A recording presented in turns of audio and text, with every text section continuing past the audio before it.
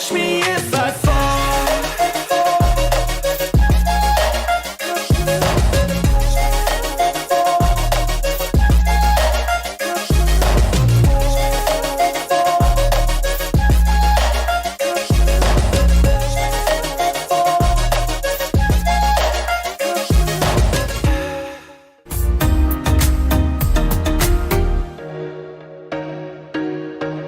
Catch me if I fall.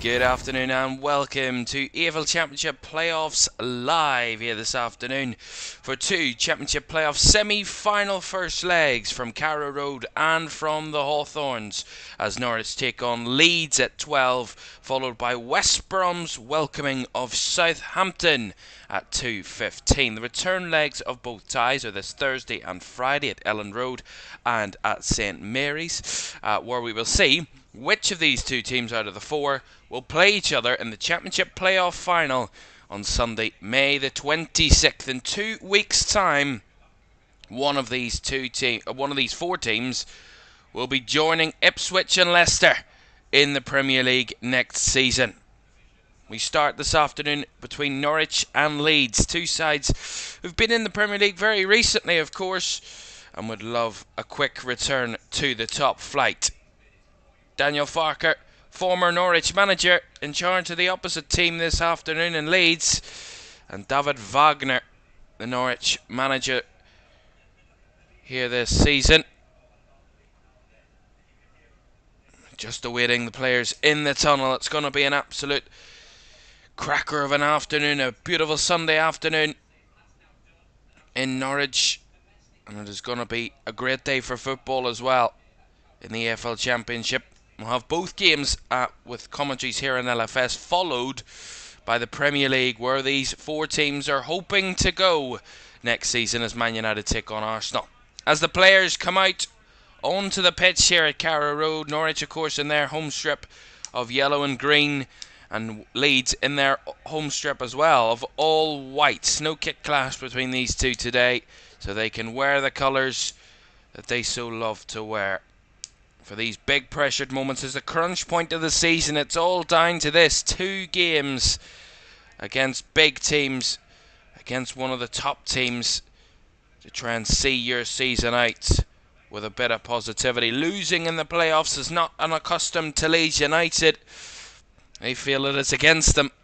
Those Leeds fans, they feel that they have a curse put on them in these playoffs, and they'll be hoping they can break that so-called curse against Norwich here today. Let's have a look at the two teams then. And Norwich start with Angus Gunn in goal. A back four of Jack Stacey, Shane Duffy, Ben Gibson and Dimitrios Giannoulis in defence. A midfield of Marcelino Nunez and Kenny McLean, who captains the side, with a front four, a very attacking front four of Gabriel Sara, Jonathan Rowe, Boya Sainz and Josh Sargent, who leads the line. On the bench for David Wagner's side is Long, Sorensen, Fisher, Bath, Hanley, McCallum, Welch, Fastnacht and Van Hooydonk. For the travelling Daniel Farke, who knows this ground pretty well, but in the colours of green and yellow, not all whites, and he starts with his Leeds side with Ilan Melier in goal. Sam Byram, Joe Rudon, Ethan Ampadu the captain, and Junior Firpo in defence. Glenn Kamara and Archie Gray line up in defensive midfield, with Ilya Gruev in a more attacking role, with a front three of Wilfred Nonto, Crysencio Somerville and Jorginho Ruter. On the bench for Leeds this afternoon is Carl Darlow, Connor Roberts, Charlie Cresswell, Liam Cooper, Daniel James, Jamie Shackleton, Jayden Anthony, Matteo Joseph and Joel Peru. Norwich against Leeds. Not a rivalry as sorts, but certainly a lot on the line between these two clubs, who would love a return to Premier League football. They need to win at least 2 games to do that.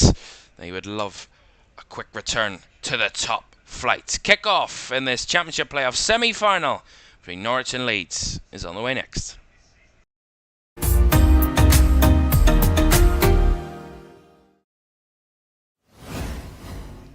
very good afternoon and welcome to our EFL Championship Playoffs live programme this afternoon with 2 live games for you. First time in a long time we've done that. We've given you 2 live games back to back on the same stream. So do not need to go anywhere between now and 4:15 because we will bring you right up to date with both games, live commentaries from Carrow Road and the Hawthorns, and you'll not miss a single moment of action from our 2 Championship Playoff Semi-Finals here this afternoon. Busy day, but we love it when the football is good and the teams have something to play for. We can watch this type of football all day long. The Carrow Road hopefuls and loyals are singing loud to start this one as Leeds get us underway then, and the playoffs begin.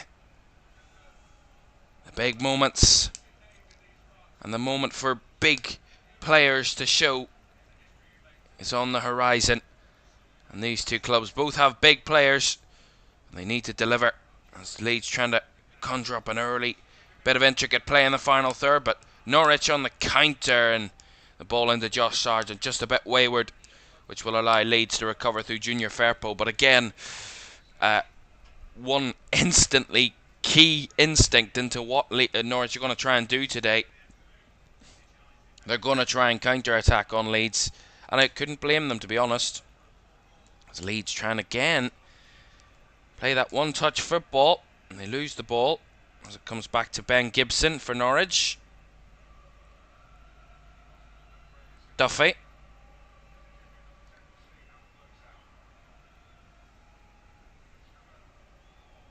Of course, the big storyline coming into this one is about how the former Norwich manager is the Leeds manager and could achieve promotion with Leeds. Of course, achieved automatic promotion with Norwich in his time here.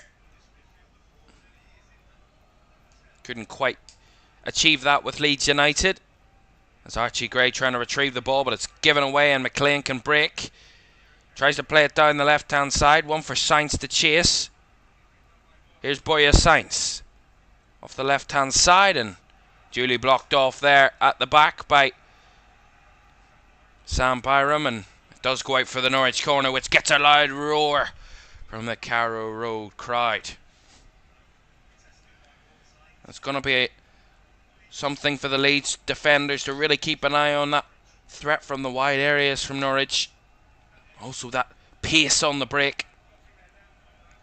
Well, Norwich love a set-piece goal. Joint second most set-piece goals this season. Only Cardiff have scored more set-pieces than Norwich. Norwich on 20. Right-footed delivery across the front post. It comes and went all the way through, allowing Leeds to clear it as Somerville tries to beat past the Norwich player there as Sainz bricks into the box. Now Rowe on the right-hand side. It's closed down there pretty comfortably by Junior Firpo, and it will run out of play for a Norwich throw on the right-hand side. Positive start from the home team.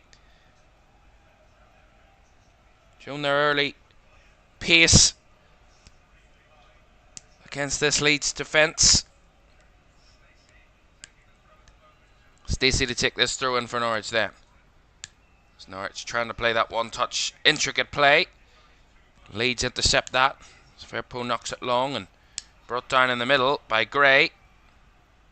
And given away. And then the shot from distance is well off target from Norwich there, from Boya Sainz, but maybe just a bit wayward from Leeds on one of those passes that allowed Norwich to get it back. And it's all about the high pressure. You know, we've seen both teams in these early moments come under a bit of pressure and the opposition win the ball back pretty easily.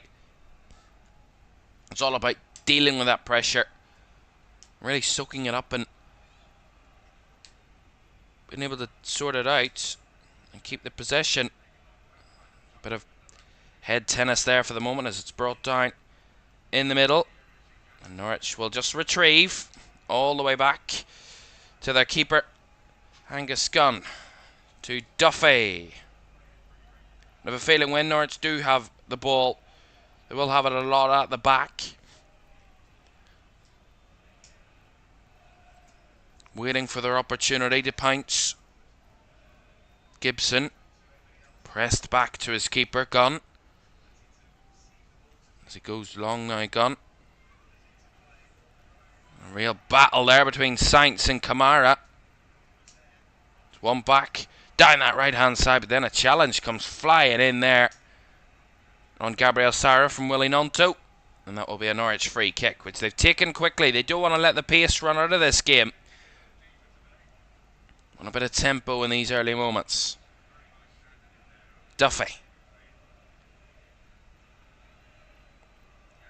Sprays it out, looking for the ball in behind. Oh, must stick with a header there from Sam Byram, and luckily his keeper was quick to it because there was a threat in behind from Norwich there. And it was Janulis that made the run. Sam Byram got a bit lucky there defensively. Here's Nonto to break forward for Leeds. His first foray in the attacking areas. As they get into the box now, Leeds spread it across, and Ruter was in the middle. Just couldn't connect with the ball. Lovely cross by Willie Nonto. Just fizzed right across the 18-yard box. Low and hard, and all Jorginho Ruter has to do is hit it. And he does not connect whatsoever. Really nice run by Nonto, and he finds that gap between the two lines of the Norwich players, just right through the middle, and onto the penalty spot it comes. Here it goes again, Nonto, dragged down. Referee says play on as Ruter loses the possession in the box and ends up going away for a goal kick. But the Leeds players are really incensed, and they thought that Willie Nonto was fouled there. Let's see it again. He's battling with Boya Sainz. I mean, Sainz does bring him down.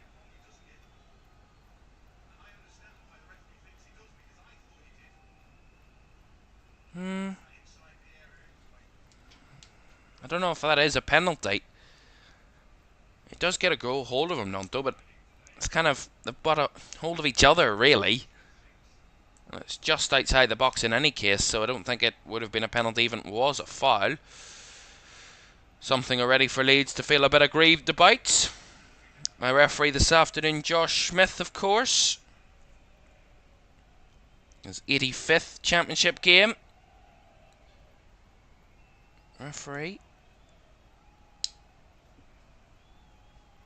Refereed Leeds a 3-1 win against Hull at the start of April on Easter Monday. That's gave me refereed in a Norwich perspective. It was back in November in their 3-1 defeat here against Blackburn. It was the referee's last games for refereeing these two clubs.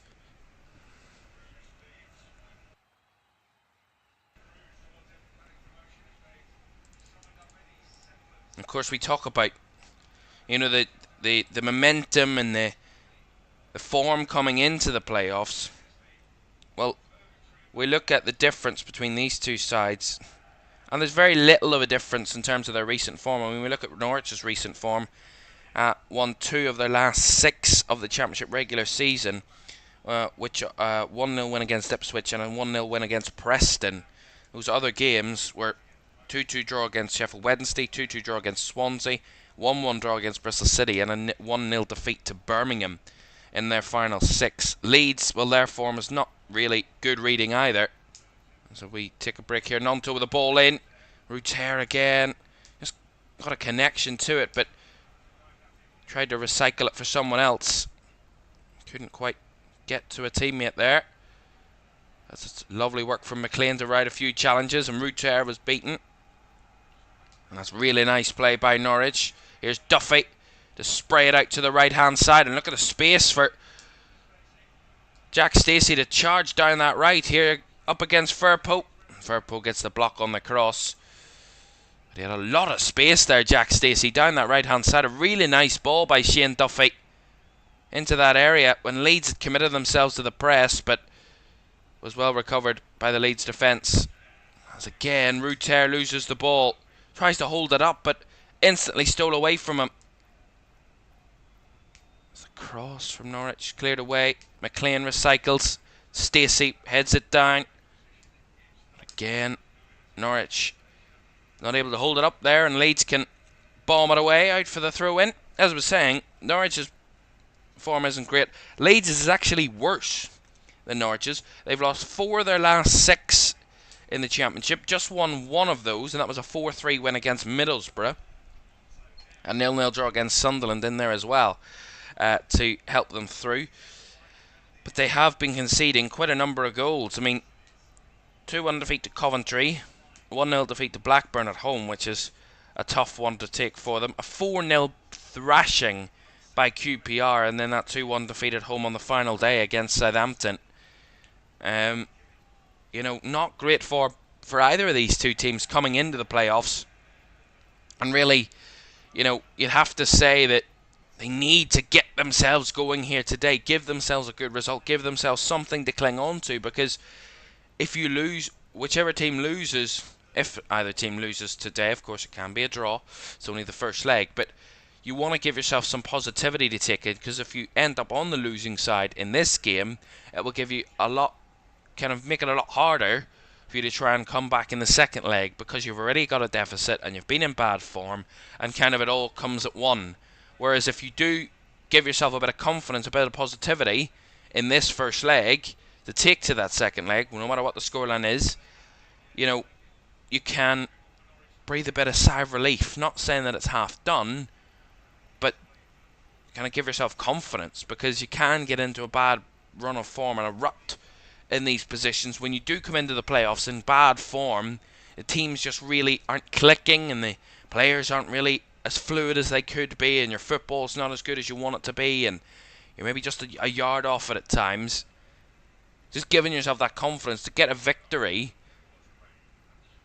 and score a couple of goals would certainly do a lot of good in feeling that you can progress, because it's all about getting the job done. It's not about playing the best football in the world. It's all about getting the job done at this stage, and that's exactly what both teams need to do. Here's Kamara for Leeds. Firpo. Back to Kamara. In between the lines is Somerville, but hasn't had much space, Crescencio Somerville, in these early moments. Of course, all the talk before the game about how Norwich are going to try and defend Crescencio Somerville. Here is Somerville. Calls of offside. But it's actually going to be pulled back for a foul on Jorginho Ruter by Jonathan Rowe. So, will be a foul. Rowe just a bit overzealous in that one, as Ruter played the ball in behind for Somerville. The Norwich players were actually looking for an offside flag, but never came. The referee instead gave Leeds a free kick on that left-hand side. A chance to whip a ball in. Ilya Gruev and Crescencio Somerville over it to take it for Leeds. And this left flank, Norwich have planted their defensive line around about the around 7 yards out, just ahead of that 6-yard line, as Somerville is headed behind quite comfortably by Jack Stacey. Will be a Leeds corner.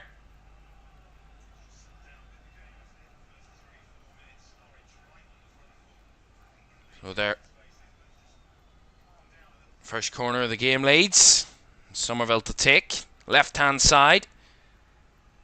And we're starting to build up a head of steam here, Leeds, in the early moments with a bit of momentum. As Somerville's cross palmed away by Gunn, and then the follow-up is blocked with an absolute bullet of a ball. But here come Norwich on the counter-attack. Down the right-hand side is Janulis, looking for bodies into the box, and it took a deflection and couldn't find either of the two Norwich players in there. And Leeds can clear their lines and get it away. But again, that counter-attacking nature of Norwich, very evident there. And Janulis got them on their way. But again, it was all from the Leeds corner. Whipped in, palmed away by Gunn. It fell to a player on the edge of the box. Struck with pure power. And then it bounced right back out and allowed Norwich to counter. Luckily for Leeds, it came to nothing as the cross comes in from the throw-in, but again headed away at the back. Just as the game had kind of settled down, we burst into life once again. And the throw-in for Norwich. Back to Shane Duffy. Now Gibson. Out to the left-hand side now to Janoulis. To Sainz. Back to Marcelino Nunez. Through the lines it comes. That's nice work by Sainz. Rowe, and now on to Stacey. Stacey down the right-hand side. Looking to chip it in. And off for the header was Josh Sargent, but couldn't put it on target. First attempt of the afternoon for the Norwich number 9.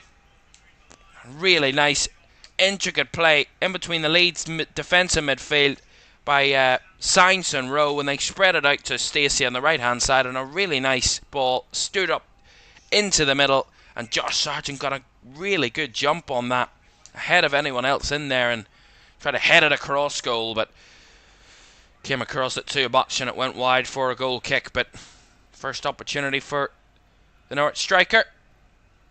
Oh, Leeds playing out from the back, and they get caught out there for the Norwich press. And then the foul there from Gruev.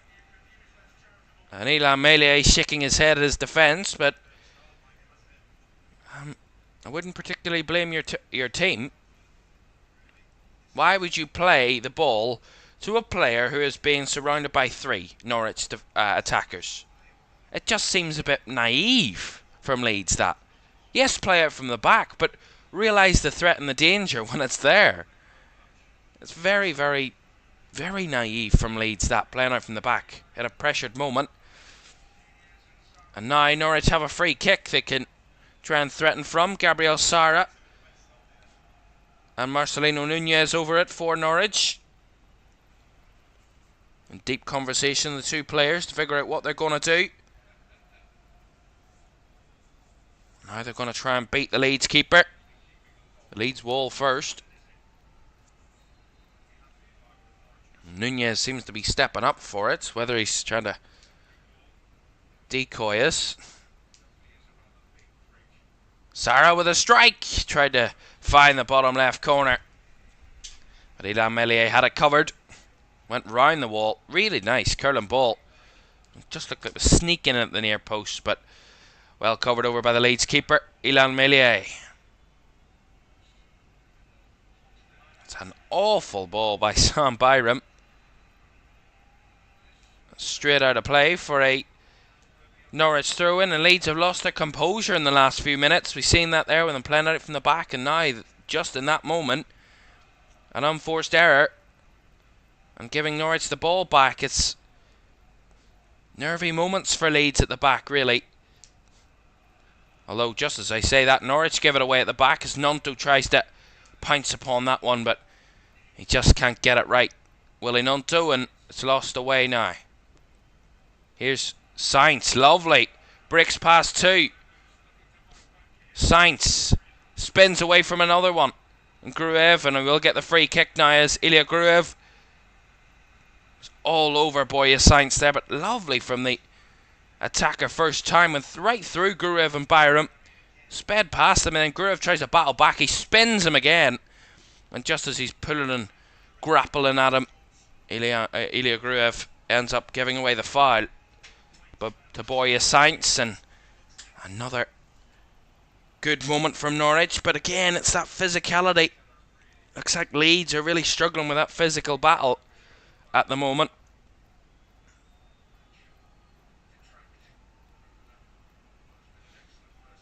Norwich will have another free kick here, a bit further out than the first one.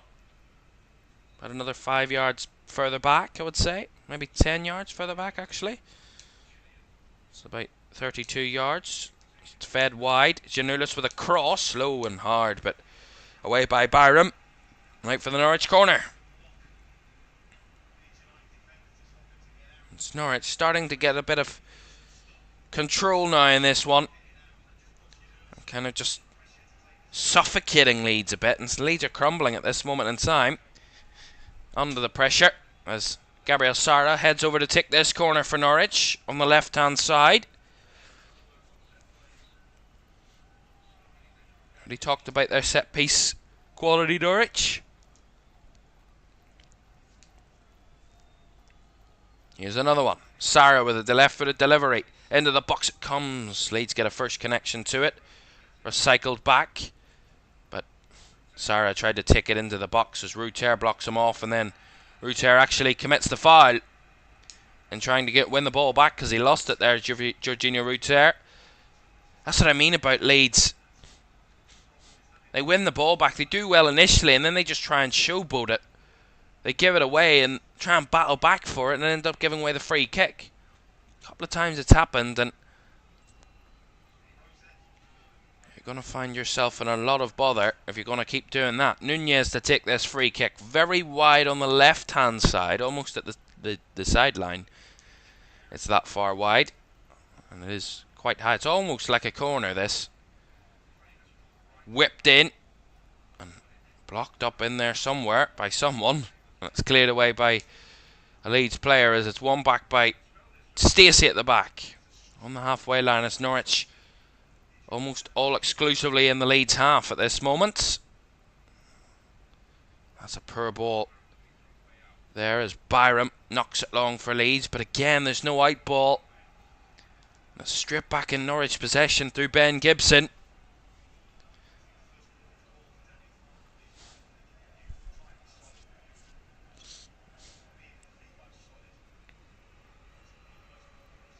.20 minutes gone here at the Carrow Road in this Championship Playoff Semi-Final.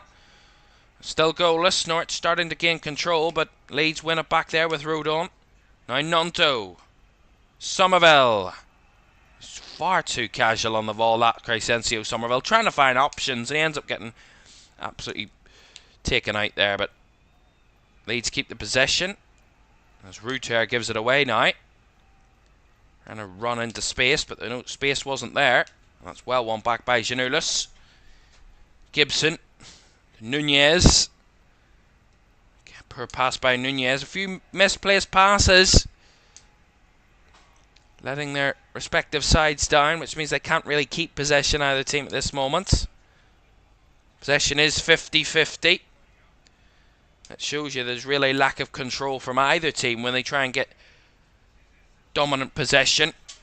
Neither side being able to do that. But here come Norwich on the breakthrough row. Space ahead of him. Lovely work past Firpo. Stacey now back to Rowe. Across it comes to Sargent. Now lays it off for Nunez with a shot over the bar. Really nice work from Norwich there. Again, it comes down the right hand side and they just keep it on that side. Wait for the options and the space to open up for them. And Rowe just plays it across to Sargent. Sargent spots Nunez in a gap of space. Squares it across to him, and Nunez tries to go for the powerful one. Ends up just going just wide of the left post. And a bit high. And Meilier will kick long. Again, Leeds surrendering possession very easily.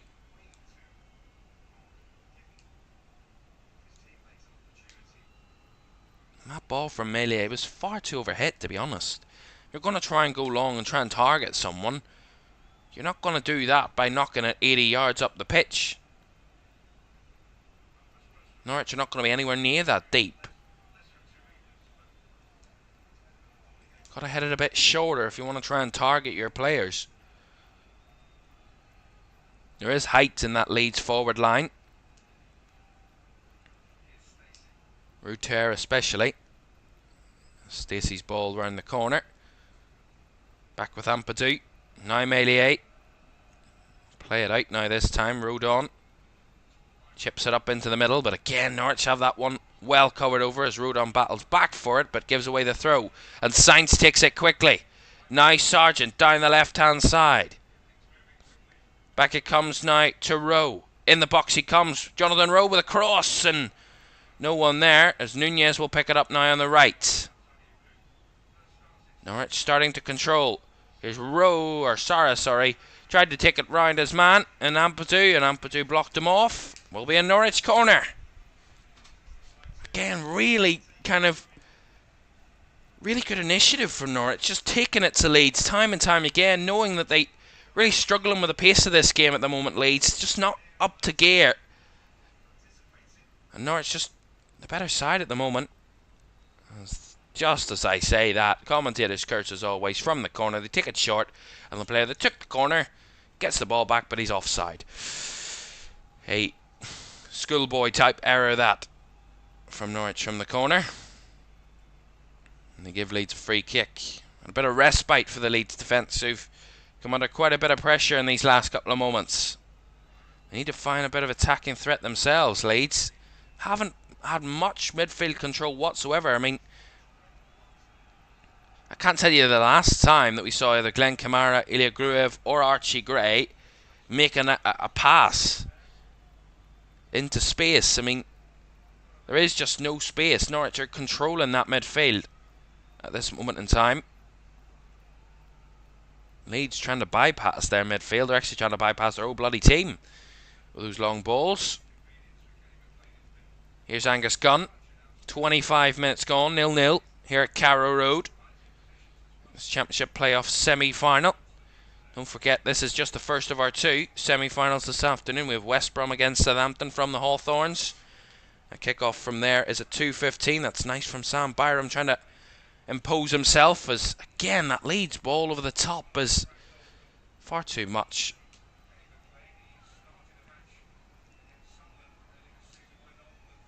Groove on the chase there against Sainz, and Sainz closed into space. Again, Somerville a bit slow on the press, and Norwich can play out now to Stacey.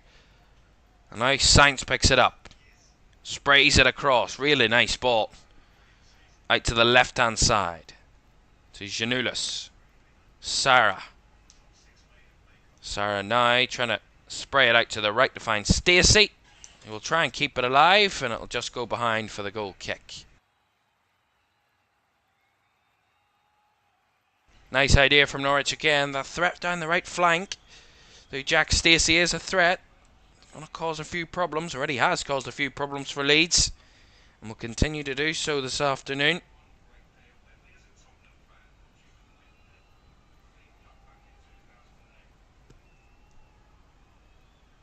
Melee to take this goal kick then. Taking his time. It's a better ball. Headed there by Ruter, but again Leeds can't retain possession. It's given away. A pull back there on Gabriel Sara by Gruev. Will give Norwich another free kick. It's those silly little fouls from Leeds again that is the difference. You know, be physical, be kind of battling with the opposition, but again, they've given away 6 fouls, and I would guarantee about 4 or 5 of them have been pretty much very little contact, but there's silly little fouls to give away because it breaks up your momentum, really breaks up the game, and keeps Norwich in control. Well, that's a lovely challenge there by Somerville. Played on from Ruter, now Nonto again taken out, but good challenge at the back there from Norwich.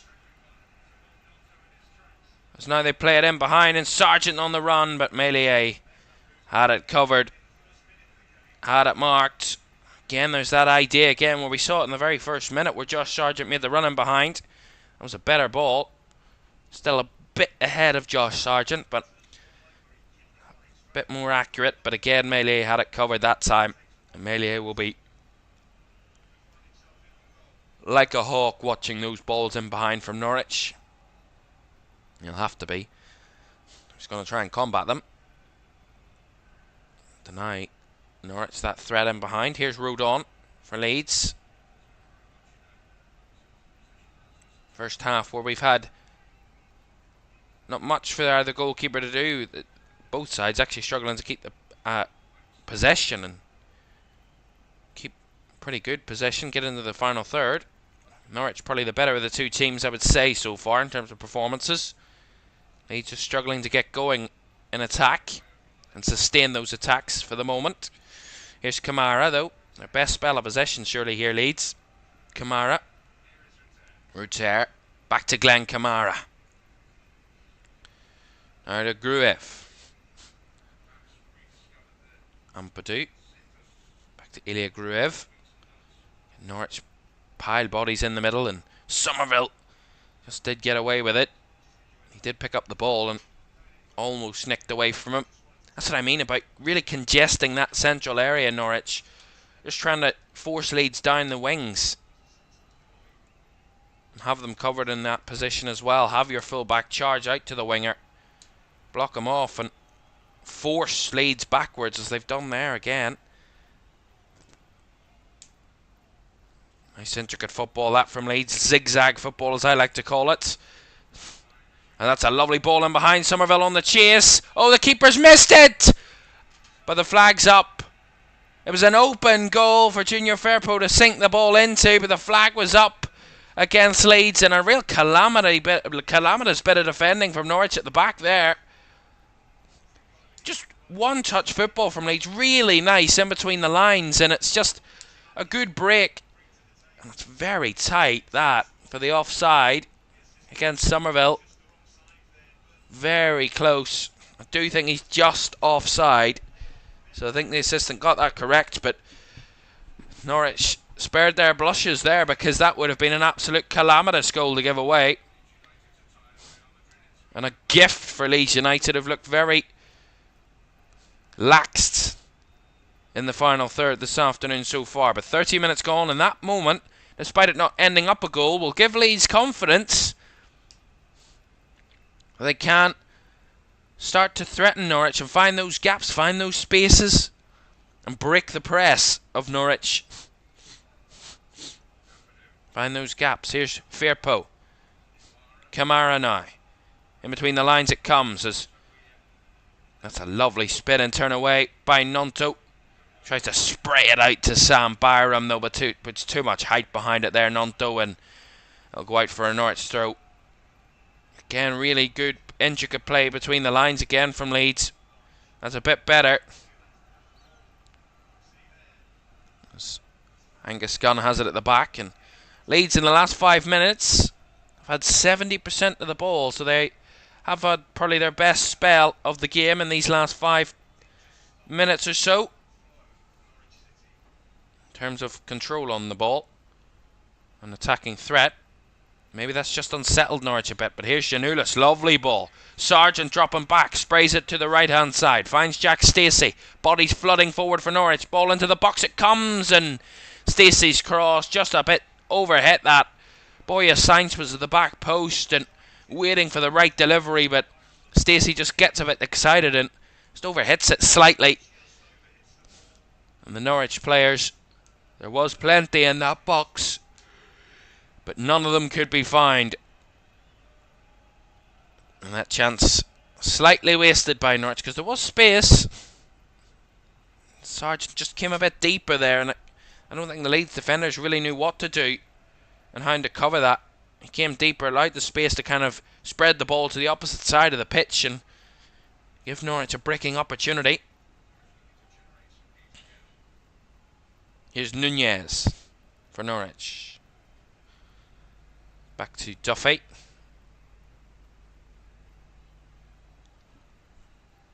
Nunez. Sarah there. Lost the ball. McLean, nice work to win it back and get it forward. As Stacey tries to go on a recovery mission. Does keep it in play. Here's Rowe. He tries to chop past his man and Junior Firpo, and taken out by the Leeds left back is Jonathan Rowe. And it is a free kick to Norwich. Smart play from Rowe. He knows the challenge is going to come in from Firpo, and all he has to do is get the ball away from the collision and win that free kick for Norwich, which keeps the ball up the pitch, gives them another set piece opportunity in the final third. As they've sent their centre backs up, Norwich, Gibson and Duffy.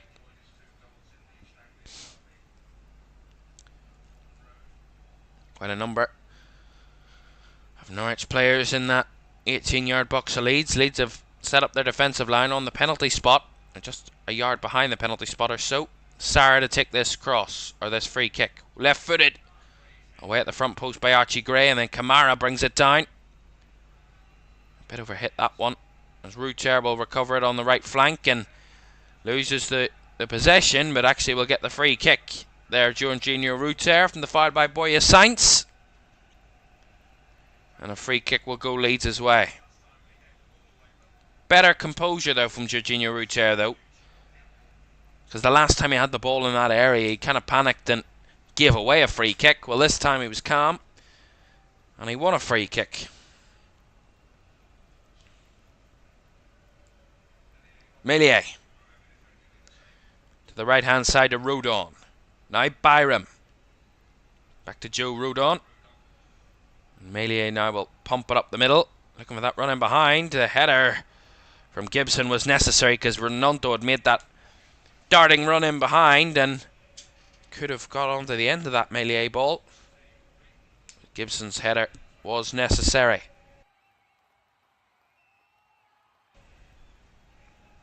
Sainz. Back it comes to Angus Gunn. Last 10 minutes of the first half. 0-0 here at Carrow Road. Norwich had a bit of control. Leeds won it back and had an empty net, but they were offside, and there's been a couple of good moments, but no major goal-scoring opportunities, I'd have to say, in these early moments. Just the one shot on target. And that was Norwich's shot on target. Other than that, we've not had much in the final third to talk about in terms of finishing. Chance creation, but both sides have been made it a good battle in the middle with possession. Here's Fairpo down the left, linking up with Somerville. Nice 1-2 touch football as Somerville gets the break of the ball. Somerville in the box now. He's got bodies along with him, and he can't find any of them because he takes an awfully heavy touch that completely takes the air out of the balloon of the Leeds attack there. It's just one moment.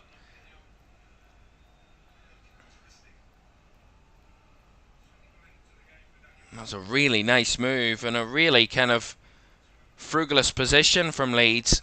They got in a very good area and they had bodies in the box to try and find from a Somerville point of view, but just couldn't find any of them. Somerville took that heavy touch which put it out for the goal kick. Sargent pushed to the floor and winning the ball. It's a heavy touch there by Norwich. It was Sainz that time. It's given away. Archie Gray picks it up, finds Nonto. Leeds breaking forward. Here's Kamara down the right. Kamara with a cut back. Couldn't find his way past Ben Gibson, who blocked it. And now Gibson trying to come forward. Crunching challenge there from Gruev. As the spread of the ball by Sargent releases the pressure from Norwich. And now gives Stacey time and space on the ball on the right flank.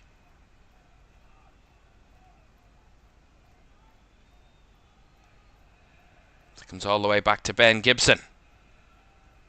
8 minutes of the first half to go here at Carrow Road. That's a poor ball by Janulis. Straight to Sam Byram. Rodon. Now through the lines, Kamara. And a goal at the end of this half would be massive for either of the two teams, really. Both couldn't complain if they go in at half-time goalless.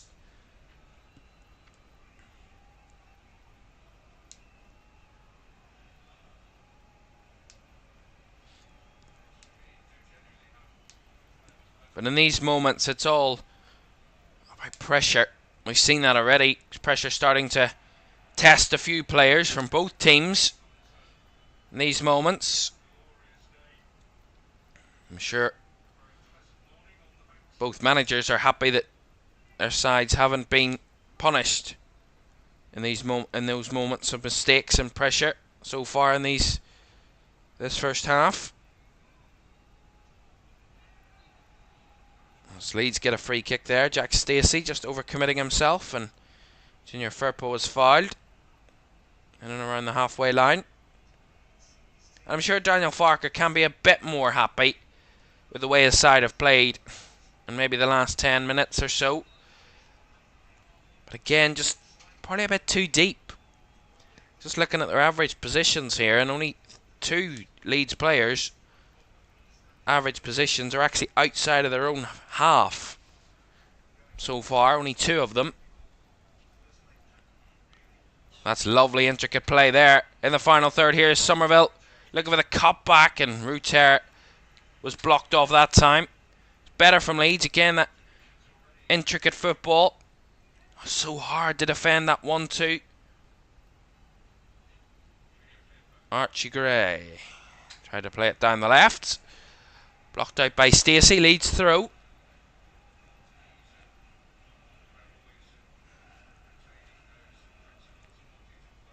Groove. To Sam Byram. Back to Groove. Kamara. Out wide on the left is Ampadu. To Firpo. Back to Kamara. Space now. Lovely from Somerville. Tried to control it but lost out. It's good battling there by Archie Gray to win it back. It's better from Leeds. Sam Byram now. Chops back inside from the pressure from Saints. But too much. Just rode on across to Ampadu. Bit more control about Leeds' play now.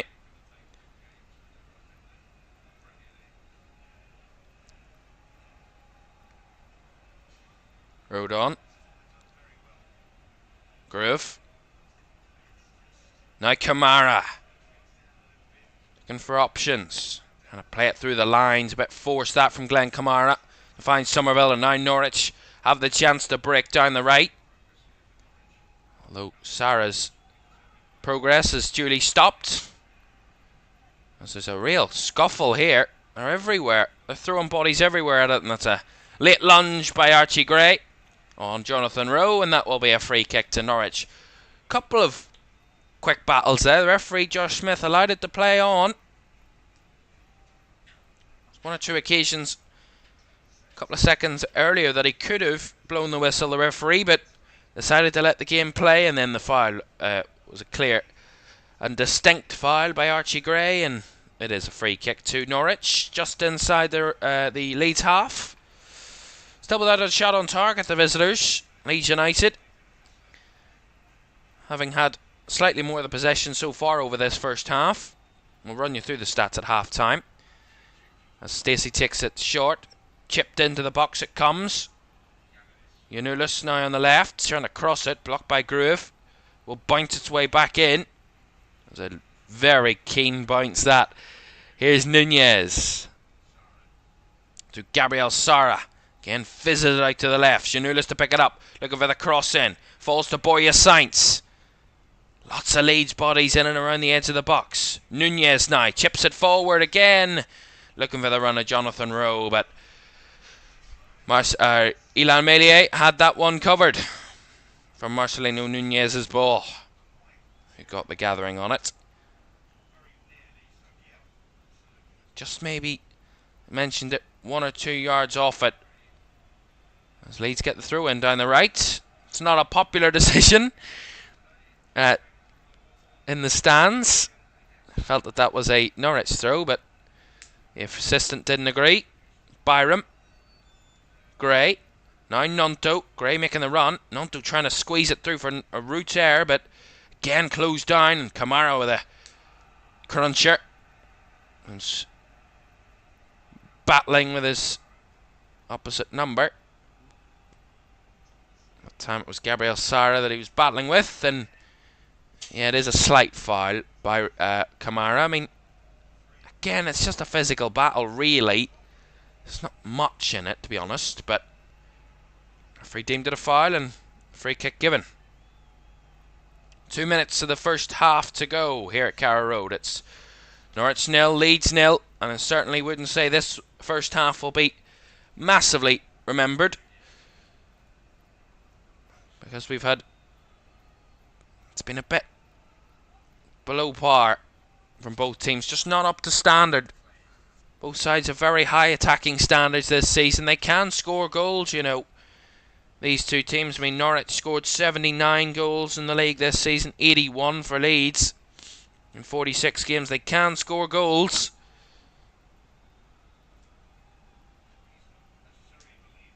They just, at the moment, aren't clicking in the final third either side, really. And could that be their recent form just sneaking and creeping in? Norwich haven't won here since the start of April. Over a month ago. Haven't been beaten here though in a while either.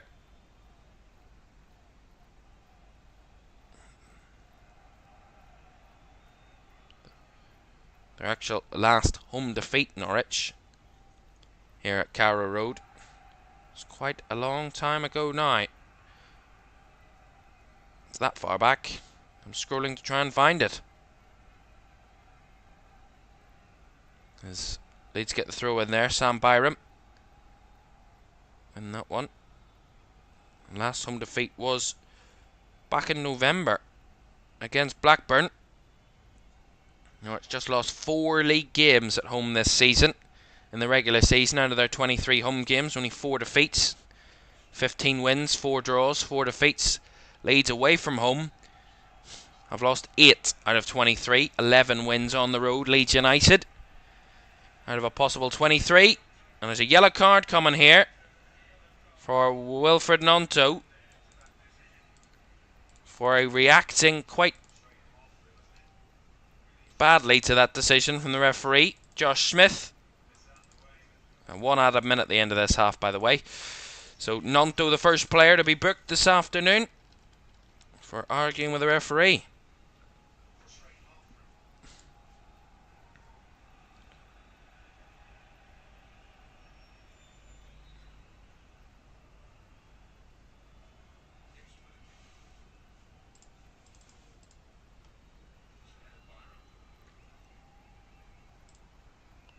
Well, usually when it's a 0-0 game, it's either one of 2 options. Either the defences are on top, or the attacks are just not shown up yet. And on this occasion, you'd have to say it's more the latter than the former, because the first half has just been concluded, and after 46 minutes of play, we've really had minimal goal-mouth action for either goalkeeper to really be threatened by. Only the 1 shot on target in this first half. Both attacks will need to up their level if they want to get goals in that second half, because it's not that the defences have been on top, it's just the attacks just really haven't conjured up anything to test either defence yet. Half time in the EFL Championship Playoffs Semi-Final here at Carrow Road. It's Norwich 0, Leeds United 0.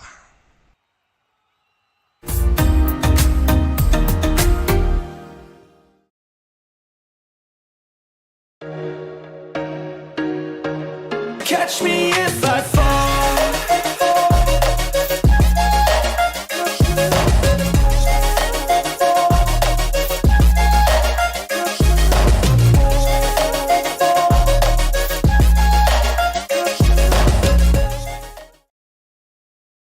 Messi, I'll put you in a grade 16 like Kenny.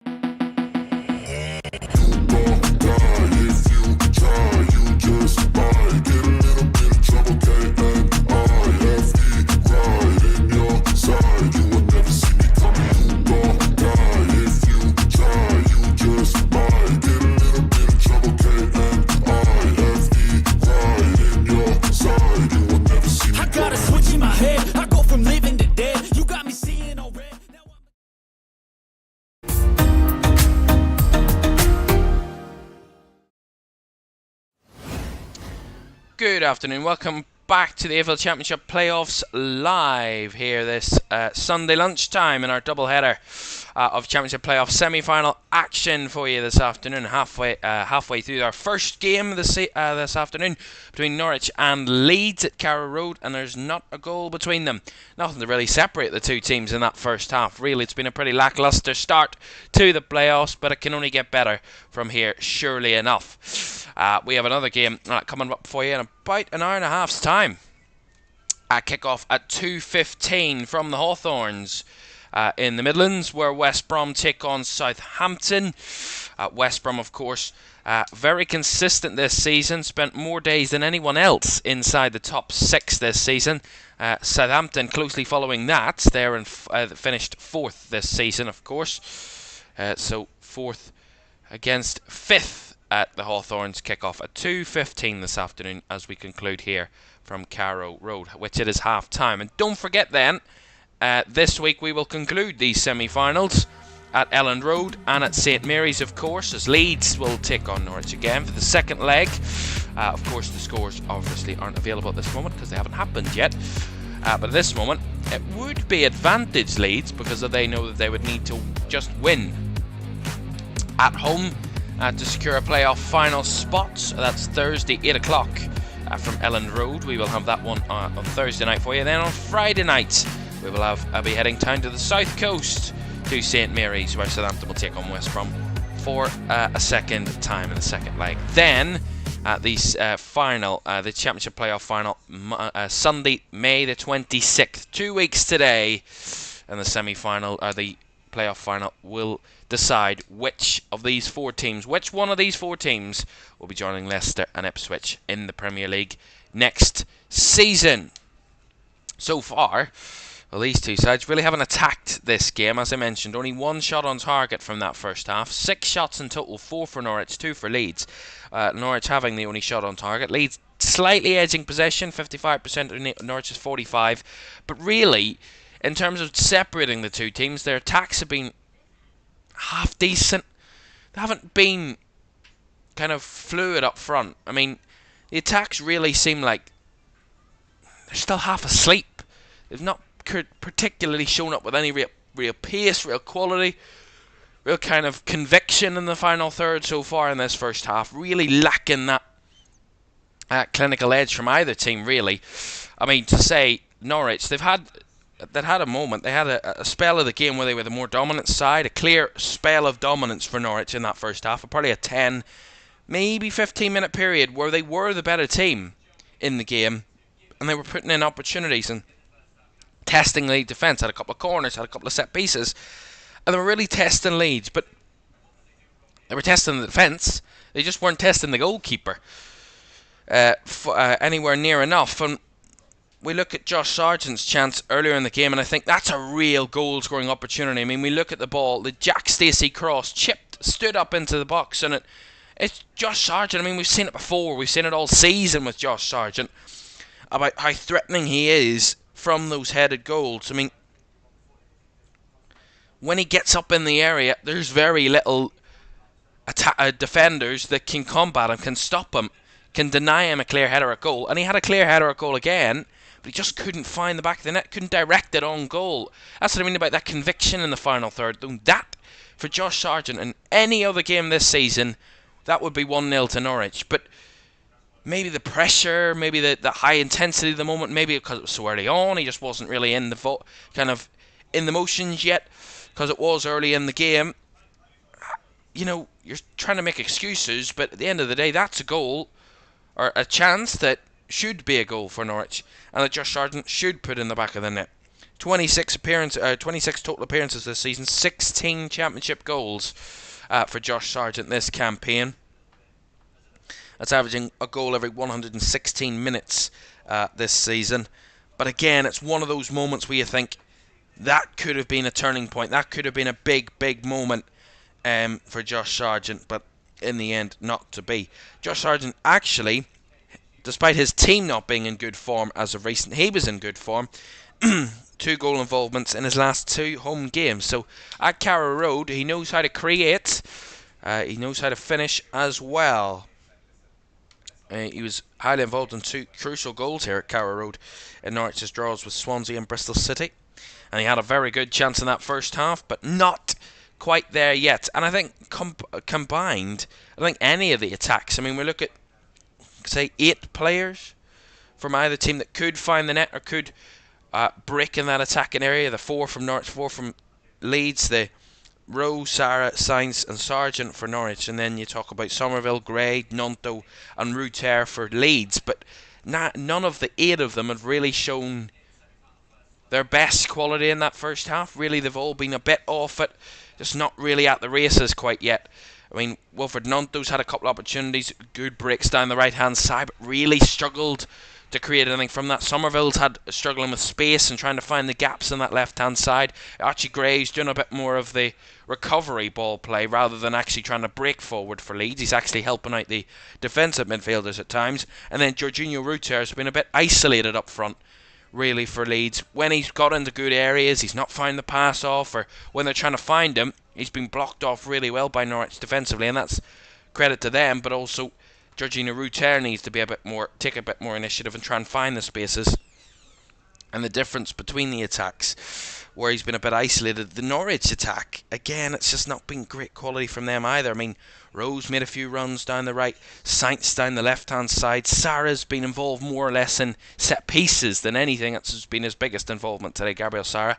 And then Josh Sargent, probably the only of the 8 players that have had a good chance at scoring this afternoon as well, with that headed opportunity from the Jack Stacey cross, but just didn't find the net. And really, neither team, I said it about 10 minutes before half-time, I said neither of the two teams could complain if it was goalless at half-time, because they really just haven't created enough in the final third to warrant a goal.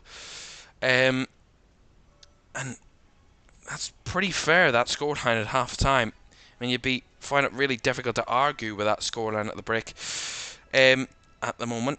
But again, there's a lot of improvement needed from both teams, but I'm expecting the second half to improve, for them to grow, to be a bit more fluid, find those passes, be a bit quicker, a yard quicker, I would say, because they have been off at a yard or two in that first half, and maybe a few tactical tweaks, a few bits of information from the respective managers at half-time will probably give them something, maybe a slight edge, and maybe give us a bit more attacking football. But so far in that first half, really not a great advertisement for the EFL Championship Playoffs that first half, and certainly not one for the highlights reel. But nonetheless, we still got another 45 minutes to go, and we still got another game to go, so there's still a long way to go before we will have a goalless day. That's very unlikely indeed. But at the moment, again, a draw. I wouldn't say it's a bad result for Leeds. It's a decent result, really, because they've got the second leg at home, and they'll have home advantage. And you know what Ellen Road can be like, and Ellen Road under the lights on Thursday night can be a big kind of daunting pressure for the visiting team. It's actually been a daunting pressure for Leeds in recent weeks. Of course, they had that unbelievable unbeaten record, the only unbeaten side at home this season, and they lost to Blackburn, then they lost to Southampton at home in those final few games of the season, and that really kind of broke their home kind of invincibility record. But they'll have the second leg at home. A draw wouldn't be the worst result in the world for Leeds, but they want to try and attack this and find the goal at least in this second half. Norwich, I do believe they kind of need to take an advantage to Ellen Road. As I mentioned, that Ellen Road effect, that high-pressured moment. You never know what can happen at Ellen Road, and it's one of those stadiums where the crazy things happen. Just go for the home team. That atmosphere, the kind of whole aura around the stadium, some things just seem to go for the home side, and Norwich, I think, might need to take a lead to that second leg if they want to try and progress to the final.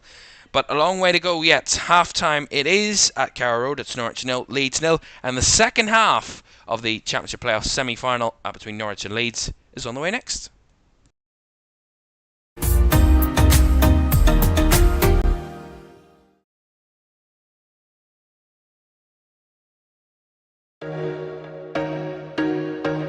Catch me if I fall.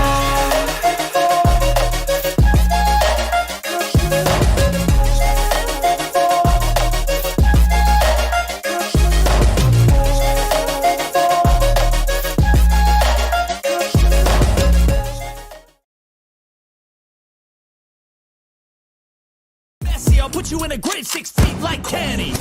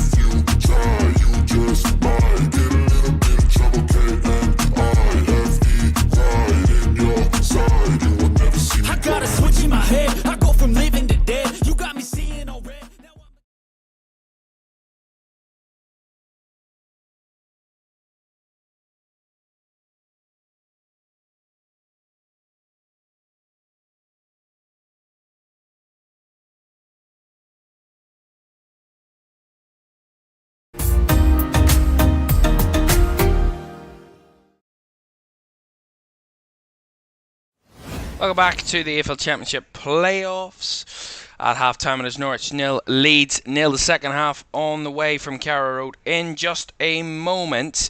Don't forget as well, after these playoffs, we're staying with you right the way through till the end of the game at the Hawthorns from around about 10 past 4, quarter past 4.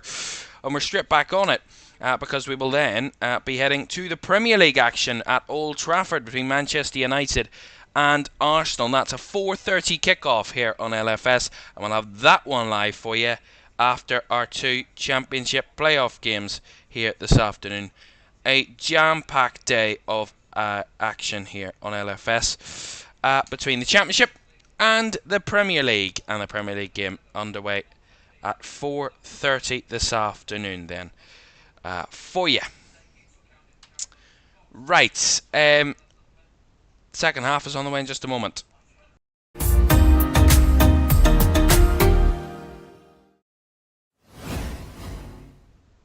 Right, okay then, the players should be returning to the pitch any moment now. Don't forget to like, subscribe and turn on post notifications. We're less than 40 subscribers away from 23,000. That'll be greatly appreciated if we can hit that at some point today. That'll be massively appreciated, and thank everyone for joining us this afternoon here in LFS, because we will carry you through on the Championship Playoff Semi-Finals and then the Playoff Final on the 26th of May as well. Plus we have Champions League Final, Europa League Final, Europa Conference League Final, maybe. We have the final day of the Premier League next Sunday, the FA Cup Final as well. All the way over these next few weeks. We have 2.5 weeks, 3 weeks left of the season, and we will carry you right the way through until that final game of the season, which will be the Champions League final on Saturday the 1st of June. Before we head to summer football for the Euros, which is not long away now, a month on Tuesday. We'll get underway the 14th of June. Friday the 14th of June, Germany against Scotland in Euro 2024 in Germany. Oh, more of that anyway at another time.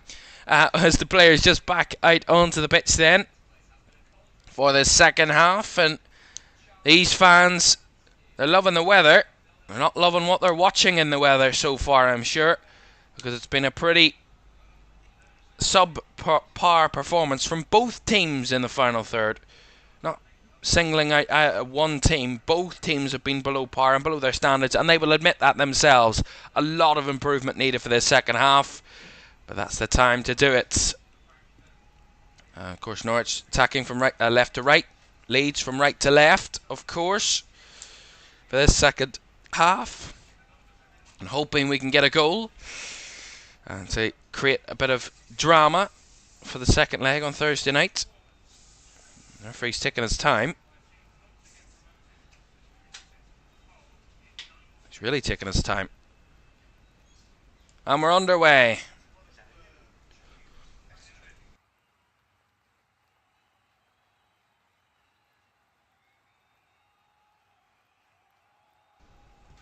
We're back underway for the second half of Carrow Road. As I mentioned, we need a goal really to kind of kick this gear into life, or this game into life. It's just not been high tempo, dramatic game that we expected so far, but there's still another half of football to go, and we're not going to keep complaining because we want to manifest the positive nature of this match. Here's Firpo. Tried to play it forward, blocked off that time by Sarah. Out for the Leeds throw. I think both sides do have players that can step up and deliver in the big moments in games. They've done it this season. They've stepped up and they've proven it. But it's about proving it in the most pressured moments, and that is this game, the next game, and possibly a final, of whichever one of these two teams does make it that far. They do have big players in big moments that can deliver. All about delivering, though. They can deliver. It's about doing it. It's nice work by, actually great a break free there. Nonto went down under a challenge, but straight back up, and he'll get the free kick there. Wilfred Nonto. Referee pulled the game back, but Leeds had the possession. He could have played advantage there, the referee. Nunto went down, got back up, and then Sainz threw himself to the floor. Nunto just trying to hold him off, and Sainz warned by the referee not to do that again because it wasn't very much in it, really. And Leeds will get the free kick then. It's played down the right-hand side to Byram. Around the corner to Nunto, and now the run for Archie Gray to make against Kenny McLean. McLean does hold him off well, and McLean knocks it long as they pull around there.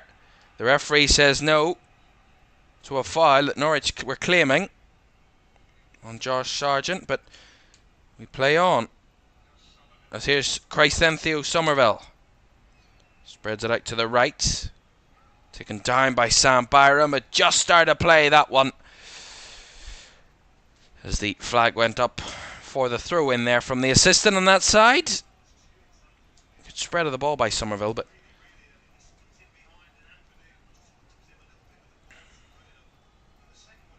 just seeing replays of that running behind from Josh Sargent. We spotted one or two of them in that first half, and that's probably where they're going to try and find the benefit of getting him in play.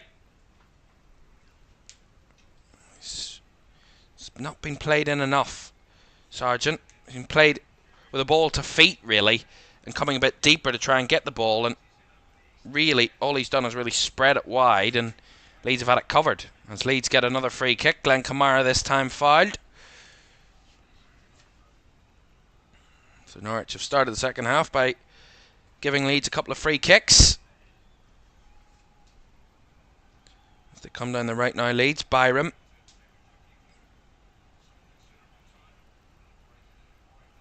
To Ampadu. Through the lines to Gruev, who can turn. Gray, try to play it forward, blocked off. Now Rowe can carry it away for Norwich. And that lovely ball into space now. Look at this run from Boya Sainz. And that's a great challenge by Sam Byram, who got back and defended it well. Again, that's a real nice bit of play from Jonathan Rowe. Drags everybody to one side, cuts back on himself, curls it out to the space on the left-hand side. Really nice ball. Taken down nicely by Sainz. And there's not much he can really do because Sam Byram comes speeding back at him and hooks it away from the control of Sainz as the ball went in there from Norwich from the throw. Good delivery as it's cleared away by Kamara. Headed into space and the body's in the middle there for Leeds. Here's Archie Gray. Gruev.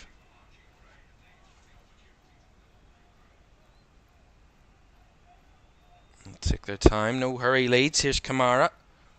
Out to the left hand side to Fairpo. Back to Ampadu. Now Gruev.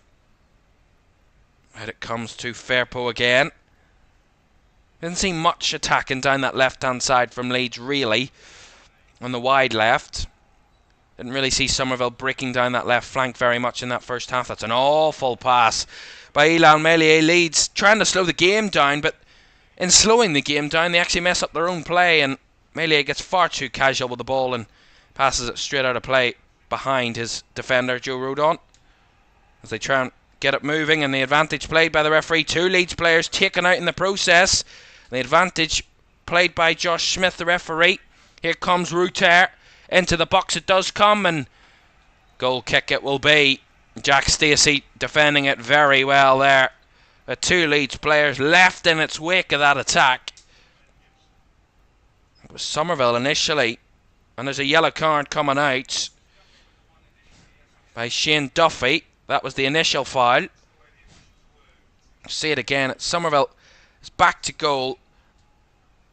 Duffy comes sliding right through the back of him. Yeah, it's an awful challenge. Kamara then takes it in his stride. Then he was fouled after that, and the referee continued to play advantage. But it's Shane Duffy that's been booked for that initial challenge on Crysencio Somerville. And Somerville just receiving a bit of treatment for the moment. They do not want to lose him, Leeds.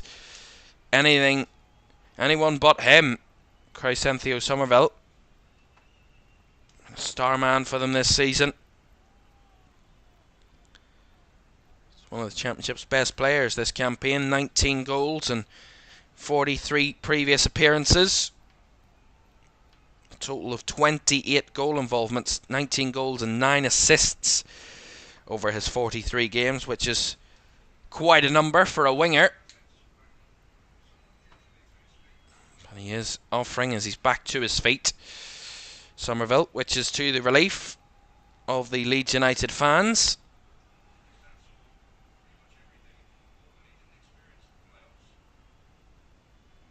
Angus Gunn has the ball at the back here for Norwich.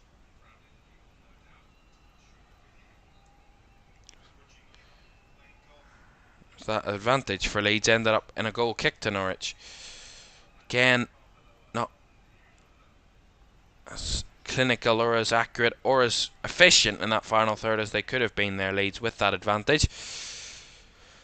Nonetheless, 7.5 minutes gone in the second half, and Leeds have probably been the better of the two teams to start the half, but Norwich still have that threat, and here they come again. And now a shot from Gisara. It's gone wide. Really nice move down the left-hand side. It's just a ball over the top. Maybe just offside, maybe? Flag stayed down. It's just a cut back from the left-hand side from Giannoulis, it is. Cuts it back first time, gets all the way through, and Sarah just driving at the edge of the box. Gets into the box, onto the ball in a stride, and strikes through it, but goes wide of the post. Really nice move by Norwich there. Down that left-hand side. Finding the space, and Giannoulis, the man to set it up. Sarah, the man trying to finish it. Kamara tried to run through. The body's there. Lost out. Sargent overstretched the ball, and Gray will pick it up. Nonto fouled. The referee's going to give out a yellow card here and a free kick to Leeds. Not allowing the advantage as he was not happy with that challenge, the referee, and Giannoulis will be the next one to be carded. Yeah, Nonto just takes a heavy touch first time. He does get the second touch on the ball. He does have control of it. And it's just a lunging challenge by Giannoulis. Kind of like a scissor challenge. Goes right the way through Wilfred Nonto. And it is a foul. And it is certainly a yellow card to boot for the Norwich left back. Another free kick for Leeds. I think they've tried to figure that out at half-time, Leeds. How to tread that fine line between giving away free kicks and just being physical.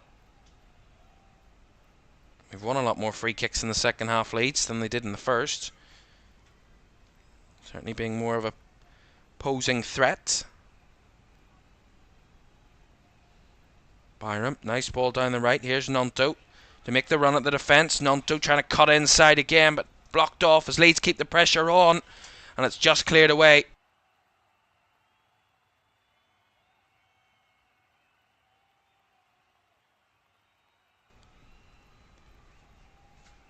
Here's Ampadu.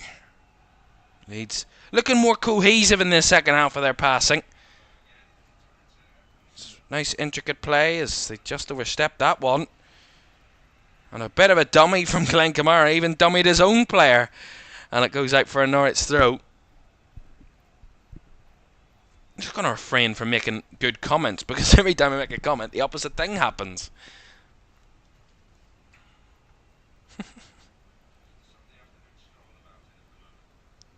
Still not hit the high tempo that we're expecting at the moment. Still another 35 minutes to go, and maybe it could be a very close game that ends up the slimmest of margins.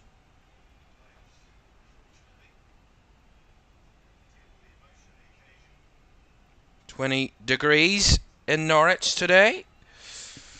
So a baking day under the sun. The summer has finally found its way to us in the UK. Last couple of days have been glorious, last few days. Certainly seeing the summer being unleashed upon us. That's a lovely ball in behind. First chance here for Somerville. Somerville in the box, looking to cut it back. Kamara couldn't reach it the first time. Does keep it alive. Now Somerville. Shown down the line again as expected. Kamara now across from Firpo. Is too close to Angus Gunn, but a better move by Leeds there. And Somerville, just as he tried to find it onto his right boot, tried to cut inside. He was well covered over by Norwich in the defence there. And of course they'll not let him on that dangerous right foot. And they'll try their very best not to let him on that right foot. Norwich. He is a major threat from it. It's a good challenge by Gruev. Reached for it and won it. Here is Gruev now. Better from Leeds. Here's Nonto. Nonto, nice chop back. Still going. Into the box it comes to Kamara now. And it eke the space. Kamara round the corner finds Firpo. Firpo with a cutback. Falls to Somerville. Somerville in the box it comes. Tried to sneak it in the front post. And Angus Gunn had to come across and block it. That's better from Somerville. Gets the break of the ball, really. It's Firpo's cutback. Deflects off a Norwich defender. I think it was Ben Gibson. And it just falls to Somerville in the box. And he just tried to sneak it in at the near post. And it just hits Angus Gunn straight in the chest. And goes behind for the corner. Better from Leeds. And showing more attacking threat there. Crysenthio Somerville with the corner. Left hand side, right footer whipped in. Headed away by Norwich. And look at the space here. The runner. That's fantastic covering by Archie Gray to block it off now. And now Leeds have a bit of an overload down the right. Here comes Kamara. Cuts it back for Gray. Heavy touch now. Kamara cuts it back now. Byram miskicks it. And Rose trailed back and trying to break away. And that will be a free kick to Norwich. Sam Byram with a lazy challenge. Again, really nice by Leeds. They win it back. Norwich think they've got a break on. Archie Gray steps across, wins it back, plays it down the line, finds Kamara. Kamara cuts it back then in the box, and Sam Byram just completely miscued it. Got the measurement of that ball all wrong there. Norwich tried to break. It was Saints, was it? It's amazing from Archie Gray there, just to be composed, to win the ball back, step into space and find that forward ball, and then runs into the box himself, tries to get involved, just takes a heavy touch which lets him down, and then Leeds' attack comes to a close. But really nice initiative, better forward play, and much more cohesive in their passing. Leeds, much more control of the game, and certainly much more in terms of attacking threat. And the first change is incoming. Jonathan Rowe is going to come off, and Norwich going to make this change. Christian Fasnacht is coming on in his place. So Rowe off and Fasnacht on. So some fresh legs in the attack for Norwich for these final 30 minutes or so here at Carrow Road.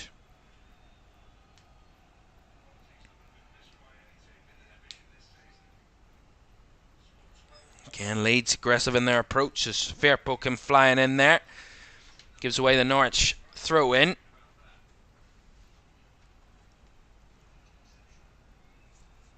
So we hit the hour mark here at Carrow Road. It's Norwich 0, Leeds United 0 in this Championship Playoff Semi-Final. Our first of two this afternoon. West Brom against Southampton to come. A 2:15 kickoff from the Hawthorns, less than an hour away. We'll be heading there for our second semi-final. Melier's ball forward, given away though, and look at the gap here for Josh Sargent. Just closed down well there, and that was a really good block by Gruev to win it back. And then Nonto challenged and fouled by Boya Saints, and a free kick will go Leeds United's way. And Nonto in a bit of pain there, but Josh Sargent was in a really good bit of room. It was from the Melier long ball, and Norwich had a bit more control in the middle, had more space, and Josh Sargent just got onto the ball, strided, and it's a really nice challenge by Ethan Ampadu to block him off.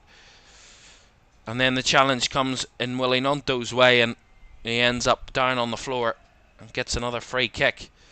And he's just receiving treatment at the moment, Wilfred Nonto, so there is that break in play. Reminder of that game coming up, West Brom against Southampton. 2:15 kickoff. We'll get team news from that game for you very shortly.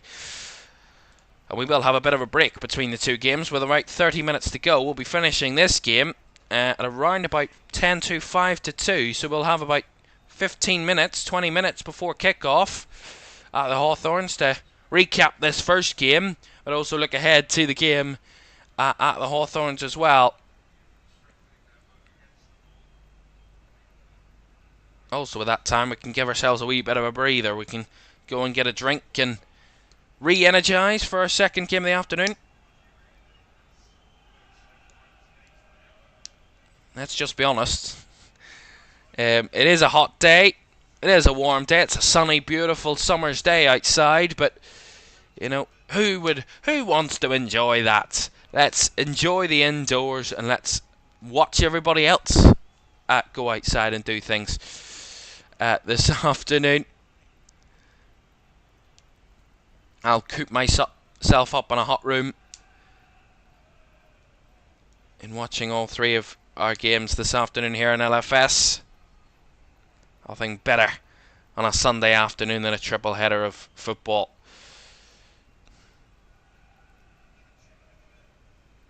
Ooh.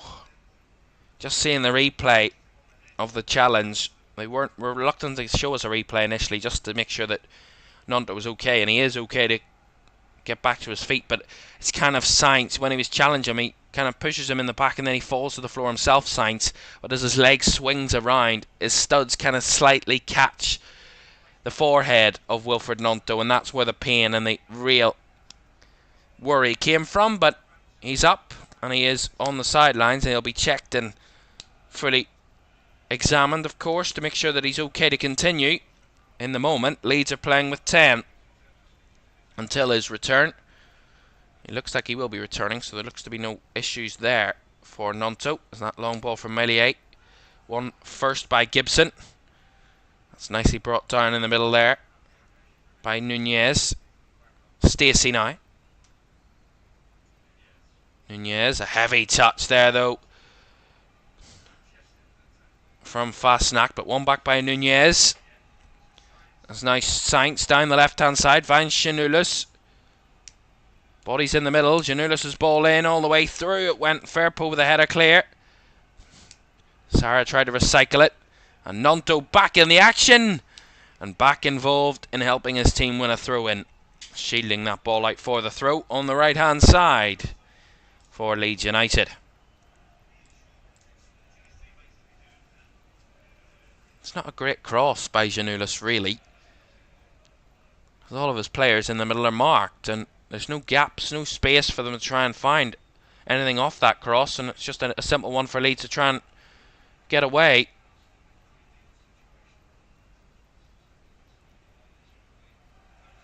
That's a good win back off Nonto down that left-hand side by Giannoulis, as it's forward now to Gabriel Sara. Sara with a cross, Sargent up for the header. Oh, brought down by Fastnack, couldn't control it. Got a slight touch to it, but just couldn't bring it down under his spell. And Leeds can now break away, and the pull back there by Fastnack on. I think that was Fairpo, actually. Is it? I'm trying to see who it was. There's a yellow card coming out. So a bit of emotions boiling over a bit here. Will be Fastnack that might get that yellow card. He does. So Fastnack, and he just pulls back on the Leeds player, Junior Fairpo, that was breaking forward, and an instant yellow card. I mean, Jack Stacey's gone a bit mad as well. Doesn't react pretty well to that. Jack Stacey just need to kind of recompose themselves a bit. Norwich lost their way a bit there. And they've ended up with another player on a yellow card, and Christian Fastnack.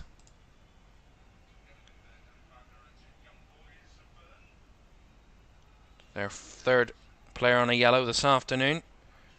Norwich. Duffy and Giannoulis, the other two.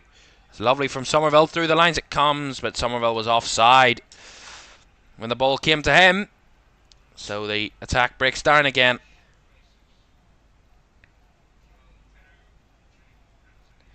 And after that, I think Daniel Farker's had enough of his attack so far, because he's making a double change incoming. I'll tell you about that in a moment when we get it. It's the ball, long ball forward. Sargent on the chase. Sargent trying to battle with Rodon. Rodon staying in control, and Rodon doing well to win the ball back. Nonto now. Not enough physicality there from Sargent, really. And now it's won back by Ruter. Tried to force it through the middle, but a very flat pass that from Ruter gives it away. Stacey. Back to Gabriel Sara for Norwich. Closely watched by Archie Gray there. Sara did find the pass to Stacey. Sara again. It's good play by Norwich in the spaces. Kenny McLean. Down the left it comes. Shanulis. Back the way through the middle it comes, and then they pull on Gabriel Sara there by Glenn Kamara. Will end up being a free kick for Norwich. One ball into the player there from Ben Gibson to Gabriel Sara, and Glenn Kamara came cutting across and giving away the free kick. A quarter of this first leg to go in this semi-final, and it's still goalless. And I think if we get a goal, optimistic indeed that is, of course, but if we get a goal, I'm sure it won't be the only one. I think this is what this game needs, a bit of a dramatic goal to burst us into life. As Norwich have this free kick then, about 31 yards from goal. Nunez and Sara over it, who else? They're rolling back, ready to go. Sara and Nunez. It's Nunez to take it, takes a deflection off the wall, and it will be a corner. Strikes it low and hard, that from Nunez. Didn't get much height behind it, and it come flying off the wall. And luckily for the Leeds defence, it didn't end up in the back of the net. It ended up just wide for a corner. But continuous pressure indeed for Norwich. Shane Duffy's left himself a lot of space there to try and get onto it. That's an awful cross. Low to the front post. Easily dealt with by Leeds as Ruter tries to run through a couple of bodies. And he does win Leeds the throw in. On the left hand side, and I think Leeds are going to make these changes now. Yet to make those substitutions, and here they come. So Joel Peru and Jaden Anthony coming on. Coming off is going to be Jorginho Ruter and Wilfred Gnonto. So Gnonto and Ruter are going to make way for Peru and Jaden Anthony. So double change up front for Leeds, trying to offer some more attacking threat, some fresh legs, kind of different dynamic. We'll see what difference that can make to Leeds' attack for the final 20 minutes. Throw in down the left. Peru instantly getting himself involved as Jaden Anthony brings it down. So the two subs instantly involved in the action. As Kamara riding a challenge and winning Leeds another throw in off Nunez. Firpo ticks quickly. Ampadu. Rodon back to Ethan Ampadu.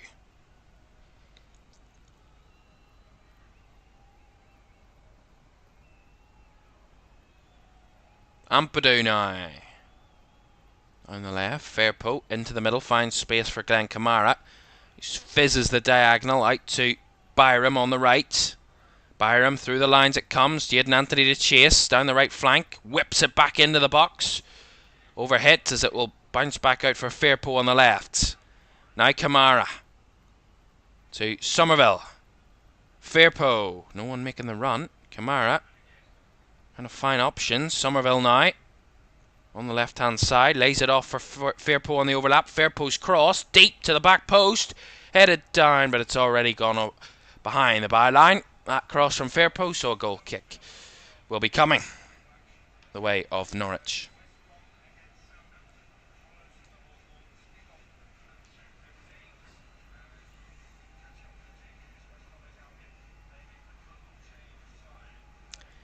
So we are about 45 minutes away then from kick-off at the Hawthorns between West Brom and Southampton. We'll get the team news for you in our break between the two games. Of course, we'll give you the team news graphic, show you the two lineups, and where we will be and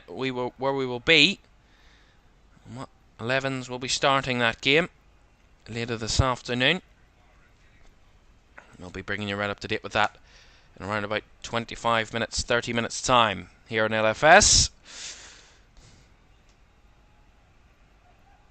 Here's Gibson.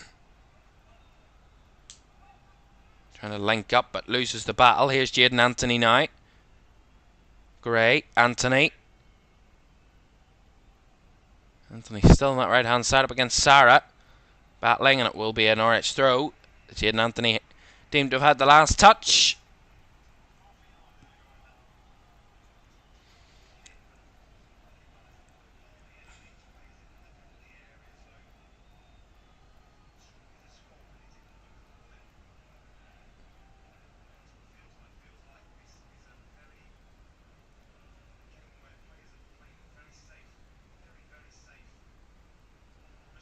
Norwich from the throw-in, under pressure by Peru, steals it away. Gray was there to help him out as well as Kamara helped off the ball as Gruev keeps it alive. Kamara across to Rodon. Ampadu. Now Kamara to Gruev. Better passing from Leeds. Down the right it comes. 1-2 touch there. Jaden Anthony and Byram. Back to Anthony. All the way back to Rodon. They're moving it quicker, Leeds. Norwich in certainly not looking vulnerable at the moment.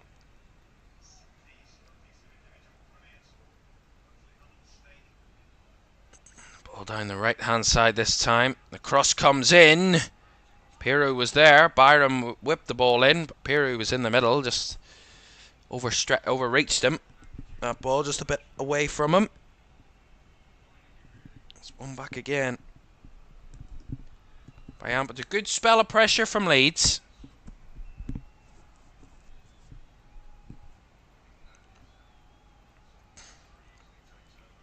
As the offside flag goes up again against Crysenthio Somerville.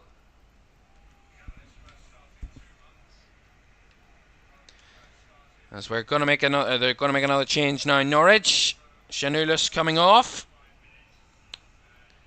and Sam McCallum is going to be his replacement. So Demetrius Shanoulis replaced by Sam McCallum at left back.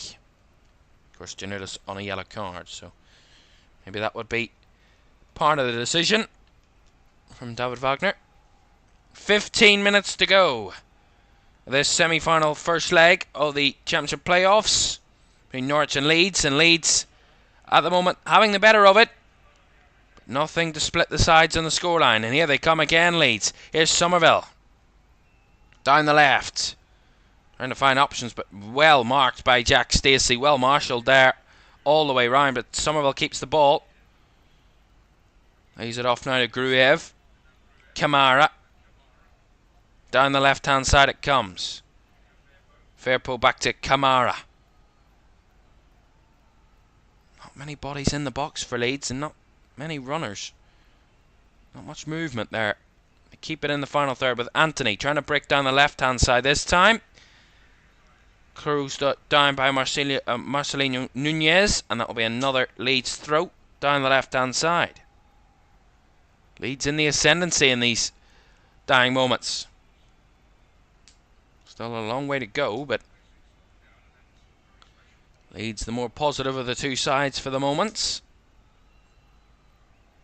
Something tells me we might get a very attacking game at Ellen Road in 4 days' time. As Sam Byram was fouled there by Sam McCallum. The two Sams colliding. And McCallum, the player, committing the foul. And Byram, the man, winning the free kick.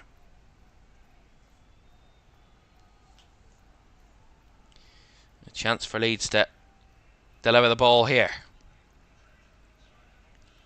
Piru and Firpo rode on. And Byram all in and around the edge of the box there for Leeds. So some height in there to try and test the Norwich defence. Ampadu's on the verge. Anthony's also on the periphery. The free kick taken, left-footed, whipped in by Gray, flicked on by Byram, and the scorpion kick, flick, ends up well over the bar. Goal kick. Yeah. Certainly not convincing.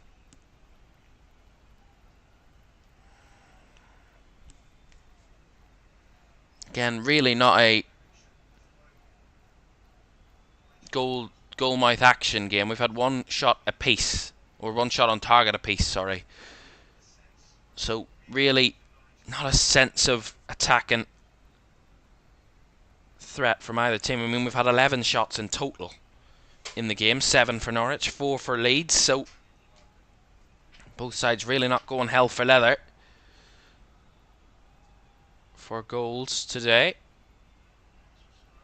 I don't know who that... I would guess that benefits more Leeds because of the balance of things. You never know, there's still time for that to change. Here's Byram. Here's Anthony trying to cut it back. Jaden Anthony hits it off Boya Sainz, and it will be a corner to Leeds.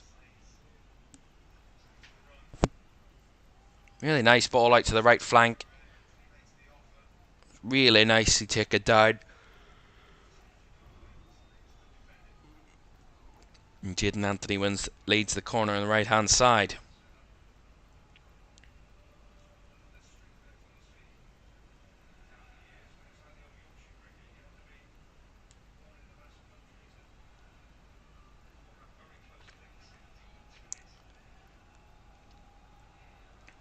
Left footed delivery, deep to the back post. There was a header in there. I don't know who it came off last. It was a Norwich player in Kenny McLean, captain. It will be a Leeds throw on the far left hand side. The referee's just asking Firpo to take that again. He felt it was just a bit too low down the pitch. He's asked him to go move up the line a bit. Junior Firpo's not arguing with the referee. He's taking that throw in. It's brought down. Kamara's ball. Blocked off that time and forced away. Down the line there by Jack Stacey. Will be a Leeds throw in again, but much more closer to the halfway line this one. As we about to enter the final 10 minutes of this one here at Carrow Road. Still goalless between Leeds and Norwich. Really nothing to separate the two sides in terms of attacking quality so far in this game. Really been lacking it. All the talk before the game about how much attacking quality would be on show today, but players are out there, they're just not showing it. There's still another game. Remember, it's on a 180-minute tie, at the very least, that is. 2 legs to decide who will be going to Wembley on the 26th of May. That's better from Leeds, though, in between the lines. Here's Archie Gray. Shot deflected off Stacey, behind for another Leeds corner, but it was good intricate football through the middle. As Kamara played it into space, found Joel Piru, who stepped off the defence of Norwich. He stepped into a deeper role, played it onto Somerville. Somerville cut it back for Archie Gray, and then Gray took it into the box and had that strike deflected off Jack Stacey. But it was better play from Leeds as they take the corner short. Kamara. Back it comes to Jaden Anthony with a shot. Straight at Angus Gunn. Pretty comfortable for the Norwich keeper in the end. Tried to go for the curler, but curled it far too much. Straight into the hands of the keeper in Norwich colours.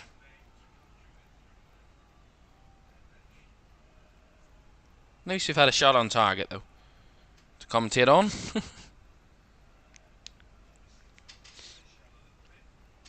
Norwich, I think, have just kind of retreated a bit.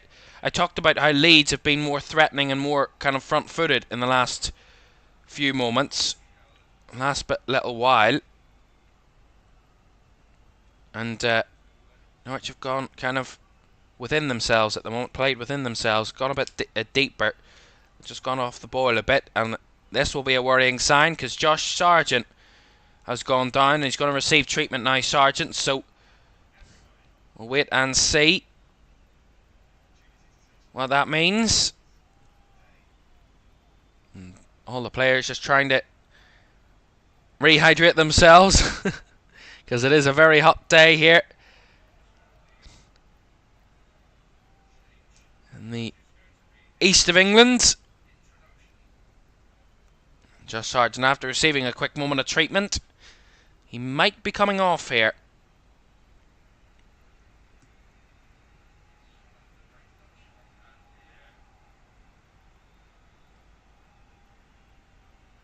And Sargent applauded off by the crowd. And it's the end of his day. He's probably had Norwich's best scoring opportunity of the day, but he's not going to be on the score sheet here, at least in this first leg.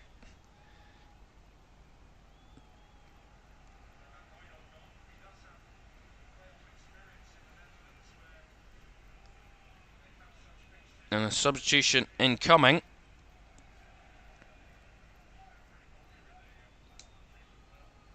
And Sidney van Hooijdonk is coming on. His replacement, the 24-year-old Dutchman.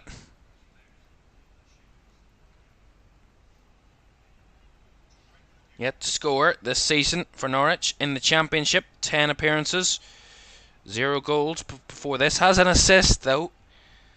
That assist came in a 4-1 win against Cardiff here at Carrow Road. So certainly not a find the net in his time.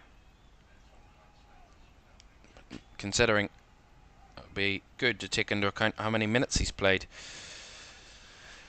Of those 10, averaging 13 minutes per game from those 10 appearances. So more an off the bench player, so not a real surprise that he hasn't scored a hatful of goals.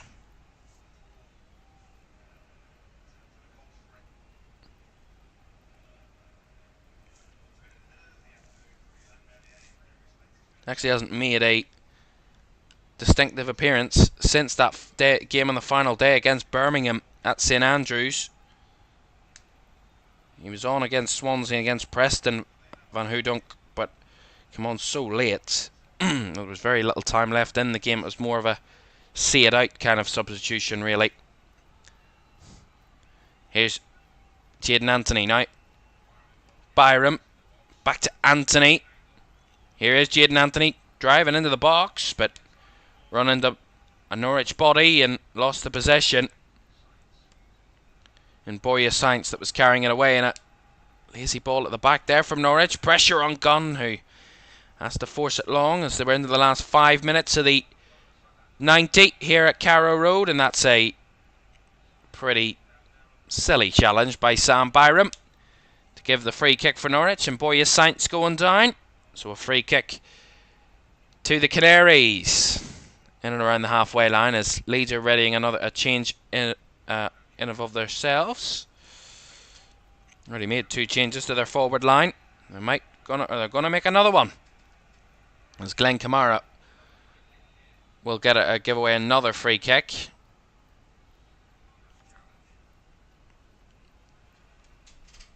Yeah, it's just that challenge on Gabriel Sara, just a slight pullback on Sara. It is a foul. Some distance, this about 35 yards. Some distance from goal this. See what they can try and do here, Norwich. What have they got up their sleeves? from this free kick. Gone off the ball in the attack in the last 10-15 minutes, Norwich. This is now the time to come back onto it, and that free kick is pretty, to say the least, pretty awful. From Gabriel Sara all the way through, and not a single player touched it. Goal kick to Leeds. So that substitution incoming then. Crysencio Somerville is going to come off, and he's going to be replaced by Dan James. So Dan James on and Somerville off for Leeds. Another forward line change. So 3 of their front 4 that started the game have been replaced. Ruter, Nonto and now Somerville. All off. Replaced by Peru, Dan James and Jadon Anthony.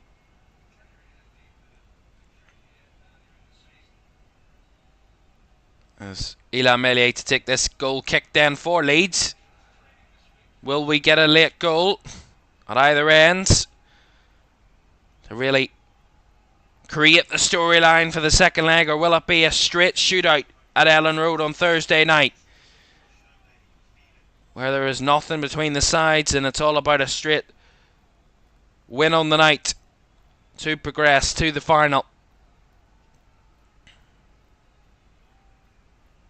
Bouncing ball there as Leeds bring it down again. Archie Gray though trying to flick it on forward and ends up putting his defence under pressure, but Ampadu deals with it well and chested down by Illan Meslier with a bit of composure.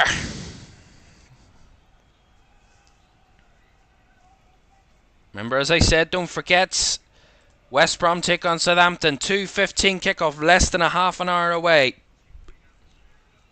from kickoff at the Hawthorns. We'll be live there with commentary of that one for you very shortly.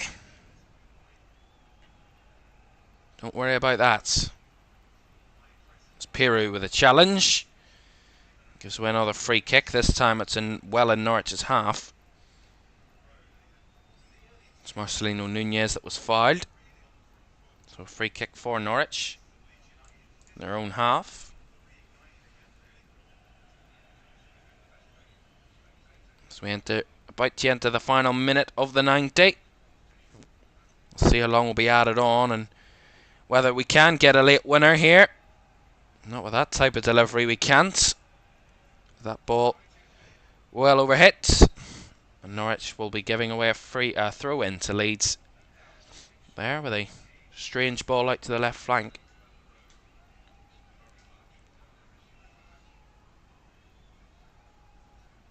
Throw in down the right hand side.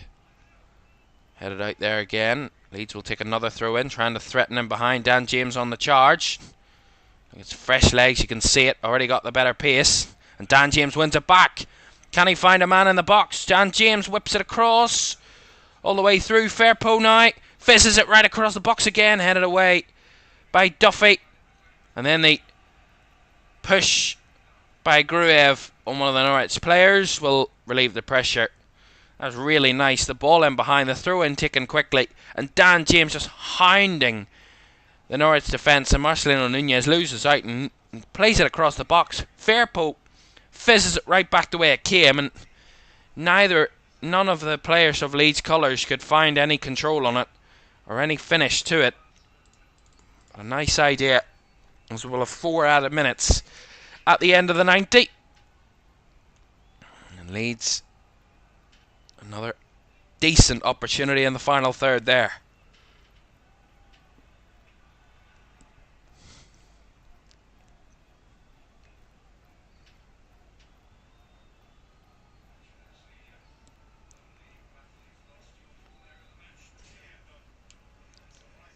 Norwich to take that throw in inside their own half. And this will be about the time where you would give out player of the match. I'm being honest. I have to be honest. I have to be totally honest. I don't think anybody deserves it really today. I mean, if I had to pick someone, if I was really tested and pressed on picking someone, probably a defender. I mean, I really don't know who to pick.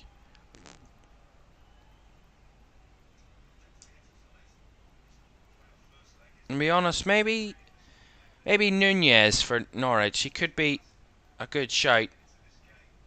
Sarah maybe. Somerville maybe. So there's very little to choose from because we've seen very little in great attacking play today, and it's mainly just been about defences being half decent, pretty solid. You're a pretty solid defence. You'll have kept a clean sheet today because neither of the two teams have shown major threat or major conviction or major intensity to try and press the ball and attack it and get a finish, get a goal. And the referee's just given another free kick here. It's a Leeds free kick as Sam Byram kicked it away and just came across Fred Hoydunk, the man deemed to have fouled Sam Byram. Maybe a bit harsh, but it's the referee's decision. 90 seconds of the 94 to go. So time is certainly running out if we're going to get a late goal. And I'm not entirely convinced, but you never know. Melier knocks it forward. Archie Gray up for the header. Dan James brings it down. Sprays it wide, trying to test the Norwich defence, but Jack Stacey well controlled and clears it long. As Leeds go round the corner with Fairpoke, Kamara, now Anthony. Out wide to Glenn Kamara. Maybe one last flurry. Kamara, down the left it comes to Fairpoke. Fairpoke through the lines, finds the gap for Peru, but Peru plays it straight off a Norwich player and Norwich can retrieve. That's a nice win back from Archie Gray. Now Kamara gets a break of the ball. Gray through the line trying to find Peru. Closed down again. Gray reaching for it and bodies flying to the floor, and Norwich will get a free kick. And Gabriel Sara putting his body on the line. And that should be that, I would say.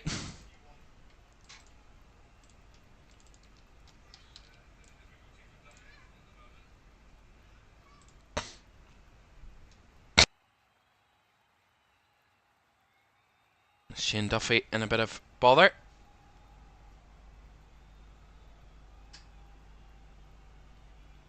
Struggling there, Shane Duffy. But, I mean, it's the end of the game. So there's not much to do. That long goal, free kick taken by Angus Gunn ends our sunny afternoon at Carrow Road. And the first leg of our semi-final of the Championship Playoffs comes to a pretty drab ending. It will be a straight shootout at Ellen Road on Thursday night between these two to decide which one will be heading to Wembley in 2 weeks' time. But today, neither attack has really offered much. Neither attack really deserved a goal. And really, very little to talk about in terms of clear-cut opportunities. Really good attacking play was lacking this afternoon. And neither side can complain that they didn't find the back of the net this afternoon. 94 minutes of pure attacking football and pure lacking of pure ultimate quality and finishing ability. We thought it would improve in the second half. It didn't really.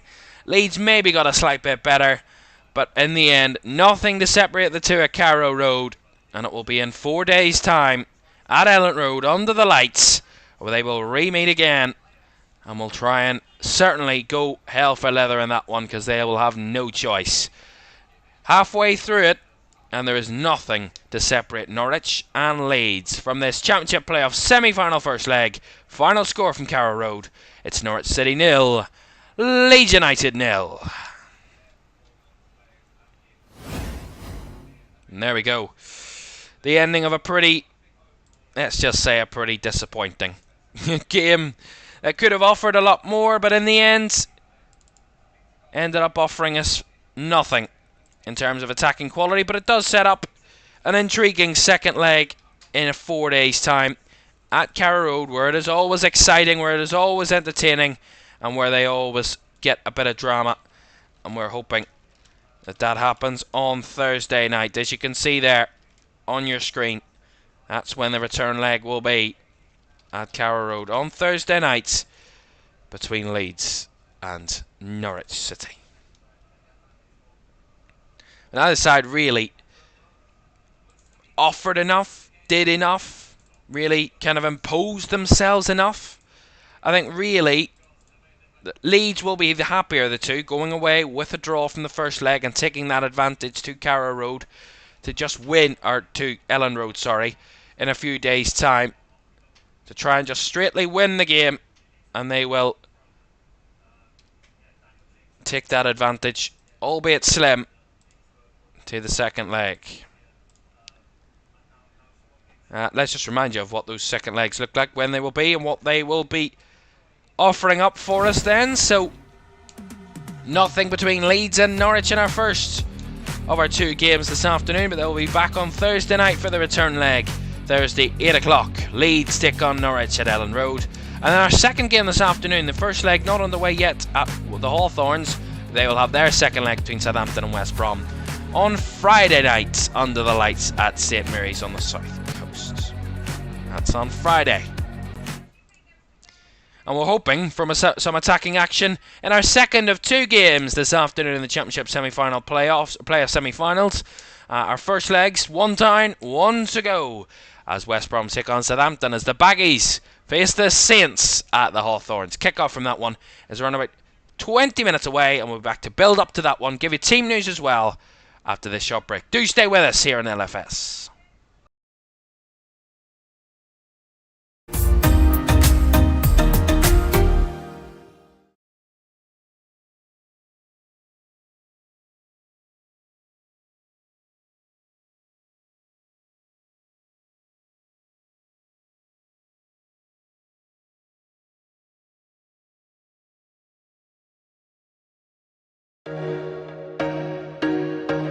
Catch me if I fall.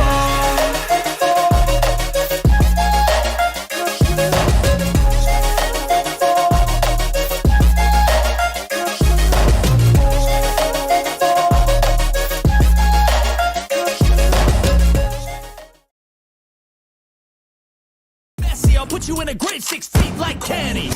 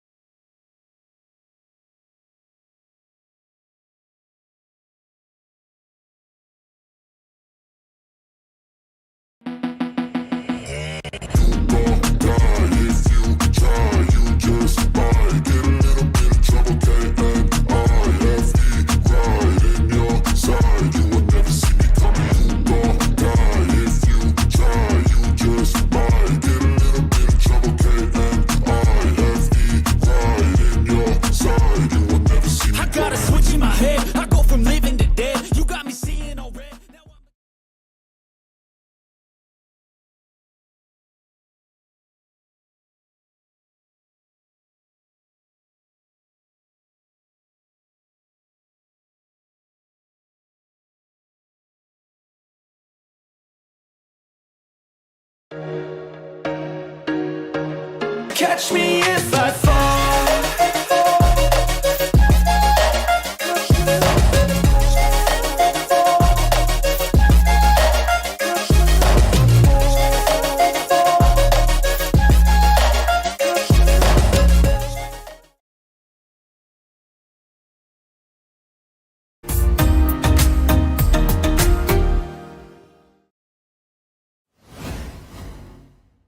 Welcome back to EFL Championship Playoffs live here on LFS this Sunday afternoon. Great to have you with us here this afternoon, where we are building up to our next game. After that 0-0 draw between Norwich and Leeds at Carrow Road, we're heading to West Brom. We're heading to West Bromwich, to the Hawthorns, where West Brom take on Southampton this afternoon. West Bromwich Albion have been very consistent this season, would love a place in next at Wembley, and a place in the Premier League. We talked about, we were hearing from their fans before the kick-off in our first game this afternoon. I was hearing from them and all the talk about the new ownership and what that means for the club and what direction they're going. And really, they said they would have bitten your hand off if at the start of this season they were in the playoffs and had a new ownership. Would have absolutely bitten your hand off, and surely enough, that is the case as we're just building up to this one then. If I'm being honest with you, I am at the moment typing out the graphic for our lineups for the games, so do bear with me if I do lose track of my thought at this moment in time. We will bring that graphic to you in a moment's time, and you'll get the team news fairly shortly. Great you're joining us here this afternoon on this EFL Championship Playoffs live here on LFS. Of course, very big day. The big moments could be underway today. These teams, a lot riding on their seasons. This is their season in a nutshell. These next two games, give their all, to give their everything, to really give their fans something to cheer about for what their seasons have been. I mean, great seasons.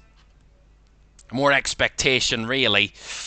And we'll talk about that, actually. The expectation on the sides. You know, Norwich and West Brom, being honest, no disrespect to them, but I don't think they had expectations at the start of the season to be in playoffs. I mean, that's always what you hope for at the start of a season as a fan of an EFL club.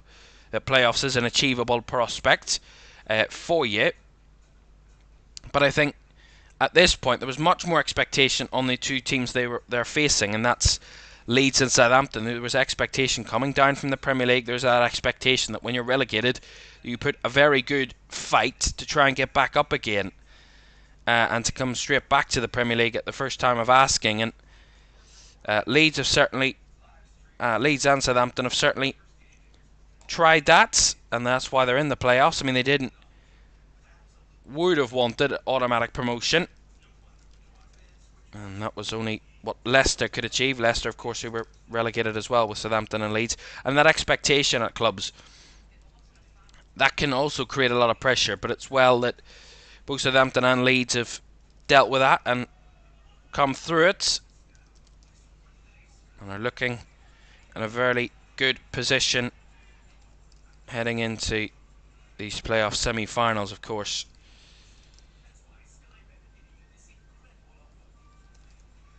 And we're just around about, just over 10 minutes away from kick-off here at the Hawthorns between West Brom and Southampton. Of course, West Bromwich Albion and finished in 5th, Southampton in 4th. And Southampton actually were kind of ending the season as one of the informed sides in the competition, of course, under Russell Martin. Actually beat Leeds on the final day, did Southampton. That could be a playoff final matchup to come. Of course, both will have their second legs at home.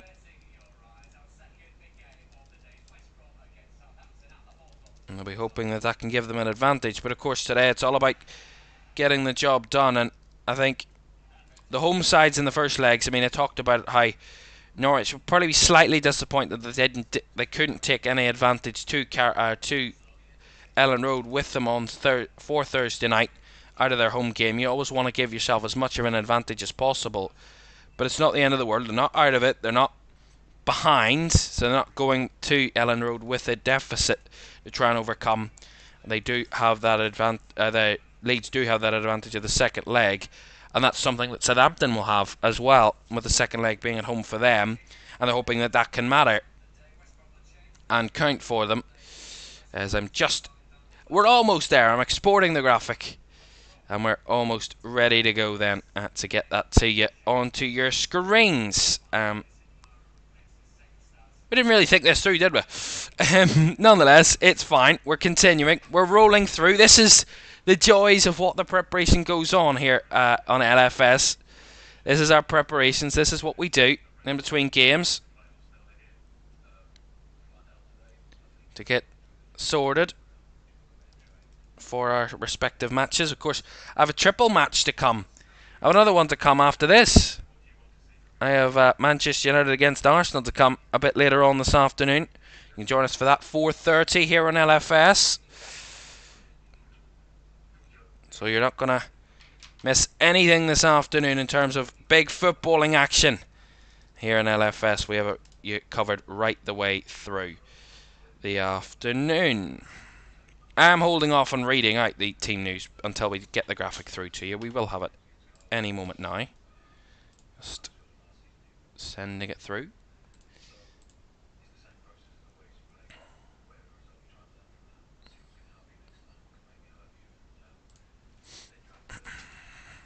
Around about 9 minutes away then from kickoff. We will build up the energy. We will give you something to look at. That's what the team news will give us. Something different. And thank you all very much for staying with us in this lull period in between the games. I do apologise if it is a bit boring, but we're trying our best. And here is the team news. There we go. Here we go. There's the team news from the Hawthorns. So, let's run you through it then. Before kick-off then, around about 8 minutes away from kick-off here at the Hawthorns. Carlos Corberan's side, they start with Alex Palmer in goal. Back forward, Darnell Furlong, Kyle Bartley the captain. Cedric Kipre and Connor Townsend make up the defence. Oke Yokoshlu and Alex Mowat in defensive midfield. Grady Diangana in a more attacking role. Tom Fellows off the right. Michael Johnston off the left. And Brandon Thomas Asante leading the line. On the bench for West Brom this afternoon, Joshua Griffiths, Semi Ajayi, Andreas Weimann, Nathaniel Chalaba, Adam Reach, Jed Wallace, John Swift, Jan Mavila and Matt Phillips. For the travelling Southampton side, Alex McCarthy starts in goal. Kyle Walker-Peters, Taylor Harwood-Bellis, Jan Bednarek, Jack Stevens the captain and Ryan Manning make up the back five.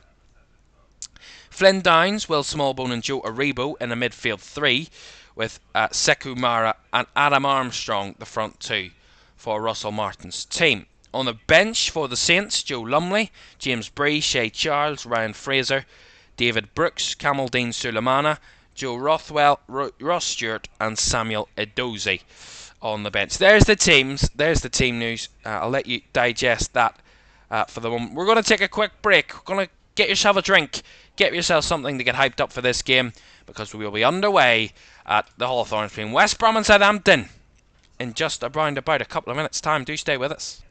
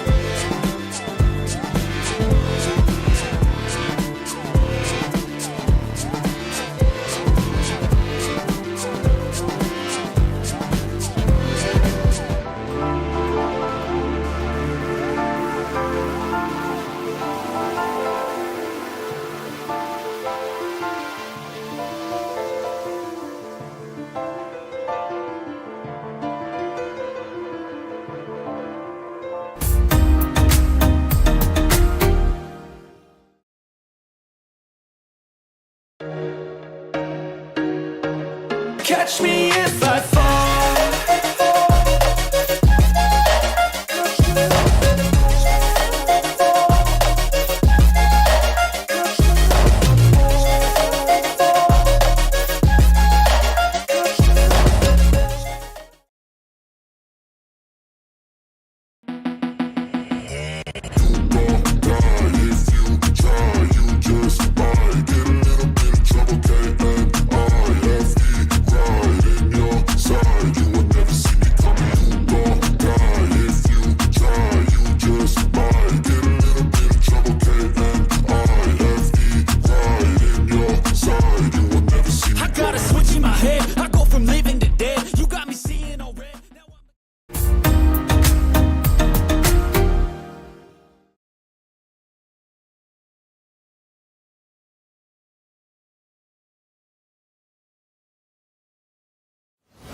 Welcome back to Championship Playoff Semi-Finals live here on LFS this Sunday afternoon. Our second game of the day, West Brom taking on Southampton at the Hawthorns, and the players in the tunnel ready to go to get themselves hyped up for this one.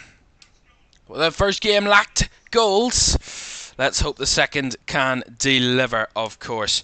And these two sides know how to find them as well. As we're waiting in the tunnels, or in the tunnel, the two sets of players. Captains, of course, this afternoon, Kyle Bartley and Jack Stevens, leading their teams out for the semi-final. These are the big moments. These are the big pressure moments of the season. This is what you play football for.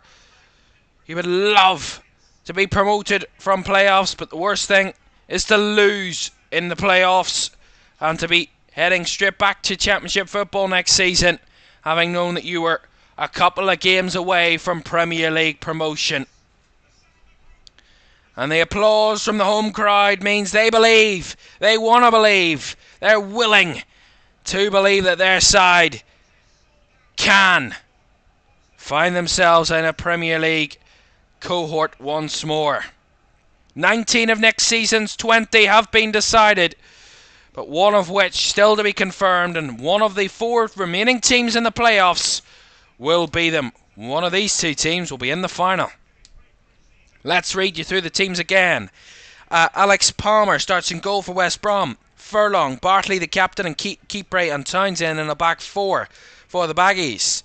Yokoshlu and Mowat in defensive midfield. Attacking role for Gritty D and Ghana in a forward line, with Fellows off the right, Johnston off the left, and Brandon Thomas Asante leading the line for Carlos Corberan's team. For Southampton, Alex McCarthy starts in goal. A back 5 for them this afternoon. Kyle Walker-Peters and Ryan Manning either side as wing-backs of a back 3 of Taylor Harwood-Bellis, Jan Bednarek and Jack Stevens, the captain. A midfield 3 of Flynn Downs, Will Smallbone and Joe Aribo, with a front 2 of Sekou Mara and Adam Armstrong. It's Carlos Corberan against Russell Martin. It's West Brom against Southampton. It's the Baggies against the Saints at the Hawthorns. And kick-off of this championship semi-final is on the way next.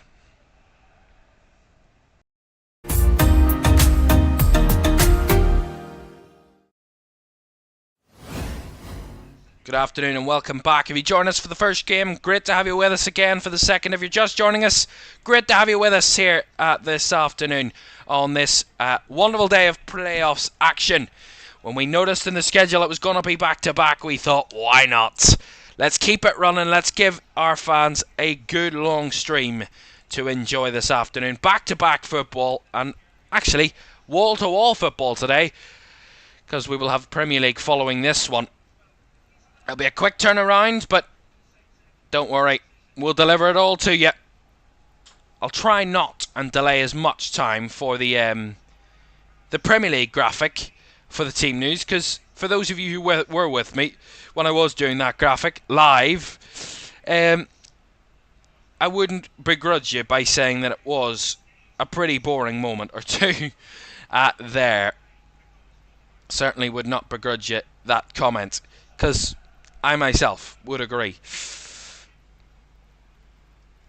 Well, these two managers, tacticians in their own rights, they know how to win a game. They certainly know how to switch it up and find the gaps, find the spaces, and certainly test the opposition with their tactics and their very interesting ideas. Didn't get any celebs spotting in our first game. Not many celebs at Carrow Road today. Not many in the mood, surely. I'm guessing. There we are. So we're ready to go then. West Brom in there, of course. Their navy and white home strip. And Southampton in their away strip this afternoon.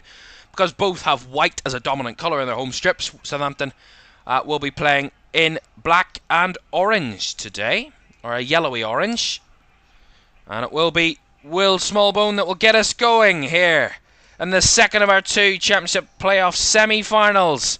First legs here this Sunday afternoon. And the Hawthorns, the location for our second. As Mikey Johnston tries to break forward initially. Tries to find it. Thomas Asante does break around the Southampton defence. Here's Townsend. Looking for a quick start here, West Brom.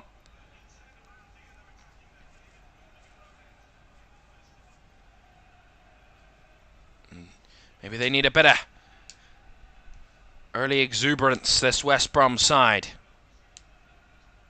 I won't lie, I haven't been particularly watching West Brom all season. They've not been high up on my list of teams to be watching. But I've heard that they're a very good side to watch at times. Because here they come again, it goes down. Wanted a penalty there, but the referee waved away any claims. But a good start from West Brom. They're starting to put it on the Southampton defence early doors here. Here is Maggie Johnson. And he does well against Kyle Walker-Peters to win a corner. Fantastic start from West Brom. Energetic start from the Baggies.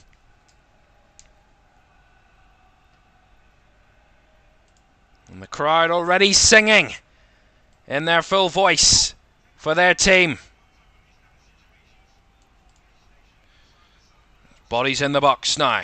What can they deliver from this first corner? Johnson with the delivery. And it comes all the way down. It's still not away. Swung at there by someone in there in a West Brom persuasion, but scrambled away by Southampton, and they're clinging on in these first couple of minutes.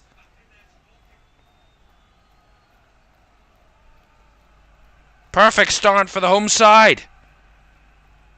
Not looking to wait around, not waiting, not lillying, not pummeling about, dilly-dallying on the ball. They're getting the job done and wanting to do it quickly. They know there's still a long way to go in this tie. They've the full 90 here, then a full 90 at St Mary's, but they're not waiting around, West Brom. They want to give themselves a good start. Would love to take the lead initially.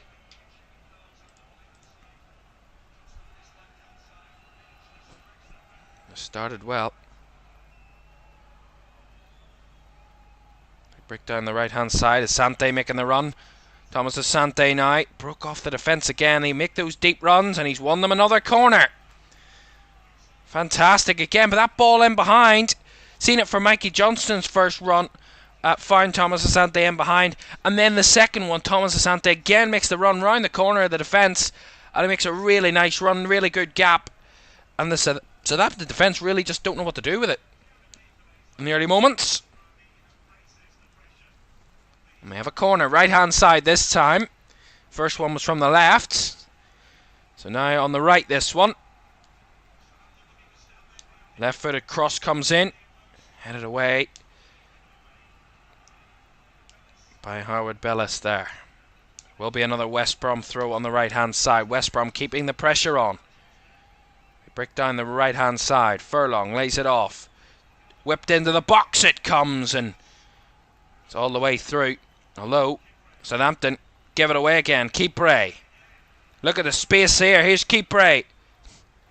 Plays it across the box, and again Smallbone has to block it, but Kipre wins it back. Southampton passengers at the moment. Here they come again, West Brom. All the way through, still alive, and another corner. Grady Diangana keeping the pressure on that time. This is an incredible start, an electric start from the home team. And Southampton, as I said, just passengers at the moment. Not able to stop anything coming in their wake. And West Brom throwing everything at this in the early doors. Another corner to be taken on the left-hand side. Will be Mikey Johnston again, whipped in. Headed up. And it's cleared away there. Brought down though by Furlong, and the foul will be given. And the issue there was Townsend actually that was fouled by Joe Aribo. It is a foul. Comes straight through him, does Joe Aribo, so it is a free kick.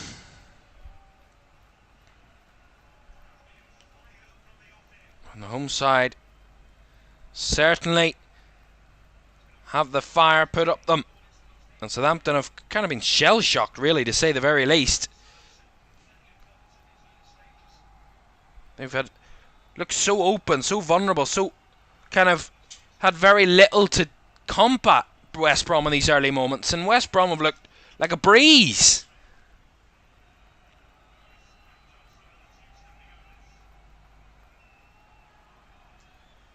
There's bodies awaiting in the box for that delivery.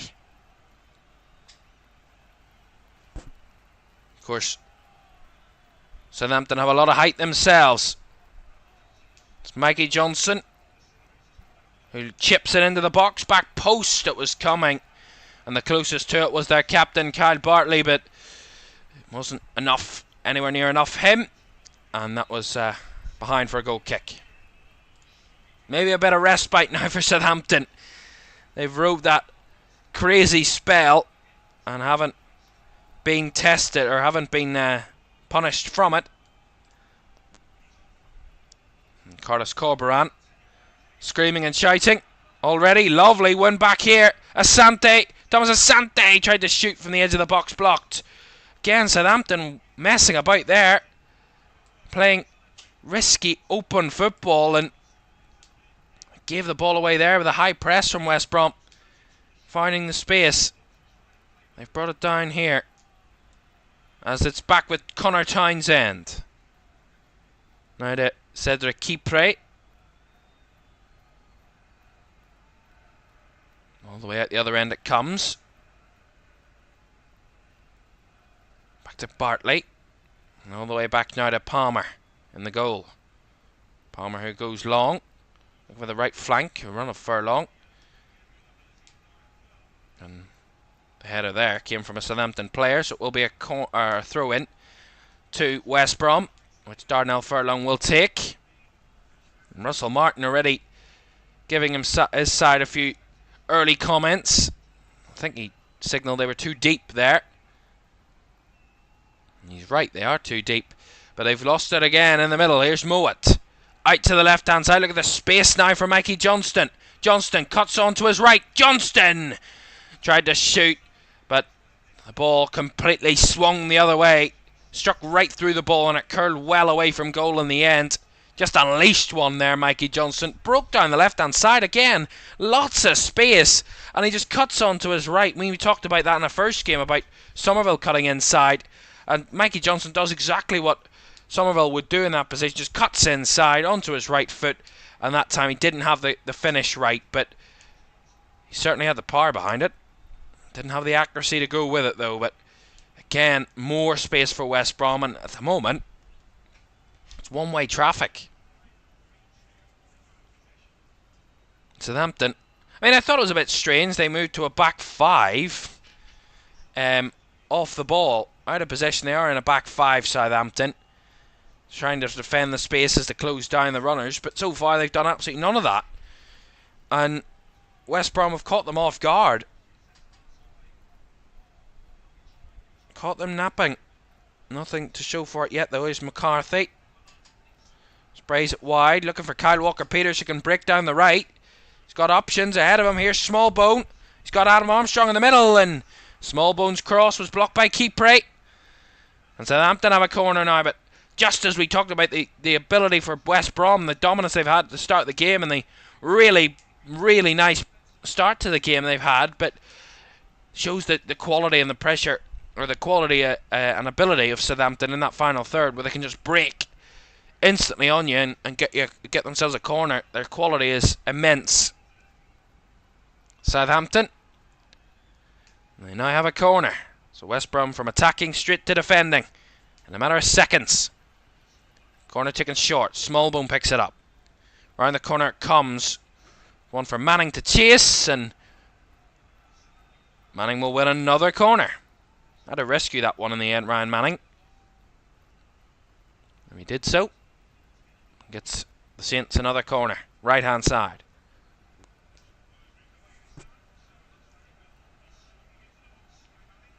Lots of bodies in and around that 6-yard box. Manning with a cross right in. Over the head of Taylor Harwood-Bellis, who was closest. He did get a connection to it, but he could only tap it out for the goal kick. And already 10 minutes gone here at the Hawthorns. An electric first 10 minutes here.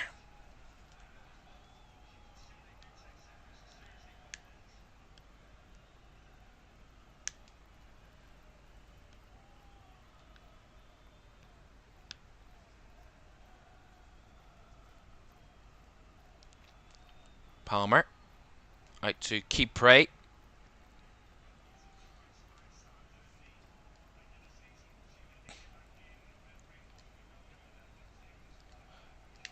Of course, Southampton have had the best of the spoils this season in their 2 previous meetings. Southampton winning on both occasions, 2-1 at the St Mary's and 2-0 here back in February.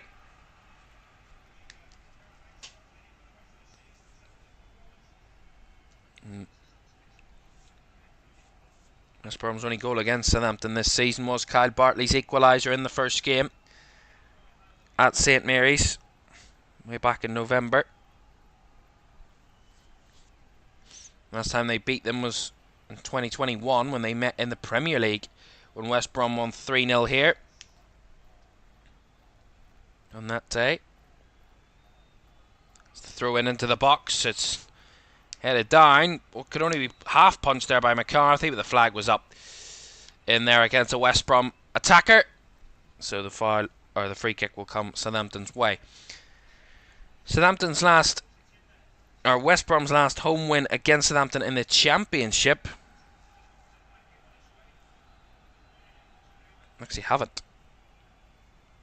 They've never met each other in the Championship before this season. Wow. It's always been Premier League where the two have met each other previously. They have had one FA Cup meeting over the years in another competition, and Southampton won 2-1 here back in 2018.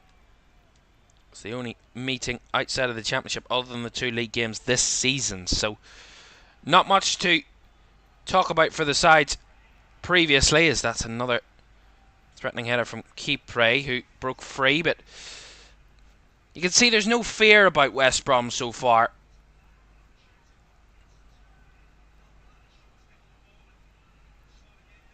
Which is quite refreshing to see.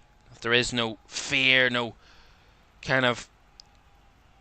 Cowardice is a bit much, it's a bit strong, that word, but you can get what I mean. You can kind of step off, you can hold, you can want to defend and see it out, kind of, in a moment in these big games. But West Brom so far have looked electric. Certainly looked a worthy competition and a worthy competitor for Southampton today. McCarthy up the middle, trying to find Adam Armstrong. Did find him for a moment. Mowat intercepted, but well won back again by Armstrong. That's a poor pass though in the middle there by Jack Stevens, who broke free, and Tom Fellows could recover back for West Brom. Bartley, Townsend now. Johnston round the corner trying to find Townsend, knocked out by Will Smallbone. Chested down by Armstrong. Now Kyle Walker-Peters for Southampton, and Southampton just need to get a feel of the ball, need to get a couple of touches, make a few passes, give themselves a bit of control in the game. Bit of possession. Calm their players, settle them down. They come under a real early wrath of pressure in the first 10 minutes. They just need to ride this. They've rode it out. Now they just need to get on the ball themselves. That's a nice run by Aribo. Here's Kyle Walker-Peters. Walker-Peters! Shot just wide of the left post. Really good. Really nice move. Joe Aribo just breaks past his man and is just totally untested the second time round. Just knows that Walker-Peters is going to break down the right. Walker-Peters just breaks down the right, gets into the box, gets the ball, goes around Connor Townsend, actually goes through his legs and does take a deflection. But it's a strike straight across goal from Kyle Walker-Peters. And it will be a corner. As the corner's whipped in to the back post, straight back into the mix, and we'll be out for another corner. Came off a West Brom player there. It was Flynn Dines that struck it. And it took a deflection. So another a repeat of the first corner then, coming for Southampton. After the early pressure from West Brom, Southampton starting to find their feet and their rhythm. Smallbone to take this corner, left-hand side. Right-footed delivery. Headed away at the front post. Back it comes to Manning.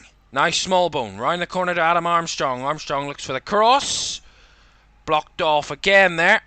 And it will be another Southampton corner. It's better pressure from Southampton. They've had a bit more of the ball in these last couple of minutes. They have their third successive corner. Right-footed again from Smallbone. Again headed away. Downs to recycle it back for the Saints. Manning looking for the left-footed delivery. All the way through. Well, there was a foul in there on Connor Townsend by Jack Stevens. So West Brom get the free kick.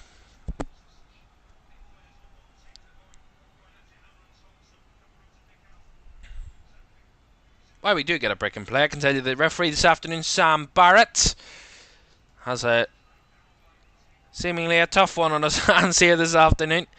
This is his 26th championship game. Actually hasn't been refereeing for very long in terms of in the EFL. There's less than 100 games in the EFL as a referee. Still fairly new to the system, but has excelled in what he's done so far, and that's why he is where he is. Anyway, enough about the referee. Here's Furlong. The fellows with a pullback. Here's Johnson to pick it up. Went all the way through the middle. Nothing to combat it there. Johnson with a cross in. And lots of Southampton bodies in the way as Flynn Dines clears it.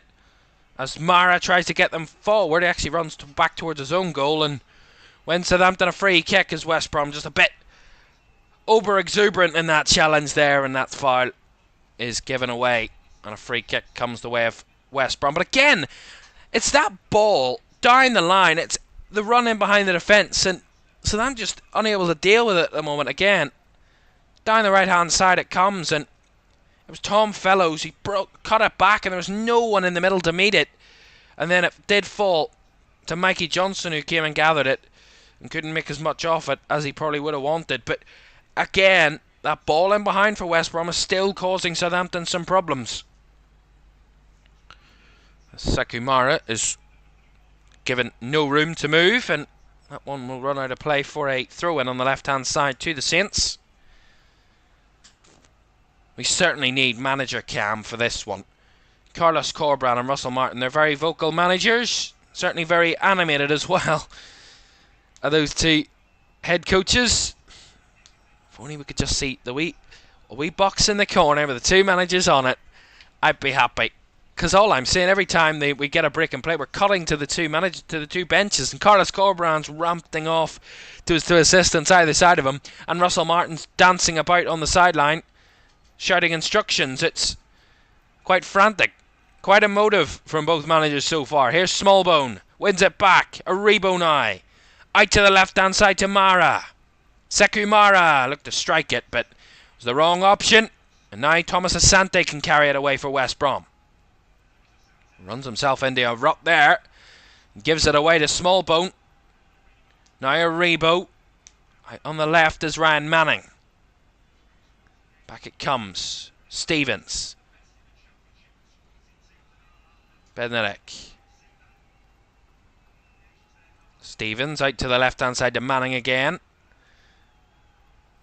Up against Tom Fellows there, who was dropping in to help out defensively for West Brom, as that misplaced pass from Southampton just applies a bit more pressure on them.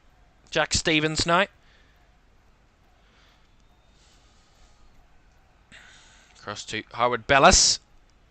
Tries to target that left flank. Furlong out to it. Manning with a first time cross, but blocked off by Bartley. Carried away by... That's given away again. Southampton win it back. Rebo threads it beautifully through. Here's the shot. Oh, what a save. Still not away in the side netting from Adam Armstrong. And Furlong there on the right hand side looked a real nowhere to be seen. Went one way, had to come back the other way. It was Flynn Dines. Lovely challenge to win it back off Tom Fellows.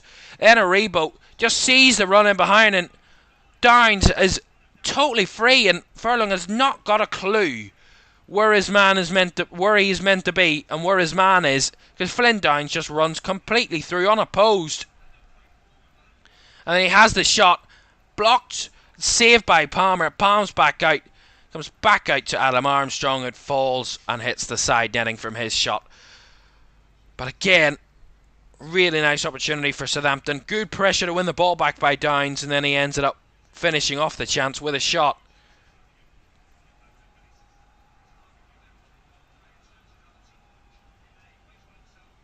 Dines back on the ball again. Of course, Flynn Dines on loan, of course, from West Ham. And Southampton will be rejoining West Ham at the end of this summer. That loan spell comes to a conclusion. Joined, of course, on loan at the start of the season. Has been a heavy, big player in Southampton's season so far. Up until this point, Flynn Dines. Made 33 appearances before this one, 2 goals, 2 assists, but mainly it's not about the attacking threat that he has. It's all about building the ball, winning it back, those dogged ball-winning midfielder, the box-to-box midfielder type things you need to do. Winning the ball at one end and trying to carry it forward to get the team up the pitch. It's what Flynn Dines is really good at, and he's a key player in this Southampton team in that midfield. Try and help out with that. Certainly get them on the front foot. It's Walker-Peters. Back to Dines. To Jack Stevens. Now out to the left-hand side to Manning. Back to Stevens. Comes across to Howard Bellis. Under pressure. Finds Dines, and they work it out with a little triangle there, Southampton, to get out of pressure. Here's Jan Bednarek. To Stevens. Halfway through the first half. 0-0. Manning with a decent ball across, but well spotted by Cedric Kipre, who won it back, but the ball into midfield, and Thomas Asante couldn't hold it up. Smallbone now. Walker-Peters. Back across to Dines, looking for options ahead of him, Walker-Peters, and there was no one there.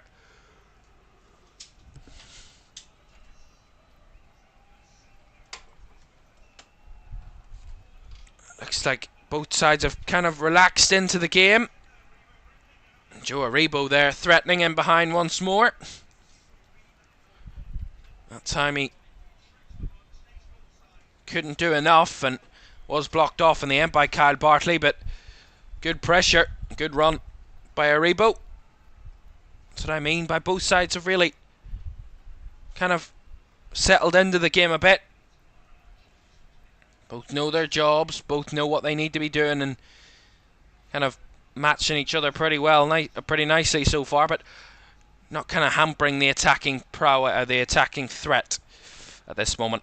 Certainly having more attack, certainly much more joy in attack than the other game. That's a loose ball to Townsend picks it up. Mikey Johnson breaking down the left-hand side. And Jack Stevens does enough to put him off. And that ball will run and behind for a Southampton goal kick. It's just that loose ball out from midfield, and it's Jack Stevens that actually gives it away, and that's why he works so hard to win it back or block off the run of Mikey Johnson, because he knows he'd give it away. It was his mistake, and he made up for it in the end, getting the goal kick. But a loose pass and latched upon by Townsend, and then Mikey Johnson's run ended up with a goal kick, coming to nothing. And the players at the moment, a hot day in the UK. We spoke about it at Norwich earlier. 20 degrees it was in Norwich. It is a hot day in the UK. Certainly not a day for the coats. If anybody's wearing a coat on this day and age in this weather, you're a head case. 23 degrees in West Brom, in West Bromwich. So certainly a bit hotter, and they're having a bit of a break here for the moment for that, to allow the players to hydrate. 25 minutes gone. 0-0. Nothing in terms of the scoreline between the two sides, but both sides looking threatening. We've already had 11 shots in this opening 25 minutes. 5 for West Brom, 6 for Southampton. Only one shot on target. That was Southampton's shot from Flynn Downs. Other than that, no shots on target, but certainly a want to attack from both sides, and that's what we want to see. The Norwich Leeds game was a bit more about fear and the kind of afraid to lose rather than wanting to win on the day. And Southampton get this goal kicked in, and we're almost ready to get back underway and get going again after that bit of a little drinks break. Just waiting. Taking their time there, Southampton. They take the goal kick short. Put themselves under pressure instantly as Thomas Asante wins it back. Really nice pressing. Diangana gonna fizz it across. No one there in the middle. Brought down by Mikey Johnston. The left hand side. Diangana. And Kipre now. Really good pressing again from West Brom. Knowing that Southampton are going to play it out, and they played it just a slight bit short. The pass was a bit short out from the back, and it allowed Thomas Asante to pounce. That ball down the left. Mikey Johnson made the run. He's in the box here. Johnson trying to find a pass, but just rolled it across goal, and Alex McCarthy could come and gather. Really nice run by Mikey Johnson down that left-hand side. Great ball. And then he gets to the byline, tries to get past Howard Bellis, and does so. Puts the ball in, but couldn't find a teammate in there. Really nice move by West Brom again. Using their pace and their wingers and the physicality of their forwards to try and help them out in the final third so far. And winning it back. Here's Jack Stevens for Southampton. Howard Bellis.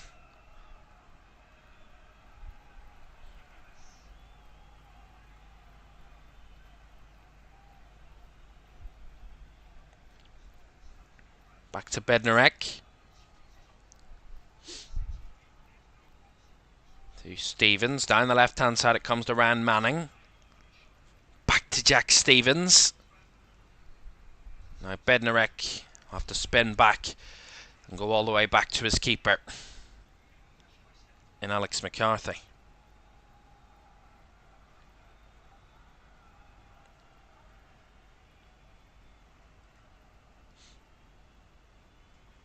Bednarek spreads it out to the left-hand side. Manning takes it down with the chest, looks for the cross, and Armstrong was making the run across the defence, but cleared away that time.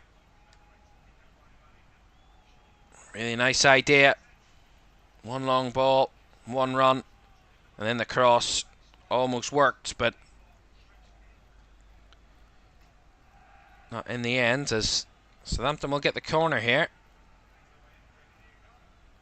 And Gritty Diangana was the player that was tracking back. Actually tried to keep it in, but ended up colliding with the corner flag and giving it away. So corner it will be to Southampton.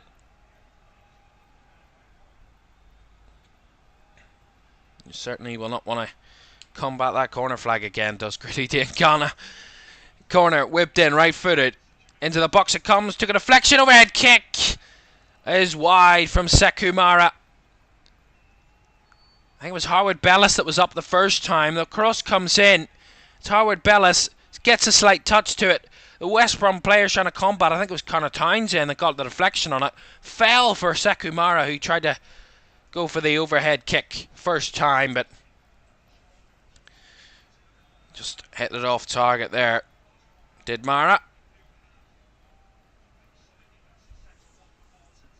And since the 12th minute of the game, it's been all Southampton. They've had all the shots. West Brom without a shot in almost 20 minutes. So they want to get back to finding those the space and the opportunities to test Southampton. They had that really strong flurry in the first 10 minutes of this game. Really come out with fire in their bellies in the first 10 minutes here, West Brom, and couldn't have a shot on target. Still haven't found a shot on target, of course, but certainly testing and getting corners and keeping the ball under a lot of pressure. In terms of a Southampton point of view, their defence not given a bit of respite in that first 10 minutes. They were constantly under pressure.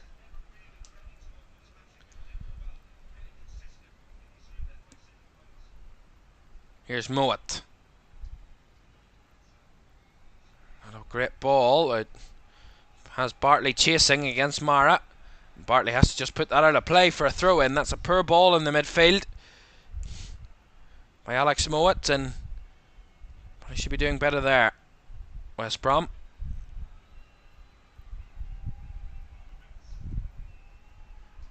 Here's Will Smallbone. Back across to Bednarek. Stevens. Aribo back to Stevens. Across to Howard Bellis now. Walker Peters.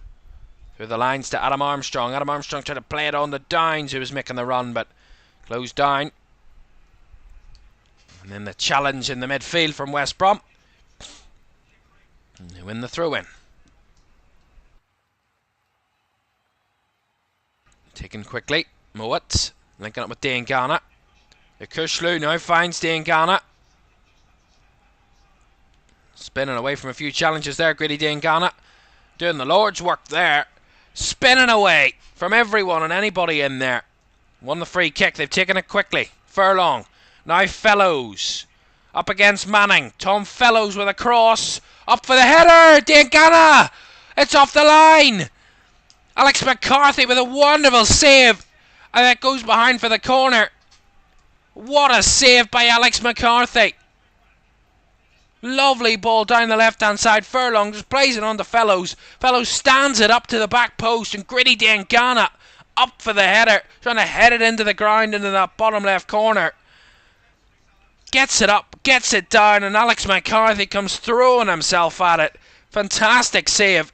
And then it's forced behind for the corner, but lovely from West Brom. Corner whipped in, headed on, but headed wide by Kyle Bartley. But much better in that final third from West Brom. Yeah, the corner wasn't... The corner was in a decent area, but header wasn't the best from Kyle Bartley, off target. Pretty much a free header for Bartley. It's a good sign that West Brom are still a threat in this one. Maybe just a kind of a warning sign to Southampton. They can't be complacent, that despite West Brom having kind of gone a bit quiet in the last 20 minutes, they're still a major threat It can still pose you a massive threat in terms of defensively with the quality they have and the players they have in those areas.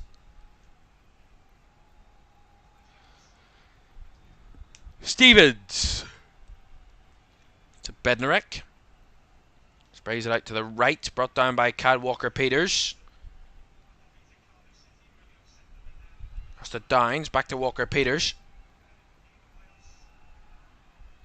Back it comes to Bednarek. Walker-Peters. Used a bit of an accent there.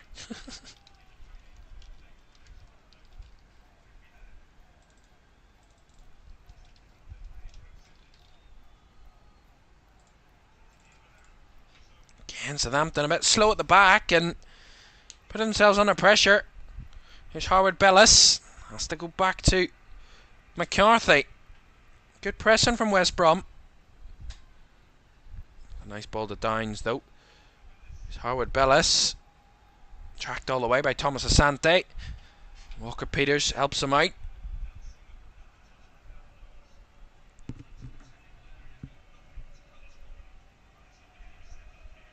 McCarthy. Well, his team may be slow, passing it a bit slow at the moment, but certainly Russell Martin's not slow, and Carlos Corberan either. Certainly using their animations, as that's a late challenge by Downs. The referee was playing advantage initially from West Brom there, and a free kick and a yellow card for Flynn Downs for that late challenge. Again, it's really one back. Will Smallbone just overstretches it. Mikey Johnson causing himself or making himself a nuisance, and he just breaks away and then comes flying through the middle, and Flynn Downs comes sliding across and commits the foul and ends up in the referee's book. And a free kick now for West Brom. A good area. Alex Mowat is over it. Into the final 10 minutes of this first half here at the Hawthorns. It's West Brom 0, Southampton 0.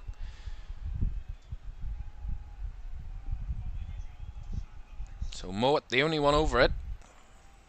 6 bodies on the edge of the 18-yard box for West Brom as the ball comes to the back post. Bartley heads it across, and his body's trying to flood into the middle, but Alex McCarthy had it covered. And that was a one straight off the training ground from West Brom, that. But Southampton knew what they needed to do and dealt with it well.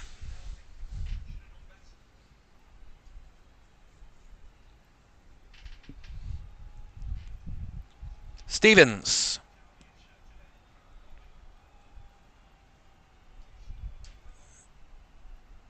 Kyle Bartley's been heavily involved so far. Certainly in those set pieces. Scored 4 goals this season in 36 appearances for West Brom. His most recent goal actually came in the final day of the season here against Preston. A 3-0 win. A 4-1 win against Huddersfield. A 2-1 defeat to Southampton, of course, as I mentioned. Kyle Bartley scored that equaliser in that game at St Mary's earlier in the season, and actually scored against Preston back in September. There's 4 goals, so he has scored against this opposition before, albeit in a defeat for West Brom, but can pose a threat, Kyle Bartley. Southampton play the ball in behind. Here's Adam Armstrong, and body on the line, but the flag was up anyway against Armstrong.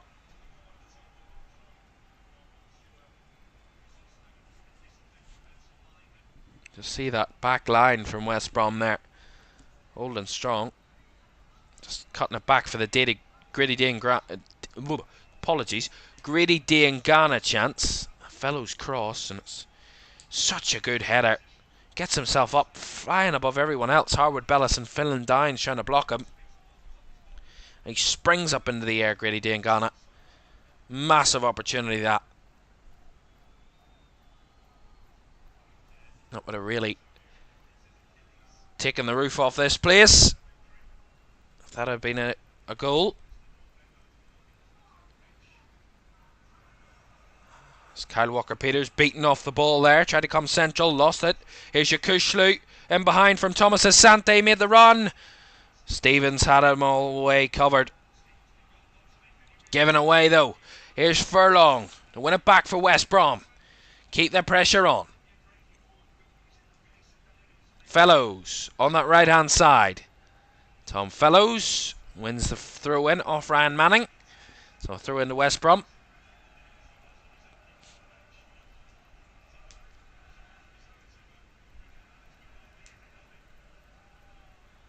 So maybe, just maybe, there might be a long throw in coming here for West Brom.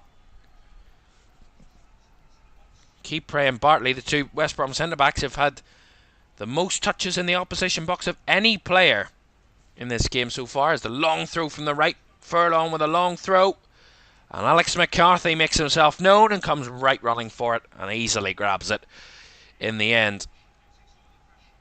All that build up for such an anticlimactic ending. Final 5 minutes of the first half. West Brom 0, Southampton 0. Both sides showing themselves a bit of a threat this afternoon. One shot on target apiece. Fairly even. A lot better in the attacking final third. Flynn Dines with Southampton's only shot on target. Gritty Diangana with West Brom's.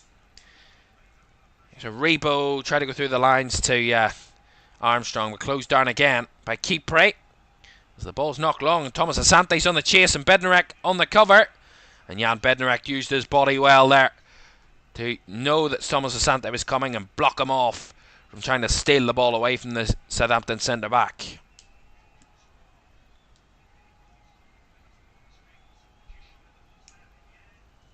Here's Will Smallbone.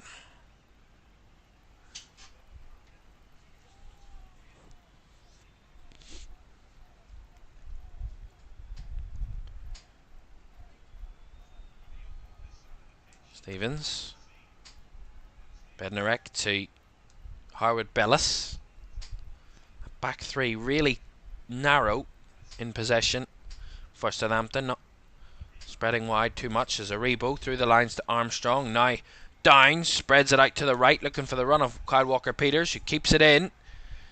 Overstepped it initially, but he does take it away from Connor Townsend, and Townsend committing the foul on Kyle Walker-Peters. It is a foul. Takes a heavy touch the first time, then just nicks it away as he knows Connor Townsend's come flying in. Smart from Walker-Peters, and he wins Southampton the free kick.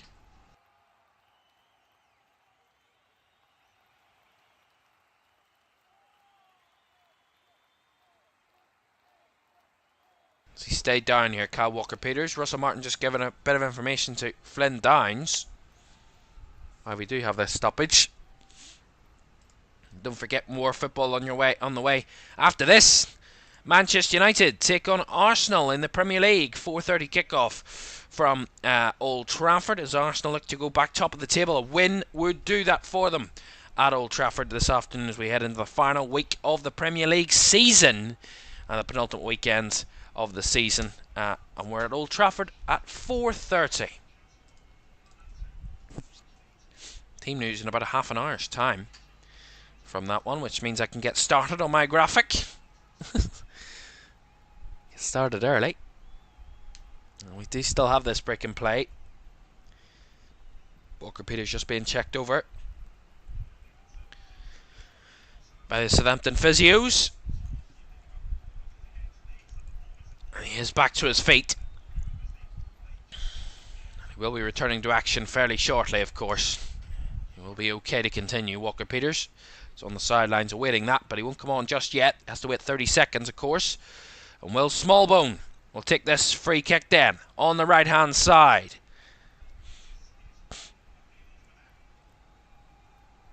His body's at the back post for Southampton. Cross comes in from Smallbone, headed away in the middle there by Bartley. Smallbone gets it back. Manning pings it forward. Flicked on. The header there from I couldn't see that headed it on, but Bartley did have the final header and headed behind for a corner to Southampton. I think it was Bednarek maybe that had the header. Flicked it on and put the pressure on the West Brom centre back. So Smallbone over to take the corner as Kyle Walker-Peters is back in play. Right-footed corner, whipped in. Well, Smallbone up for it. Howard Bellis got there ahead of the keeper. Luckily, there was no damage done. And it wasn't to the keeper's discredit, but it's actually a man down in here. It's Kyle Bartley. He's down in the box, but is sitting up for the moment. Maybe just caught there in the middle. He actually caught by his own goalkeeper. The keeper comes flying forward, Alex Palmer. Gets none of the ball. None of the ball whatsoever. It's Harwood Bellis. Got all of the ball, and Bartley just cannot evade his keeper in time, and that is what ended up seeing him on the floor. As Southampton will have a throw in on the right hand side. And we'll have 3 added minutes at the end of this first half then. 0-0. Ram Manning fires a ball in. Mara brings it down on the right. Sprays it wide. Finds Kyle Walker-Peters. Cross a bit short. Headed away that time pretty easily by Fellows. Back it comes. Whipped in again. Armstrong was up to try and reach it, but his header is well wide of the goal. It will be a goal kick to West Brom. Good cross by Aribo. Armstrong was there, making himself a nuisance, but just couldn't get it on target. Oh, Palmer a bit nervy at the back there, and Armstrong was trying to test him. And luckily, Palmer, for himself, got away with one. Just got away with the ball there, but nervy moment there for the keeper. Here's Jack Stevens. Southampton maybe ending the half the more threatening of the two sides. There's Walker-Peters there. Just runs straight into Mikey Johnston. And that is I wouldn't say it's much of a foul, to be honest. Maybe just the left leg could have been the problem there for Mikey Johnston. That's why Sam Barrett has given the free kick on Kyle Walker-Peters there. So Smallbone to put a cross in with 90 seconds of the first half to go, and Southampton in the ascendancy. Smallbone, right-footed, whips it in, headed away by Yukoshlu in there. Back it comes to Walker-Peters, who fizzes it forward, but that one to no one, and that will run for a West Brom throw in their own half. Maybe just forced that a bit there with Kyle Walker-Peters.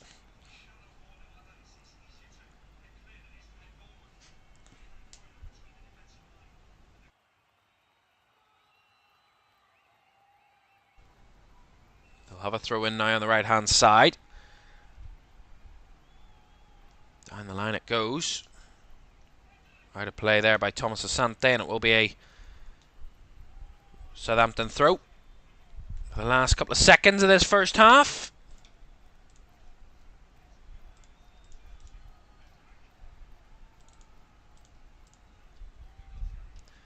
It's the throw in taken short. Way back around to Bednarek.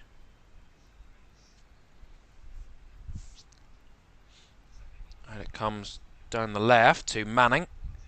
Over the top the run, and Armstrong in behind, and Armstrong's got the break of the ball. He's trying to chip the keeper. The flag's gone up though against Adam Armstrong. Another nice ball in behind, and Armstrong just going a slight second early.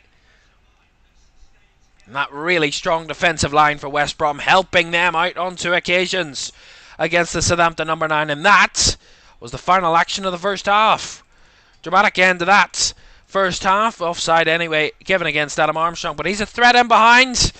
And so far, with both sides trying, at least they're trying to score, unlike the first game. Still no breakthrough though. And after a good number of minutes, 135 minutes of football from our 2 Championship Playoff Semi-Finals, at half-time at the Hawthorns, it's West Bromwich Albion 0, Southampton 0. Second hour analysis on the way next.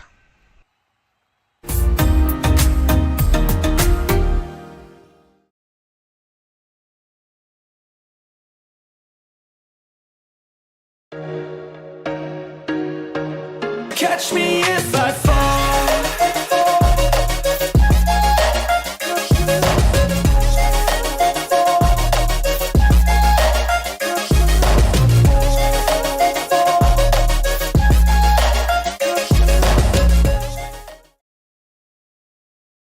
Messi, I'll put you in a grade 16 like Kenny.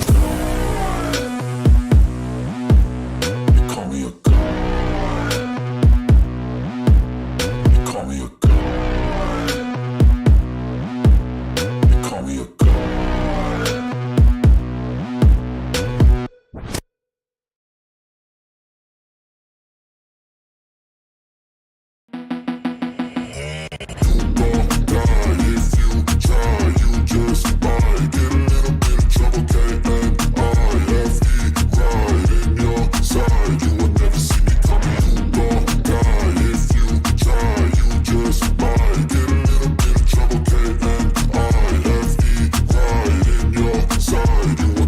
I got a switch in my head. I go from living to dead. You got me seeing all red. Now I'm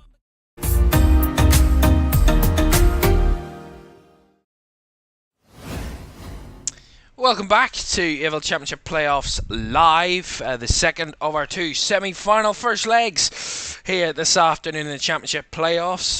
Their first game ended with a pretty exciting 0-0 draw between Norwich and Leeds at Carrow Road, with a real lack of a want to score in that one.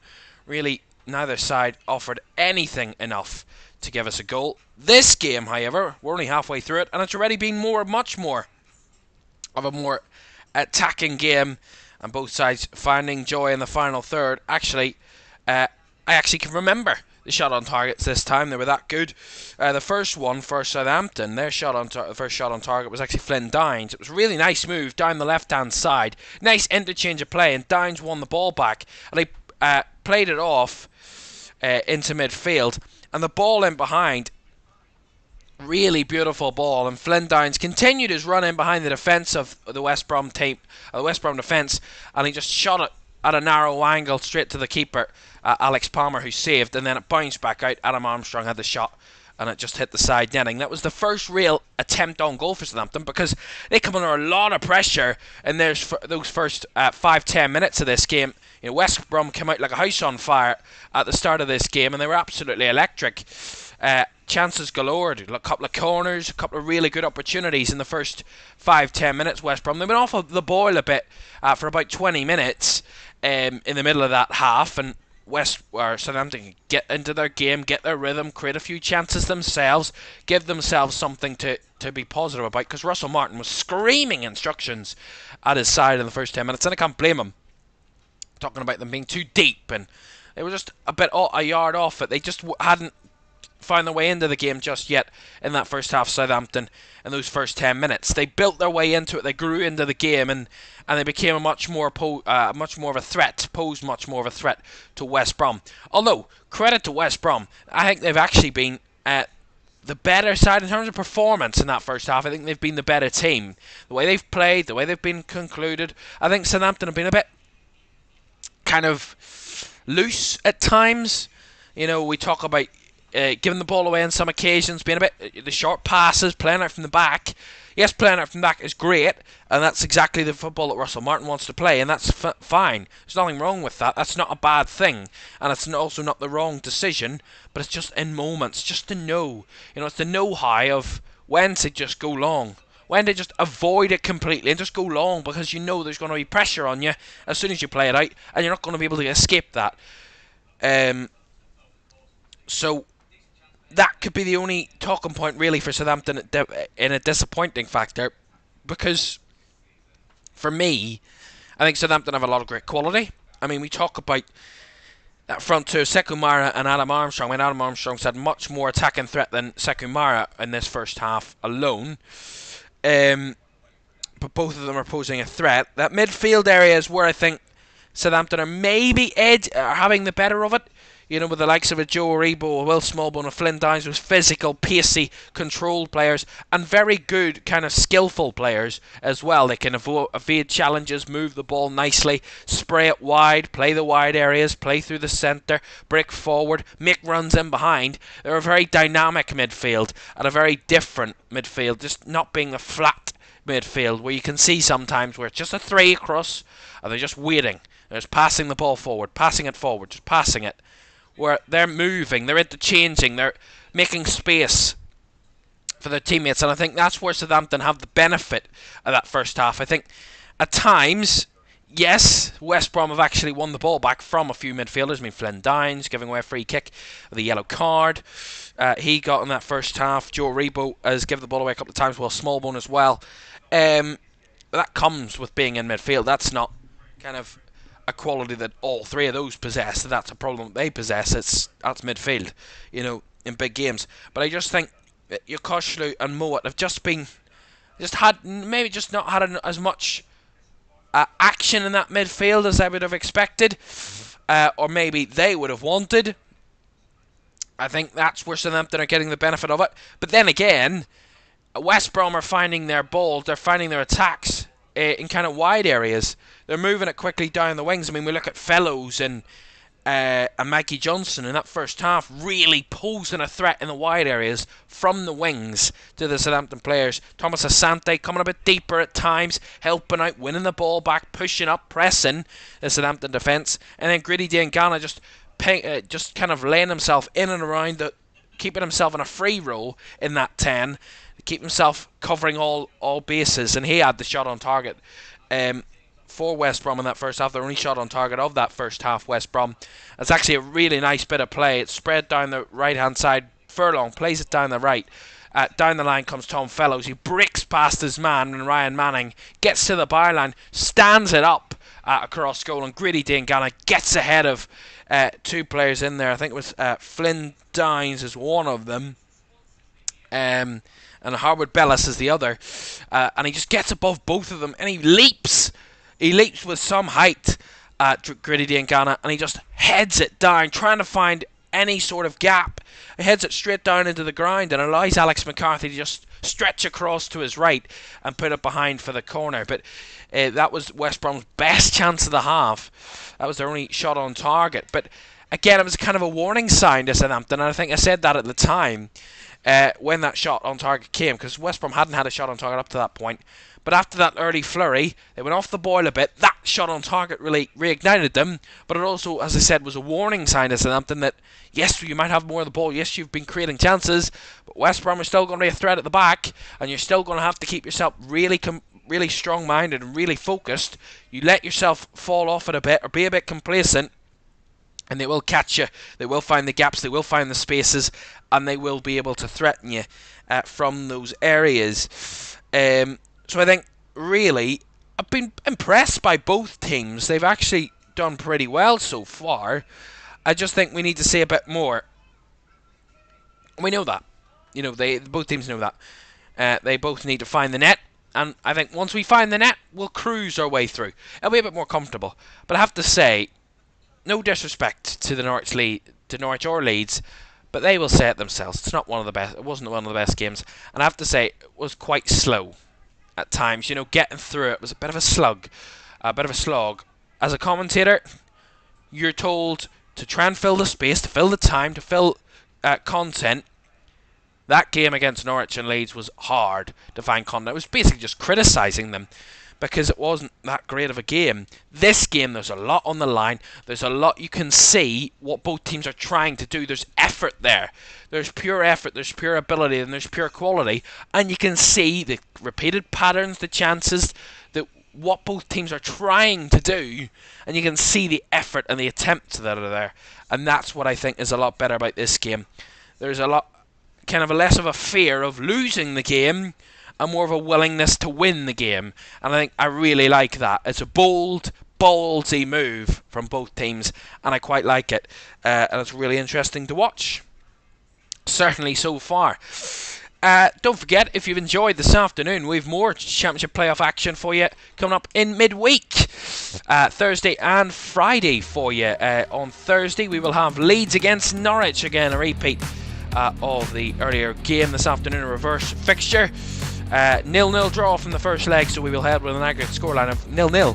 So pretty easy to figure out what the scoreline is going to be, because it's whoever wins on the night will be heading to Wembley. Leeds v Norwich Thursday 8 o'clock from Elland Road, and then the reverse leg of this game we're watching at the moment, West Brom against Southampton, where it is still goalless at half time, but still another second half to go where it can change, and the reverse of that you can see on Friday night 8 o'clock, the second legs of the playoff semi-finals, before the final is on May the 26th. 2 weeks today we will be at Wembley for the Championship playoff final to see who will be joining Leicester and Ipswich in the Premier League next season.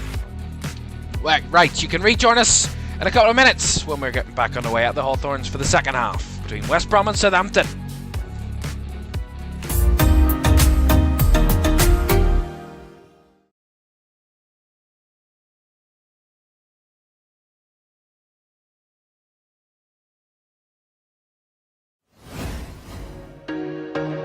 Catch me if I fall.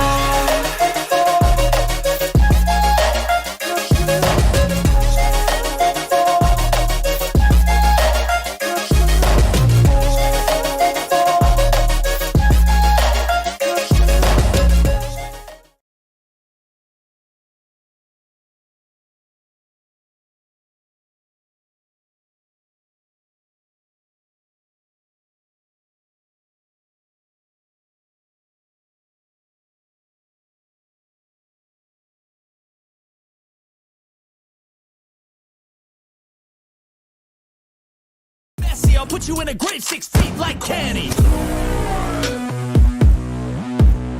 call me a god. You call me a god. You call me a god.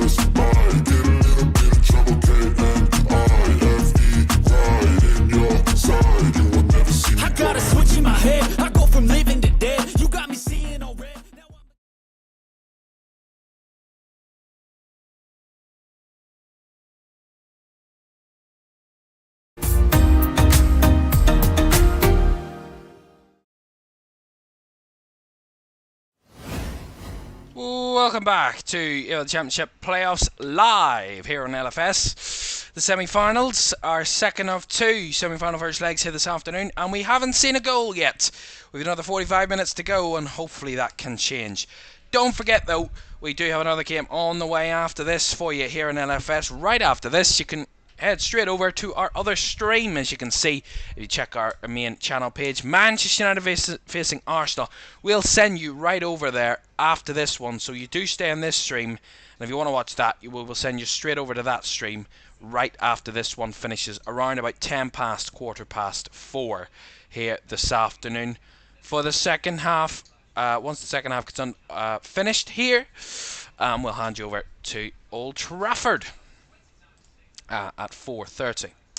Team news from that one about 10 minutes away, and we'll read you that team news live on air here this afternoon. Right, the players in the tunnel ready to come back out for the second half, where it is exciting, and the anticipation is at its peak.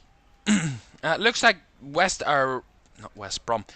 Southampton are going to make a change here. It looks like Ross Stewart is warming up, so could be a change incoming here for the Saints ahead of this second half.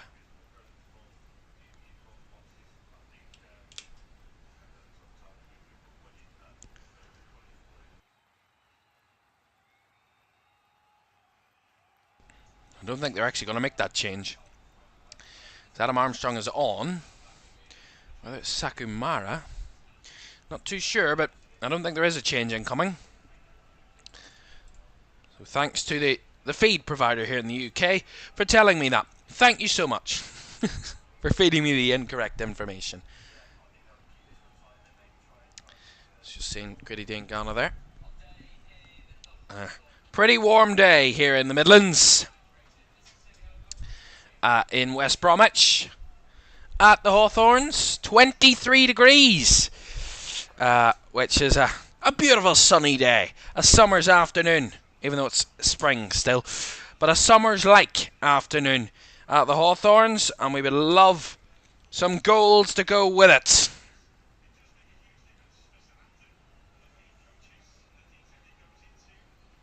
So the players back on the field.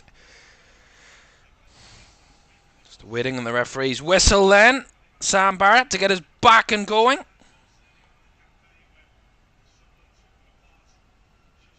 So we have a straggler. Mikey Johnston taking his time. Bit of a straggler. We're still in the dressing room there. He's just run onto the pitch at the last second. As we're underway then. As all 22 players are on the pitch now. And the second half underway here at the Hawthorns, where there's nothing to separate Southampton and West Brom after that first 45. They would love a couple of goals in the second half. Here's Will Smallbone. Finds Armstrong, heavy touch. And that's bombed away there by Darnell Furlong, and clear out for a Southampton throw inside their own half. On the far side. Well, Southampton have scored first in this respective fixture. 8 of the last 10 times. They've won the first half. 5 of the last 6. Of course, didn't win the first half in this one. Obviously. Their 2 previous meetings, as I mentioned before, both Southampton wins. 2-0 here at the Hawthorns and a 2-1 win at St Mary's earlier in the season. So West Brom yet to take anything from Southampton this season. They would love to do it when it counts the most in the playoffs. That's when it counts at its very peak. And love to take a lead from their home leg to St Mary's, to the South Coast on Friday nights. Here's Downs. Southampton have had more of the possession in the early minute or two of the second half. Bednarek. As Southampton attacking from right to left, West Brom attacking from left to right. They usually like to attack the Birmingham Road end in the second half, West Brom, but obviously lost the toss at the start of the game, and had they attacked the Birmingham Road end in the first half. And almost scored. Kyle Walker-Peters. Through the lines to Armstrong, back to Walker-Peters it comes. Armstrong's made the run down the right, but Walker-Peters does find him now. But actually, the ball runs and Alex Mowat can clear it away for West Brom, who can try and break out now. Yakushlu. Dane Ghana. Taken out of the ball. Off possession there. Walker-Peters. Now in the middle of Rebo. Rolls it round his man. Rebo still keeps it alive. Sekou Mara, but the free kick's gone the way of West Brom because there was a handball off Joe Aribo in there. See it again, he rolls it past the sliding Kyle Bartley, and then Kipre does hit it off his hand. Joe Aribo penalised for that handball. Accidental, but still handball. Well, West Brom's form to end the season, they weren't in great form ending the season. They had just 1 win in their last 7 heading into the final day. They won that game here on the final day. There were only 2 wins in their final 8 games. Were both here. 2-0 win against Rotherham and a 3-0 win against Preston. Other than that, they had 3 draws in a row. Away to Millwall, home to Watford and away to Stoke. And then 3 defeats in a row. Home to Sunderland, away to Leicester and away to Sheffield Wednesday. Before they won 3-0 here on the final day to secure playoffs, of course. Those 3 straight defeats had them in a perilous position. If they'd have lost and Hull had won, West Brom would have been out of playoffs, and that would have been a dreadful end to what has been a pretty good season for West Brom under Carlos Corberán, but they did get the win on the final day against Preston, did the business, and got playoffs. That's why they're here today. Of course, Norwich also lost on the final day, so Norwich ended up finishing 6th instead of West Brom, who finished 5th in the end. And that's why they're playing Southampton. Because up until that final day, it could have been that could have been Leeds West Brom and Southampton Norwich. Of course, because the playoffs are categorised on what position you play or what position you finish. Third will place for third place will face 6th place, and 4th play 5th. Here's a nice run down the left from Mikey Johnson, who hit the cross in. Just overhit that one, but nice burst of pace down that left-hand side again from Mikey Johnston. A decent cross, but slightly overhit. And it bounces out the other end for a throw-in.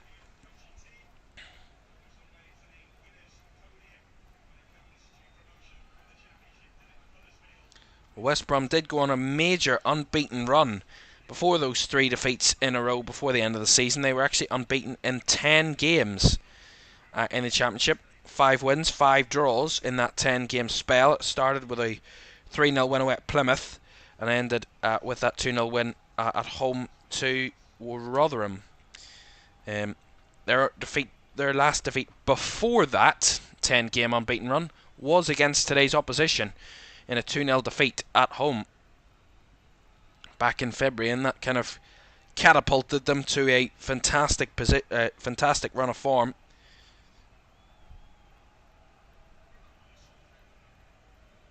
They were inconsistent up until that point. West Brom, they were losing, drawing, winning. It was a different result each week, and there was no consistency. But when they hit that run of form, they really went on this long run, a 10-game run, which is a pretty good run, and that's what got them that playoff kind of chase. That's what got them to this position. So, in this position because of that unbeaten run, and some would say that defeat to Southampton maybe could have inspired them on that run. I don't think West Brom would say that's the case, but that's what the stats read. Well, West Brom aren't the only ones that went on a 3-game losing run in their last 4 games of the season. Southampton did the exact same. Actually won 3 games on the bounce against Coventry, Watford and Preston, all at home, and then went away from home, lost to Cardiff, lost away to Leicester 5-0, and then lost at home to Stoke as well in those 3 successive defeats before winning on the final day away at Elland Road against Leeds.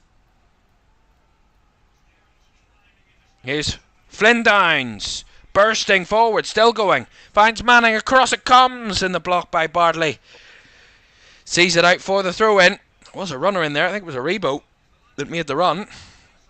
Space down the left-hand side. Flynn Downs just bursting forward. That's what I mean. He's a really good ball carrier. Wins it back and carries it forward. And then it's Ryan Manning on the left. Receives the ball and he just tries to square it across. I think it was Sekumara actually that made the run into the box. And Kyle Bartley got there ahead of him and cleared it behind or about away for the throw-in on the right.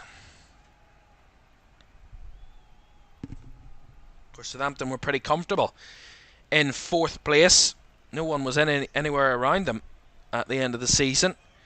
They were 12 points ahead of today's opponents, West Brom, in that table, and were 3 points in the end behind Leeds. But out of the top 2, they were a good 9 points behind the top 2, so they were pretty comfortable in 4th. Here's Smallbone, whips the ball in, headed on by Manning. That one comes flying right across goal again, and Connor Townsend, his opposite number, will clear it away up the line. As Thomas Asante was trying to threaten there, but cut out well by Southampton. Howard Bellis there with a block.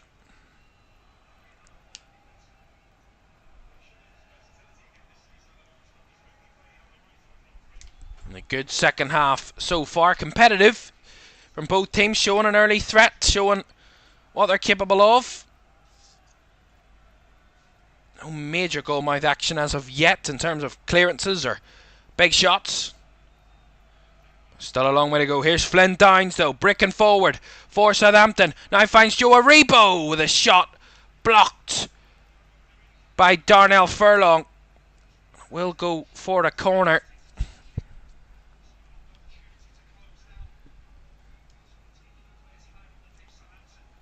Starting to find those gaps in the middle and get into the box a bit more now, Southampton. Starting to find those spaces.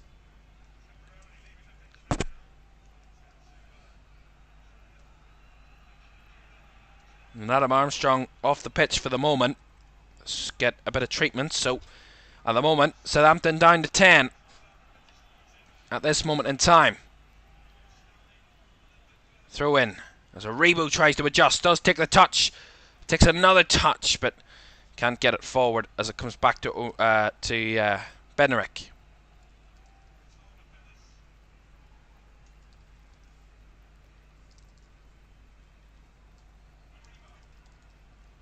Good ball control from Southampton. They're getting more comfortable. This is where I think West Brom really need to take a bit of initiative. They can't just keep sitting back. They don't want to see themselves taken out of the game in an attacking sense completely. It's a yellow card for Mikey Johnson, who committed a foul there. So there's a free kick to Southampton. Taken short by Downs. Small bone.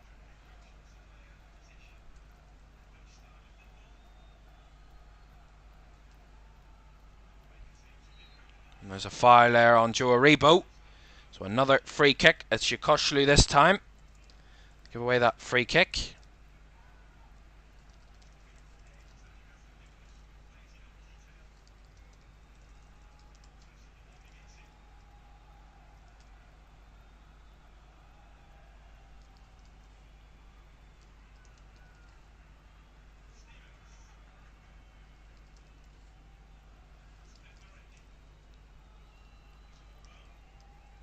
Good passing from Southampton, although Smallbone gives it away there.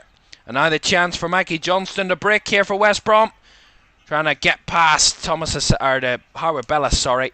Tried to find Thomas Asante, but Howard Bellis blocking him off as now Townsend. Johnston keeping it up the pitch now.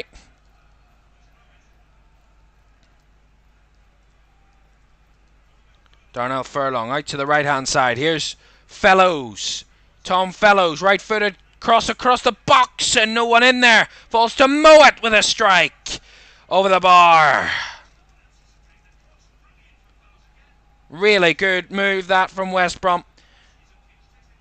I mean, Tom Fellows breaks past his man again, and Manning chips it to the back post, and half cleared away by Howard Bellis, and then brought down by Alex Mowat at the edge of the box, and the strike is not the best, but again, the fact that they had space to find that would be a worry for Russell Martin. And again, it's Tom Fellows with that run down the wing that's causing the problem. Spoke about it at half-time, the fact that those wide areas is where West Brom are getting their most joy, down each wing. The wingers and Mikey Johnston and Tom Fellows certainly a real handful for Southampton.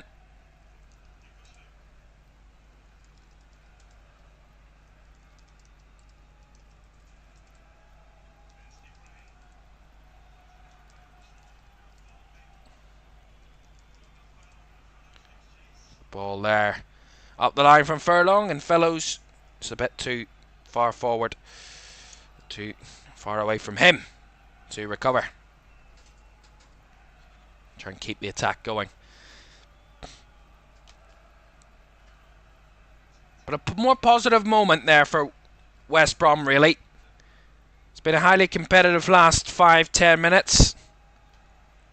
Actually, the whole second half has been highly competitive. In fact, there hasn't been an obvious commander of the game that control. I mean, Southampton have had more possession, but it's been mostly in the middle of the park. They've not had dominant spell in the final third. Neither side has really had a dominant spell in the opposition's defensive third.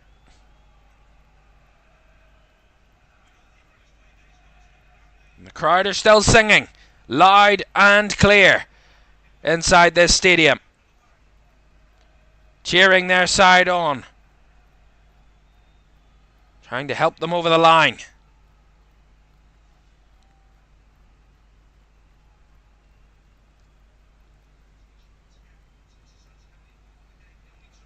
I have to say, in the second half,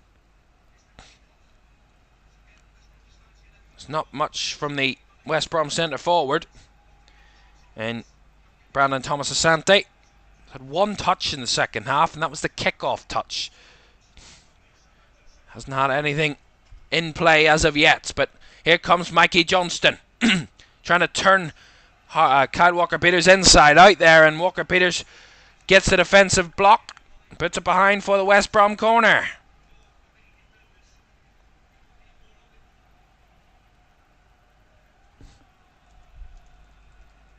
The home crowd again, singing loud, trying to help get an extra 5-10% out of their side here for this corner.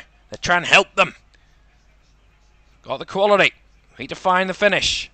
Cross comes in, headed away by Bednarek. Brought down by Mowat. Back out wide it comes to the left. Left foot across into the box. Furlong! Just wide. Major moment. And another good cross into the box, and another one so close. It's Mikey Johnston again.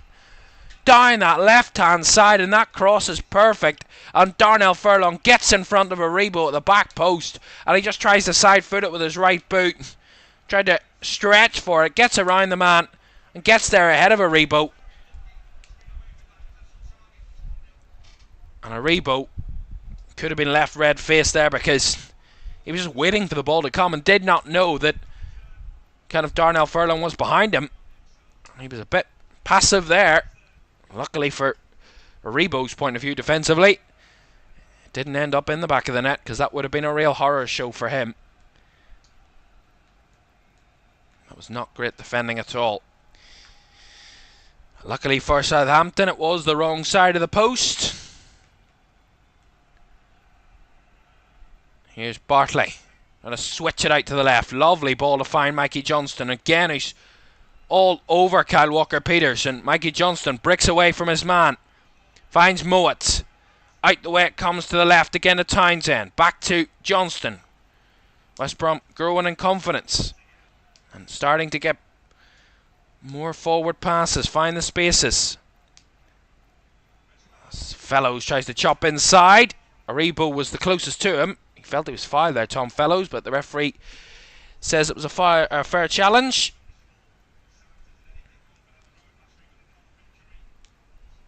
We do have team news from Old Trafford as well. Kick-off at Old Trafford around about 50 minutes time. Will join us from about 4:20 for that one live here in LFS. Commentary with kick-off at 4:30.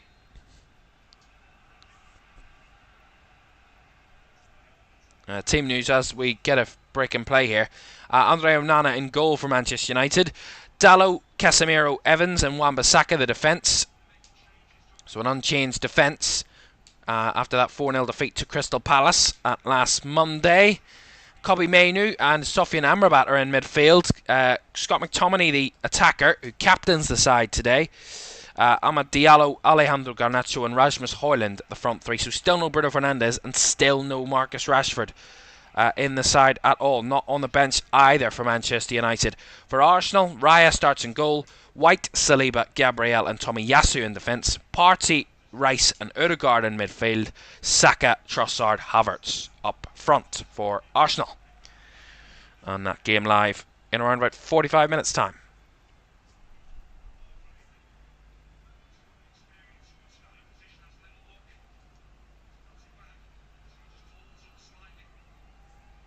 As Kyle Bartley pulled up there. Maybe an issue here. And they'll not want to see him go off, although they've got a player warming up. So are getting ready on the sidelines, and Kyle Bartley is back on his feet. I think they're going. Yeah, they're going to make the change. Kyle Bartley, who's been a stalwart at the back all afternoon, the captain, 32-year-old. And I think they're just going to... Oh. Are they going to make the change? They're not. They're not going to make that change after that quick check. And Adam Armstrong's going to get more attention while we do have a break in the play here for the moment. We received a bit of treatment earlier on, Adam Armstrong.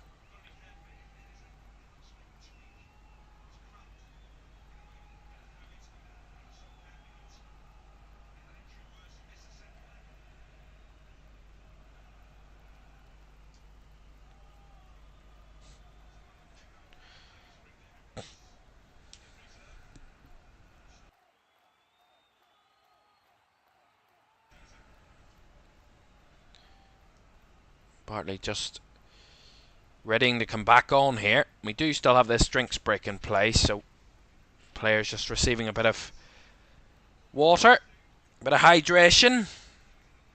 As I mentioned, it is above 20 degrees, which in the UK is a rarity. 23 degrees it is here in West Bromwich. So certainly a very hot and humid day. 25 minutes to go then, as we're ready to get back underway then. After that bit of just a rehydration break, and maybe that could have helped Kyle Bartley just to get back ready to come back on, and he is on the pitch again. Kyle Walker-Peters with this throw in on the right hand side, taken short, and it will be given back to West Brom once again, of course, after that injury where they put it out of play. Bartley, down the line it comes. Furlong with a nice infield touch. Right, to play it on to find Thomas Asante, but blocked off. As the ball down the line from Southampton there by Ryan Manning was cut out by Bartley. Furlong trying to force it down the line, but blocked out there by Stevens, and it will be a West Brom throw. Throw right down the line. Fellows had made the run. Fellows brings it down. Manning gets back to him. Fellows loses the ball. As Aribo back to Stevens, back to Joe Aribo in their own corner here. Southampton, sorry. As Sekumara loses the ball. We'll scramble for the ball, and West Brom get the throw in. The last touch was off Ryan Manning there. And a bit of movement on the Southampton bench. It's David Brooks that's ready and waiting to come on. He's just receiving some tactical information at this moment in time. So a quarter of this game to go. Still goalless. Will there be a late goal? Going for that long throw here for Darnell Furlong for West Brom. All camped in and around the 6-yard box. Majority of the players. It's pinged in and into the hands of Alex McCarthy again, as it was from the last long throw. Alex McCarthy gathered, and he's done the exact same again. Commanding goalkeeping from the veteran, 34-year-old. Won't like me calling him a veteran, Alex McCarthy, but he is. Certainly knows his way around. Ball in behind there. Sekumara making the run. Keyprey following him out. Mara on that right hand side. Cedric Keyprey gonna keep it out of control there, and Keyprey wins the throw in. Although I don't know what he's saying to the assistant on that side, but he got the decision.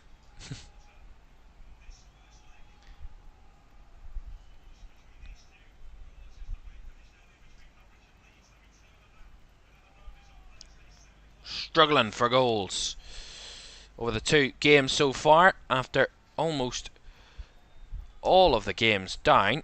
both games down this afternoon after what, about 158 minutes of play? About 160 minutes of action, and we're yet to see a goal. Norwich and Leeds finished 0-0, and so far up to the 69th minute here at the Hawthorns, it is still West Brom 0, Southampton 0. It's been a therapy session rather than a goal commentary, or a footballing commentary this afternoon. Bit of therapy. We've another game coming up for you. Don't forget about that. It's Manchester United against Arsenal on the way after this. 4:30 kick-off. We'll be live about 4:20 past 4 on the channel. Mara's ball there was a bit wayward. West Brom will get the throw in, and they'll take it quickly. Here's Mikey Johnston. Lays it off to Townsend. Townsend's cross took a deflection. Will be a West Brom corner, and Kyle Walker-Peters, the man having to block it. And another West Brom corner. But a triple change incoming for Southampton. Look at this. David Brooks, Ryan Fraser, and Ross Stewart are all coming on. So a triple change incoming for Russell Martin's team. Not just yet, though. They're going to take this, let West Brom take this corner first. As we enter the final 20 minutes of the game. This corner will be an out-swinging corner, left-footed, whipped across. Bartley up for the header, but Bartley completely miscued it, and he headed it well wide of goal. Should have done a lot better there, Kyle Bartley. Broke free, had a free header. Not the best of headers there from the West Brom captain. And the triple change is incoming then. Here we go. Sekumara is coming off. So Sekumara, Adam Armstrong and Ryan Manning all coming off. And David Brooks, Ross Stewart and Ryan Fraser will be coming on. So in front three incoming here for Southampton. So they're going to go to a 4-3-3. So Walker-Peters will be in the back four then. He'll drop back. Ryan Manning, of course, going off. So it'll go to a back four. The three in the middle are Rebo, Downs and Smallbone. And the front three on the right will be Fraser, Brooks off the left and Stewart through the middle for Southampton in these last 20 minutes or so. So 3 attacking changes for Southampton to try and get a goal or two.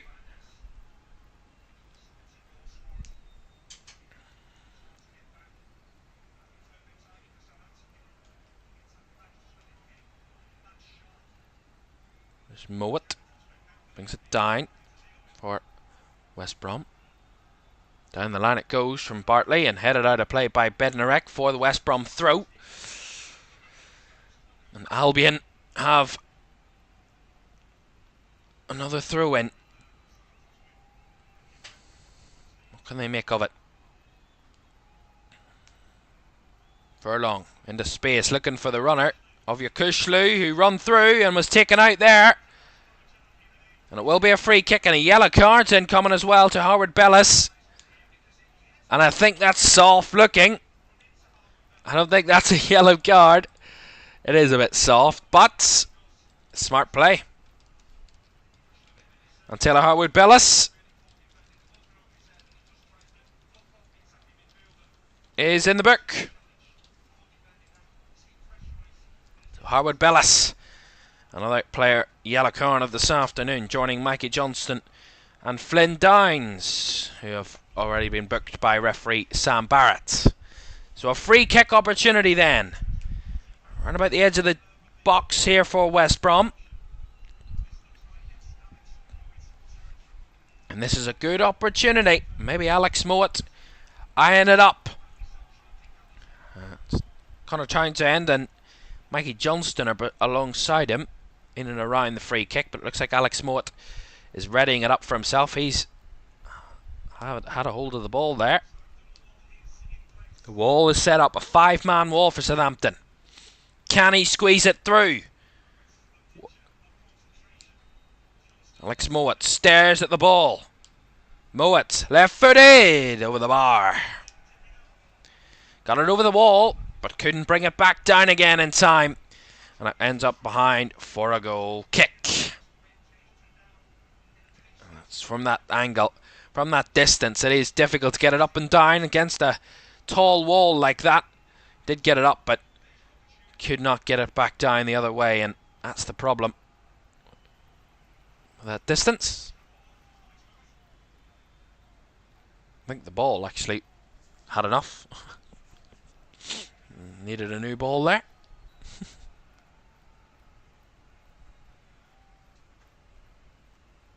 Here's McCarthy.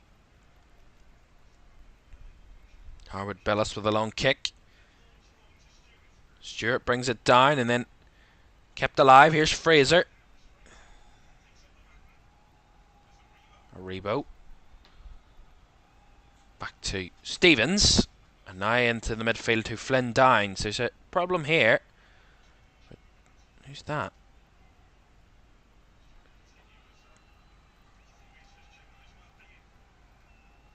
Let's see. There's a... It's Will Smallbone. No, it's not Will Smallbone. Is it David Brooks? Trying to see who it was. There wasn't a problem there for one of the Southampton players. They play on though. Dines with a nice ball forward. Here's Walker Peters up against Bartley. Walker Peters chops on inside. Finds Aribo. Nice Stevens on the left. Out to the wide left here to Ryan Fraser. Back it comes to the middle for Aribo. Not much space in there. Here's David Brooks. Brooks now to Aribo. Back to Brooks. Goes down. No penalty, but will be a corner. And Furlong had the last touch, and it will be a corner to Southampton. Great challenge there by Darnell Furlong.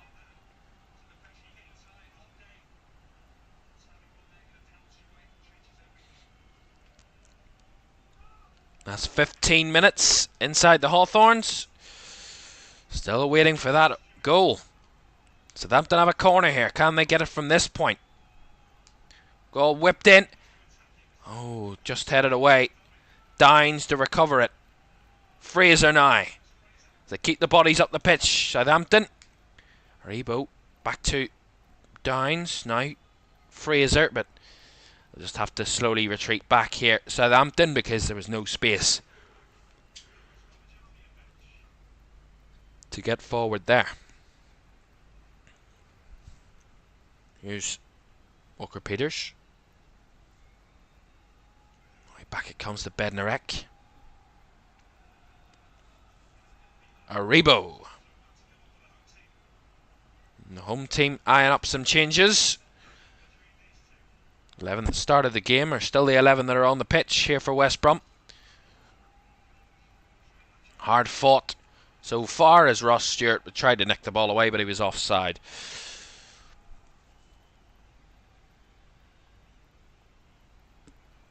Double change incoming then, it looks like, for Albion. Furlong seems to be in a bit of bother there. Maybe a bit of cramp creeping into West Brom. It's been a very high physical intensity game.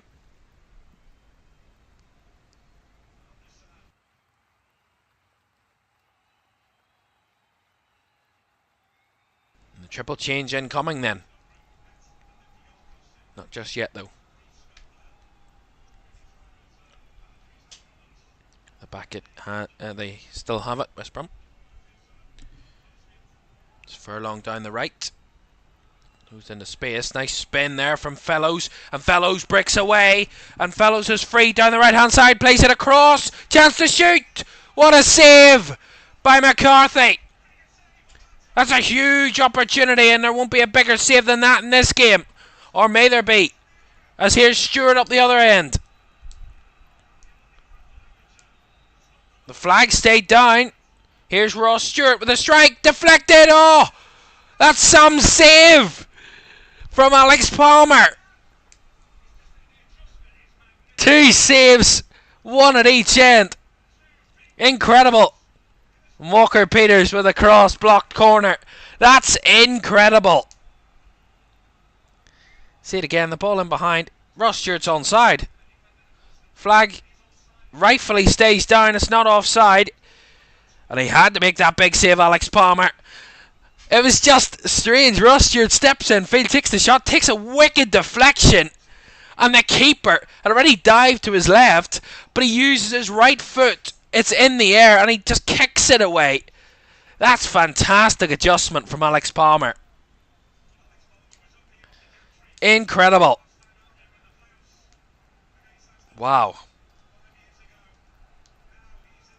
And at the other end, Alex McCarthy made a big save as well. Just see this. It was a nice break down the left, and Tom Fellows went himself, beat past a couple, and then Fellows spots the run into the middle, and the shot from Grady Dangana straight down the throat of Alex McCarthy, but he did make the save. That's a huge save to make initially for him. Completely took all the pace out of it, and then up the other end, Palmer had to make a save. Both keepers called into action as Yakushlu is in a bit of pain here. Even Dime was receiving treatment while we were watching those replays, and a quadruple change, I think. Is that 4 changes in one go for West Brom? That's bold, that is. A triple change is bold, but a quadruple change is much bolder. And Yakushlu really struggling now. He's going to make a change.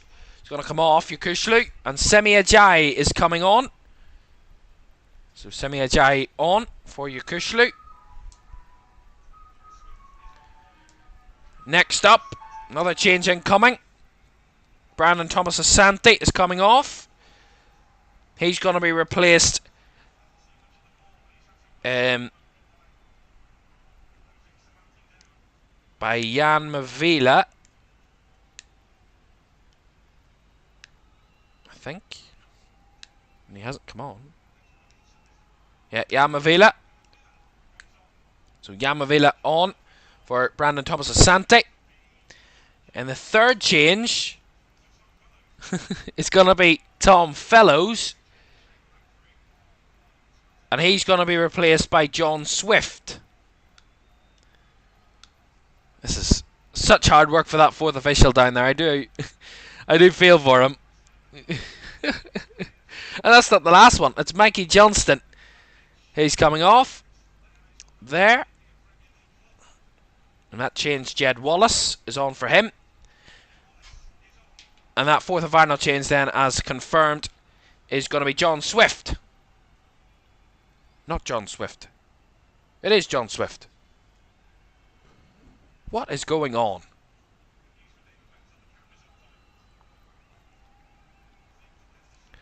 I don't think the fourth official has a clue what's going on.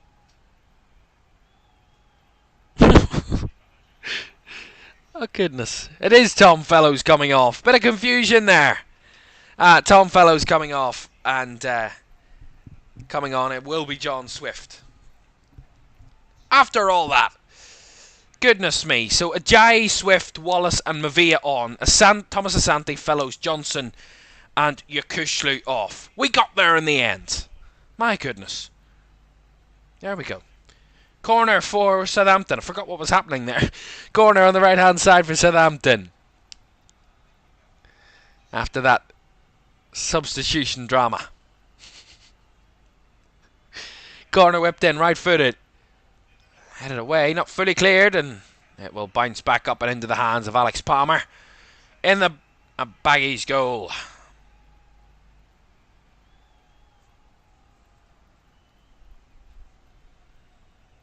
The last 7.5 minutes of the 90 minutes at the Hawthorns here. West Brom 0, Southampton 0 in this Championship Playoff Semi-Final first leg. The return leg of which is on Friday night. This Friday coming, 8 o'clock from St Mary's. We'll tell you about the upcoming games at the very end, just before we leave you, of the second legs incoming in a few days' time. We're wall-to-wall football right between now and next week. We've got Premier League for you today. Premier League tomorrow night, Aston Villa Liverpool. Premier League on Tuesday and Wednesday. Then Championship on Thursday and Friday. And then I think we're not on Saturday. And then the Premier League final day on Sunday. So a busy weekend coming. And we'll be carry you all the way through it Be great to have you with us all the way through the week on one of our main final full weeks of the season.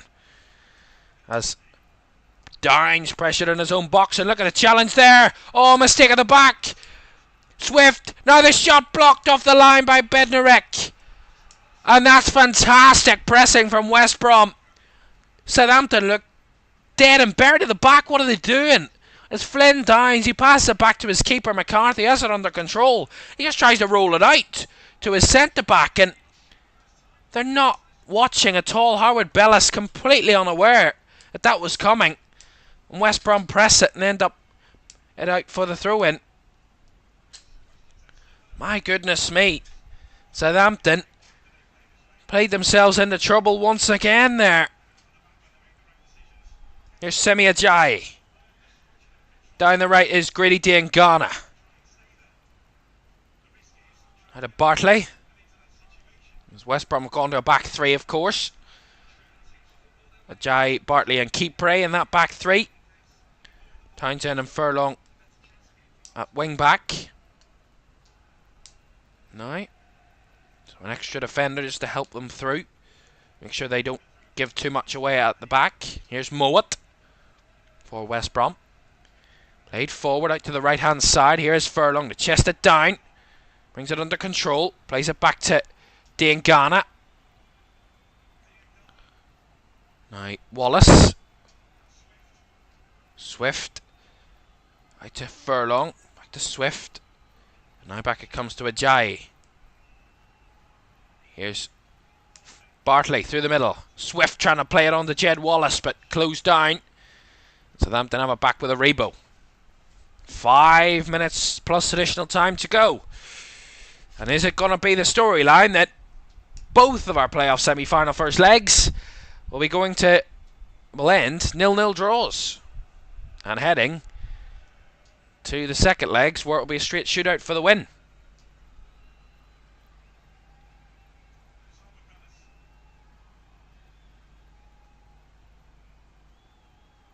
Howard Bellis. Walker Peters back to Bednarek. And all the way back to McCarthy, who fires it long. It will bounce its way all the way through and out for a West Brom throw on the far side. Actually, they'll keep it in play. It did go over the line though.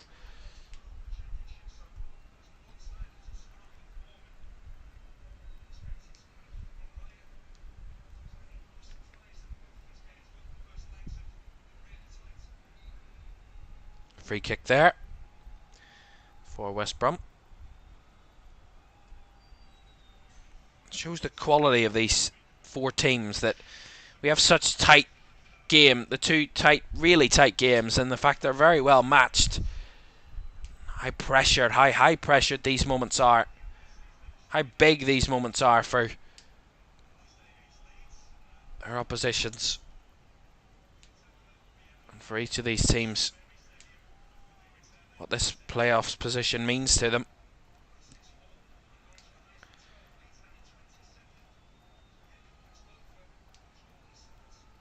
Mowat, Swift to Ajayi. Furlong down the line comes Wallace trying to beat past Stevens. Wallace wins it back. Jed Wallace squares it across. Now Diangana. Diangana! Through the lines it goes, but into the box. And Alex McCarthy throws himself at it to grab it there. Ahead of Gritty Diangana. Really nice intricate football, but McCarthy was well aware of what was going on. And the Southampton keeper came for it convincingly.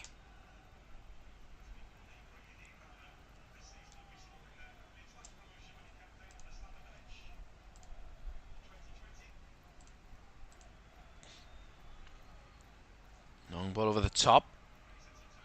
Ryan Fraser was breaking forward. Does bring it down. Fraser just has to rescue that for a throw-in. The pressure was coming there.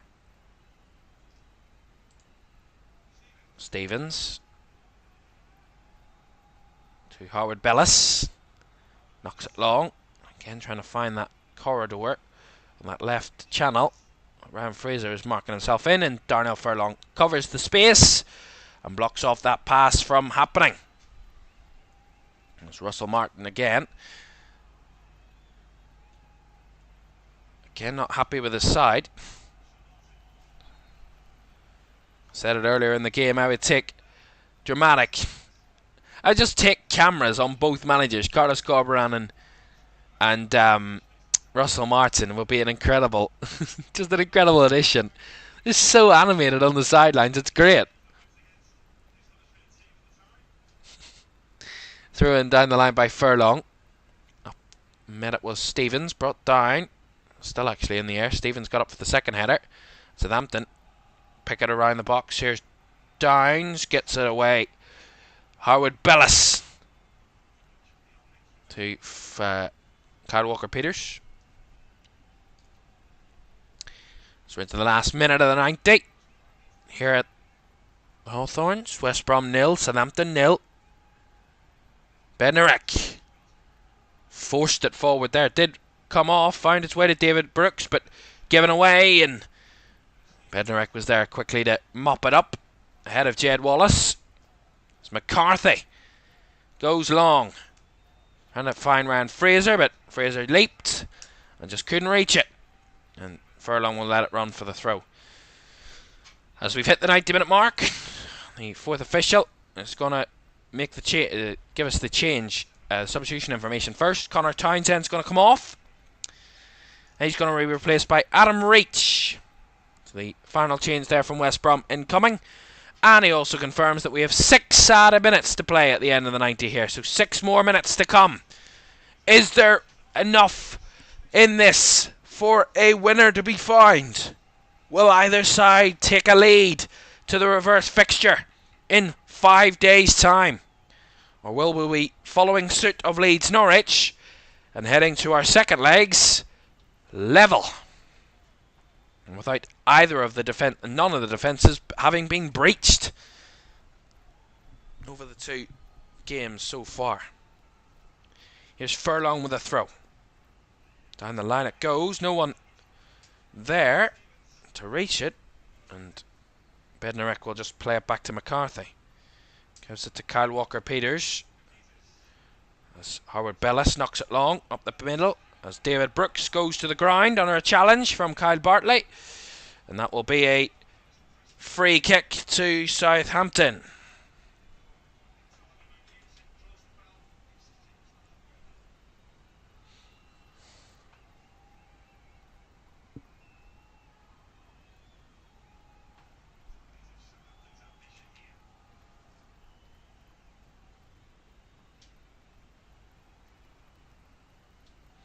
Do just want to say thank you very much everybody for joining us for this stream. It's been a long one. 4 hours and 21 minutes we've been going so far, and we still have another 5 or so to go. And I really greatly appreciate everybody that's joined us, whether you've joined us for a small period of time, for one of the games, for just a small bit of time, or for even if you've watched it from start to finish. Great to have you with us, and thank you so much for following the channel, and greatly appreciated your support this season. We still have a bit to go. And it's great to have you with us here to round it out. Another season here in LFS. Our second season here in LFS. That throw in for West Brom down the line. And they get a corner. 3.5 minutes to go. More than enough time. And the Baggies fans applauding. Nerves certainly can be felt. The tension can be felt. Those Southampton fans may be slightly worried with that corner. We'll see what they can do from it here. West Brom. Corner on the right hand side. Swift to deliver. All the way through it goes. Will it be recycled? Jed Wallace was seeing it out there. It will be a throw in to West Brom on the left hand side, but there is a man down in the box. It's Joe Aribo. So the game will be halted for the moment by the referee Sam Barrett. Just see it again. It's Kipre that's went up and Bartley, and actually both colliding with Joe Aribo there, accidentally of course.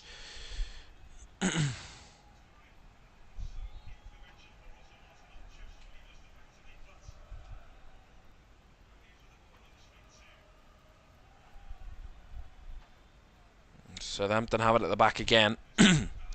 Walker-Peters.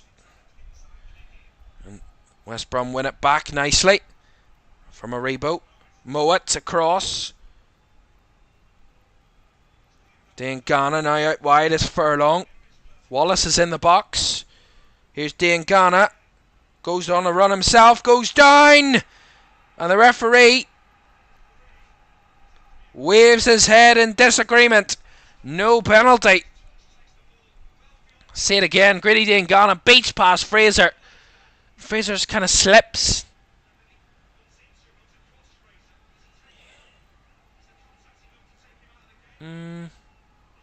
It's not major contact, but there is a claim to be made. But I just don't think it's enough. Although, referee allowing the throw in to be taken. Furlong with this long throw. Two previous ones have been pretty tame. This one McCarthy can't catch. Palms it away, and then the shot from distance is skied by Adam Reach there. And it will be a goal kick. As we now are entering the last minute of the game. And again, a game a lot better, I think, than the first one. It's certainly an improvement. And I think it's another one where you'll struggle to give a player of the match award. I think maybe Mikey Johnston for me, really, it was between him and Tom Fellows, because they've both offered a lot on those wings for West Brom, and they should have a goal at least in this one. And I think Mikey Johnston for me will just nick player of the match. But I think Southampton have been below par in moments. None of their forwards deserve it, to be honest. They've been below par. Southampton for me, but still time. Maybe just one last chance here. Southampton have the ball.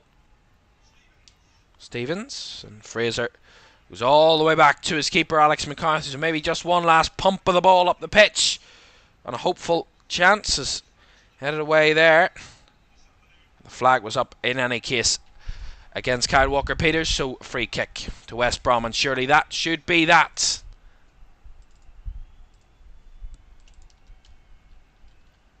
Don't forget, join us in a couple of minutes. There's the final whistle. And another one that ends 0-0. And we're heading into our second legs in the end of the week, Thursday and Friday, with both ties. Not a single goal to split the four teams. Both 0-0 draws. And it's a straight shootout at Ellen Road and at St Mary's for a place in the Championship Playoff Final. Who will get there? Norwich or Leeds? Or West Brom or Southampton? Who will be joining Leicester and Ipswich in the Premier League next season? We're one step closer in terms of the games. We're no steps closer to knowing which of these teams can do it.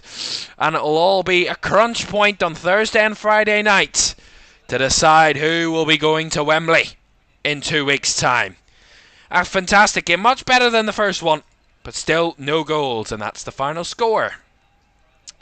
As I mentioned, don't forget Man United and Arsenal on the way in just a moment. We're going to leave here, send you straight over there, and we'll be live in about 5 minutes or so for that game between Man United and Arsenal in the Premier League. So do not go anywhere if you want to join us for that. For all those of you who joined us this afternoon, great to have you with us here on this on the Championship Playoffs live, and it's great to have you with us. Join us again on Thursday and Friday.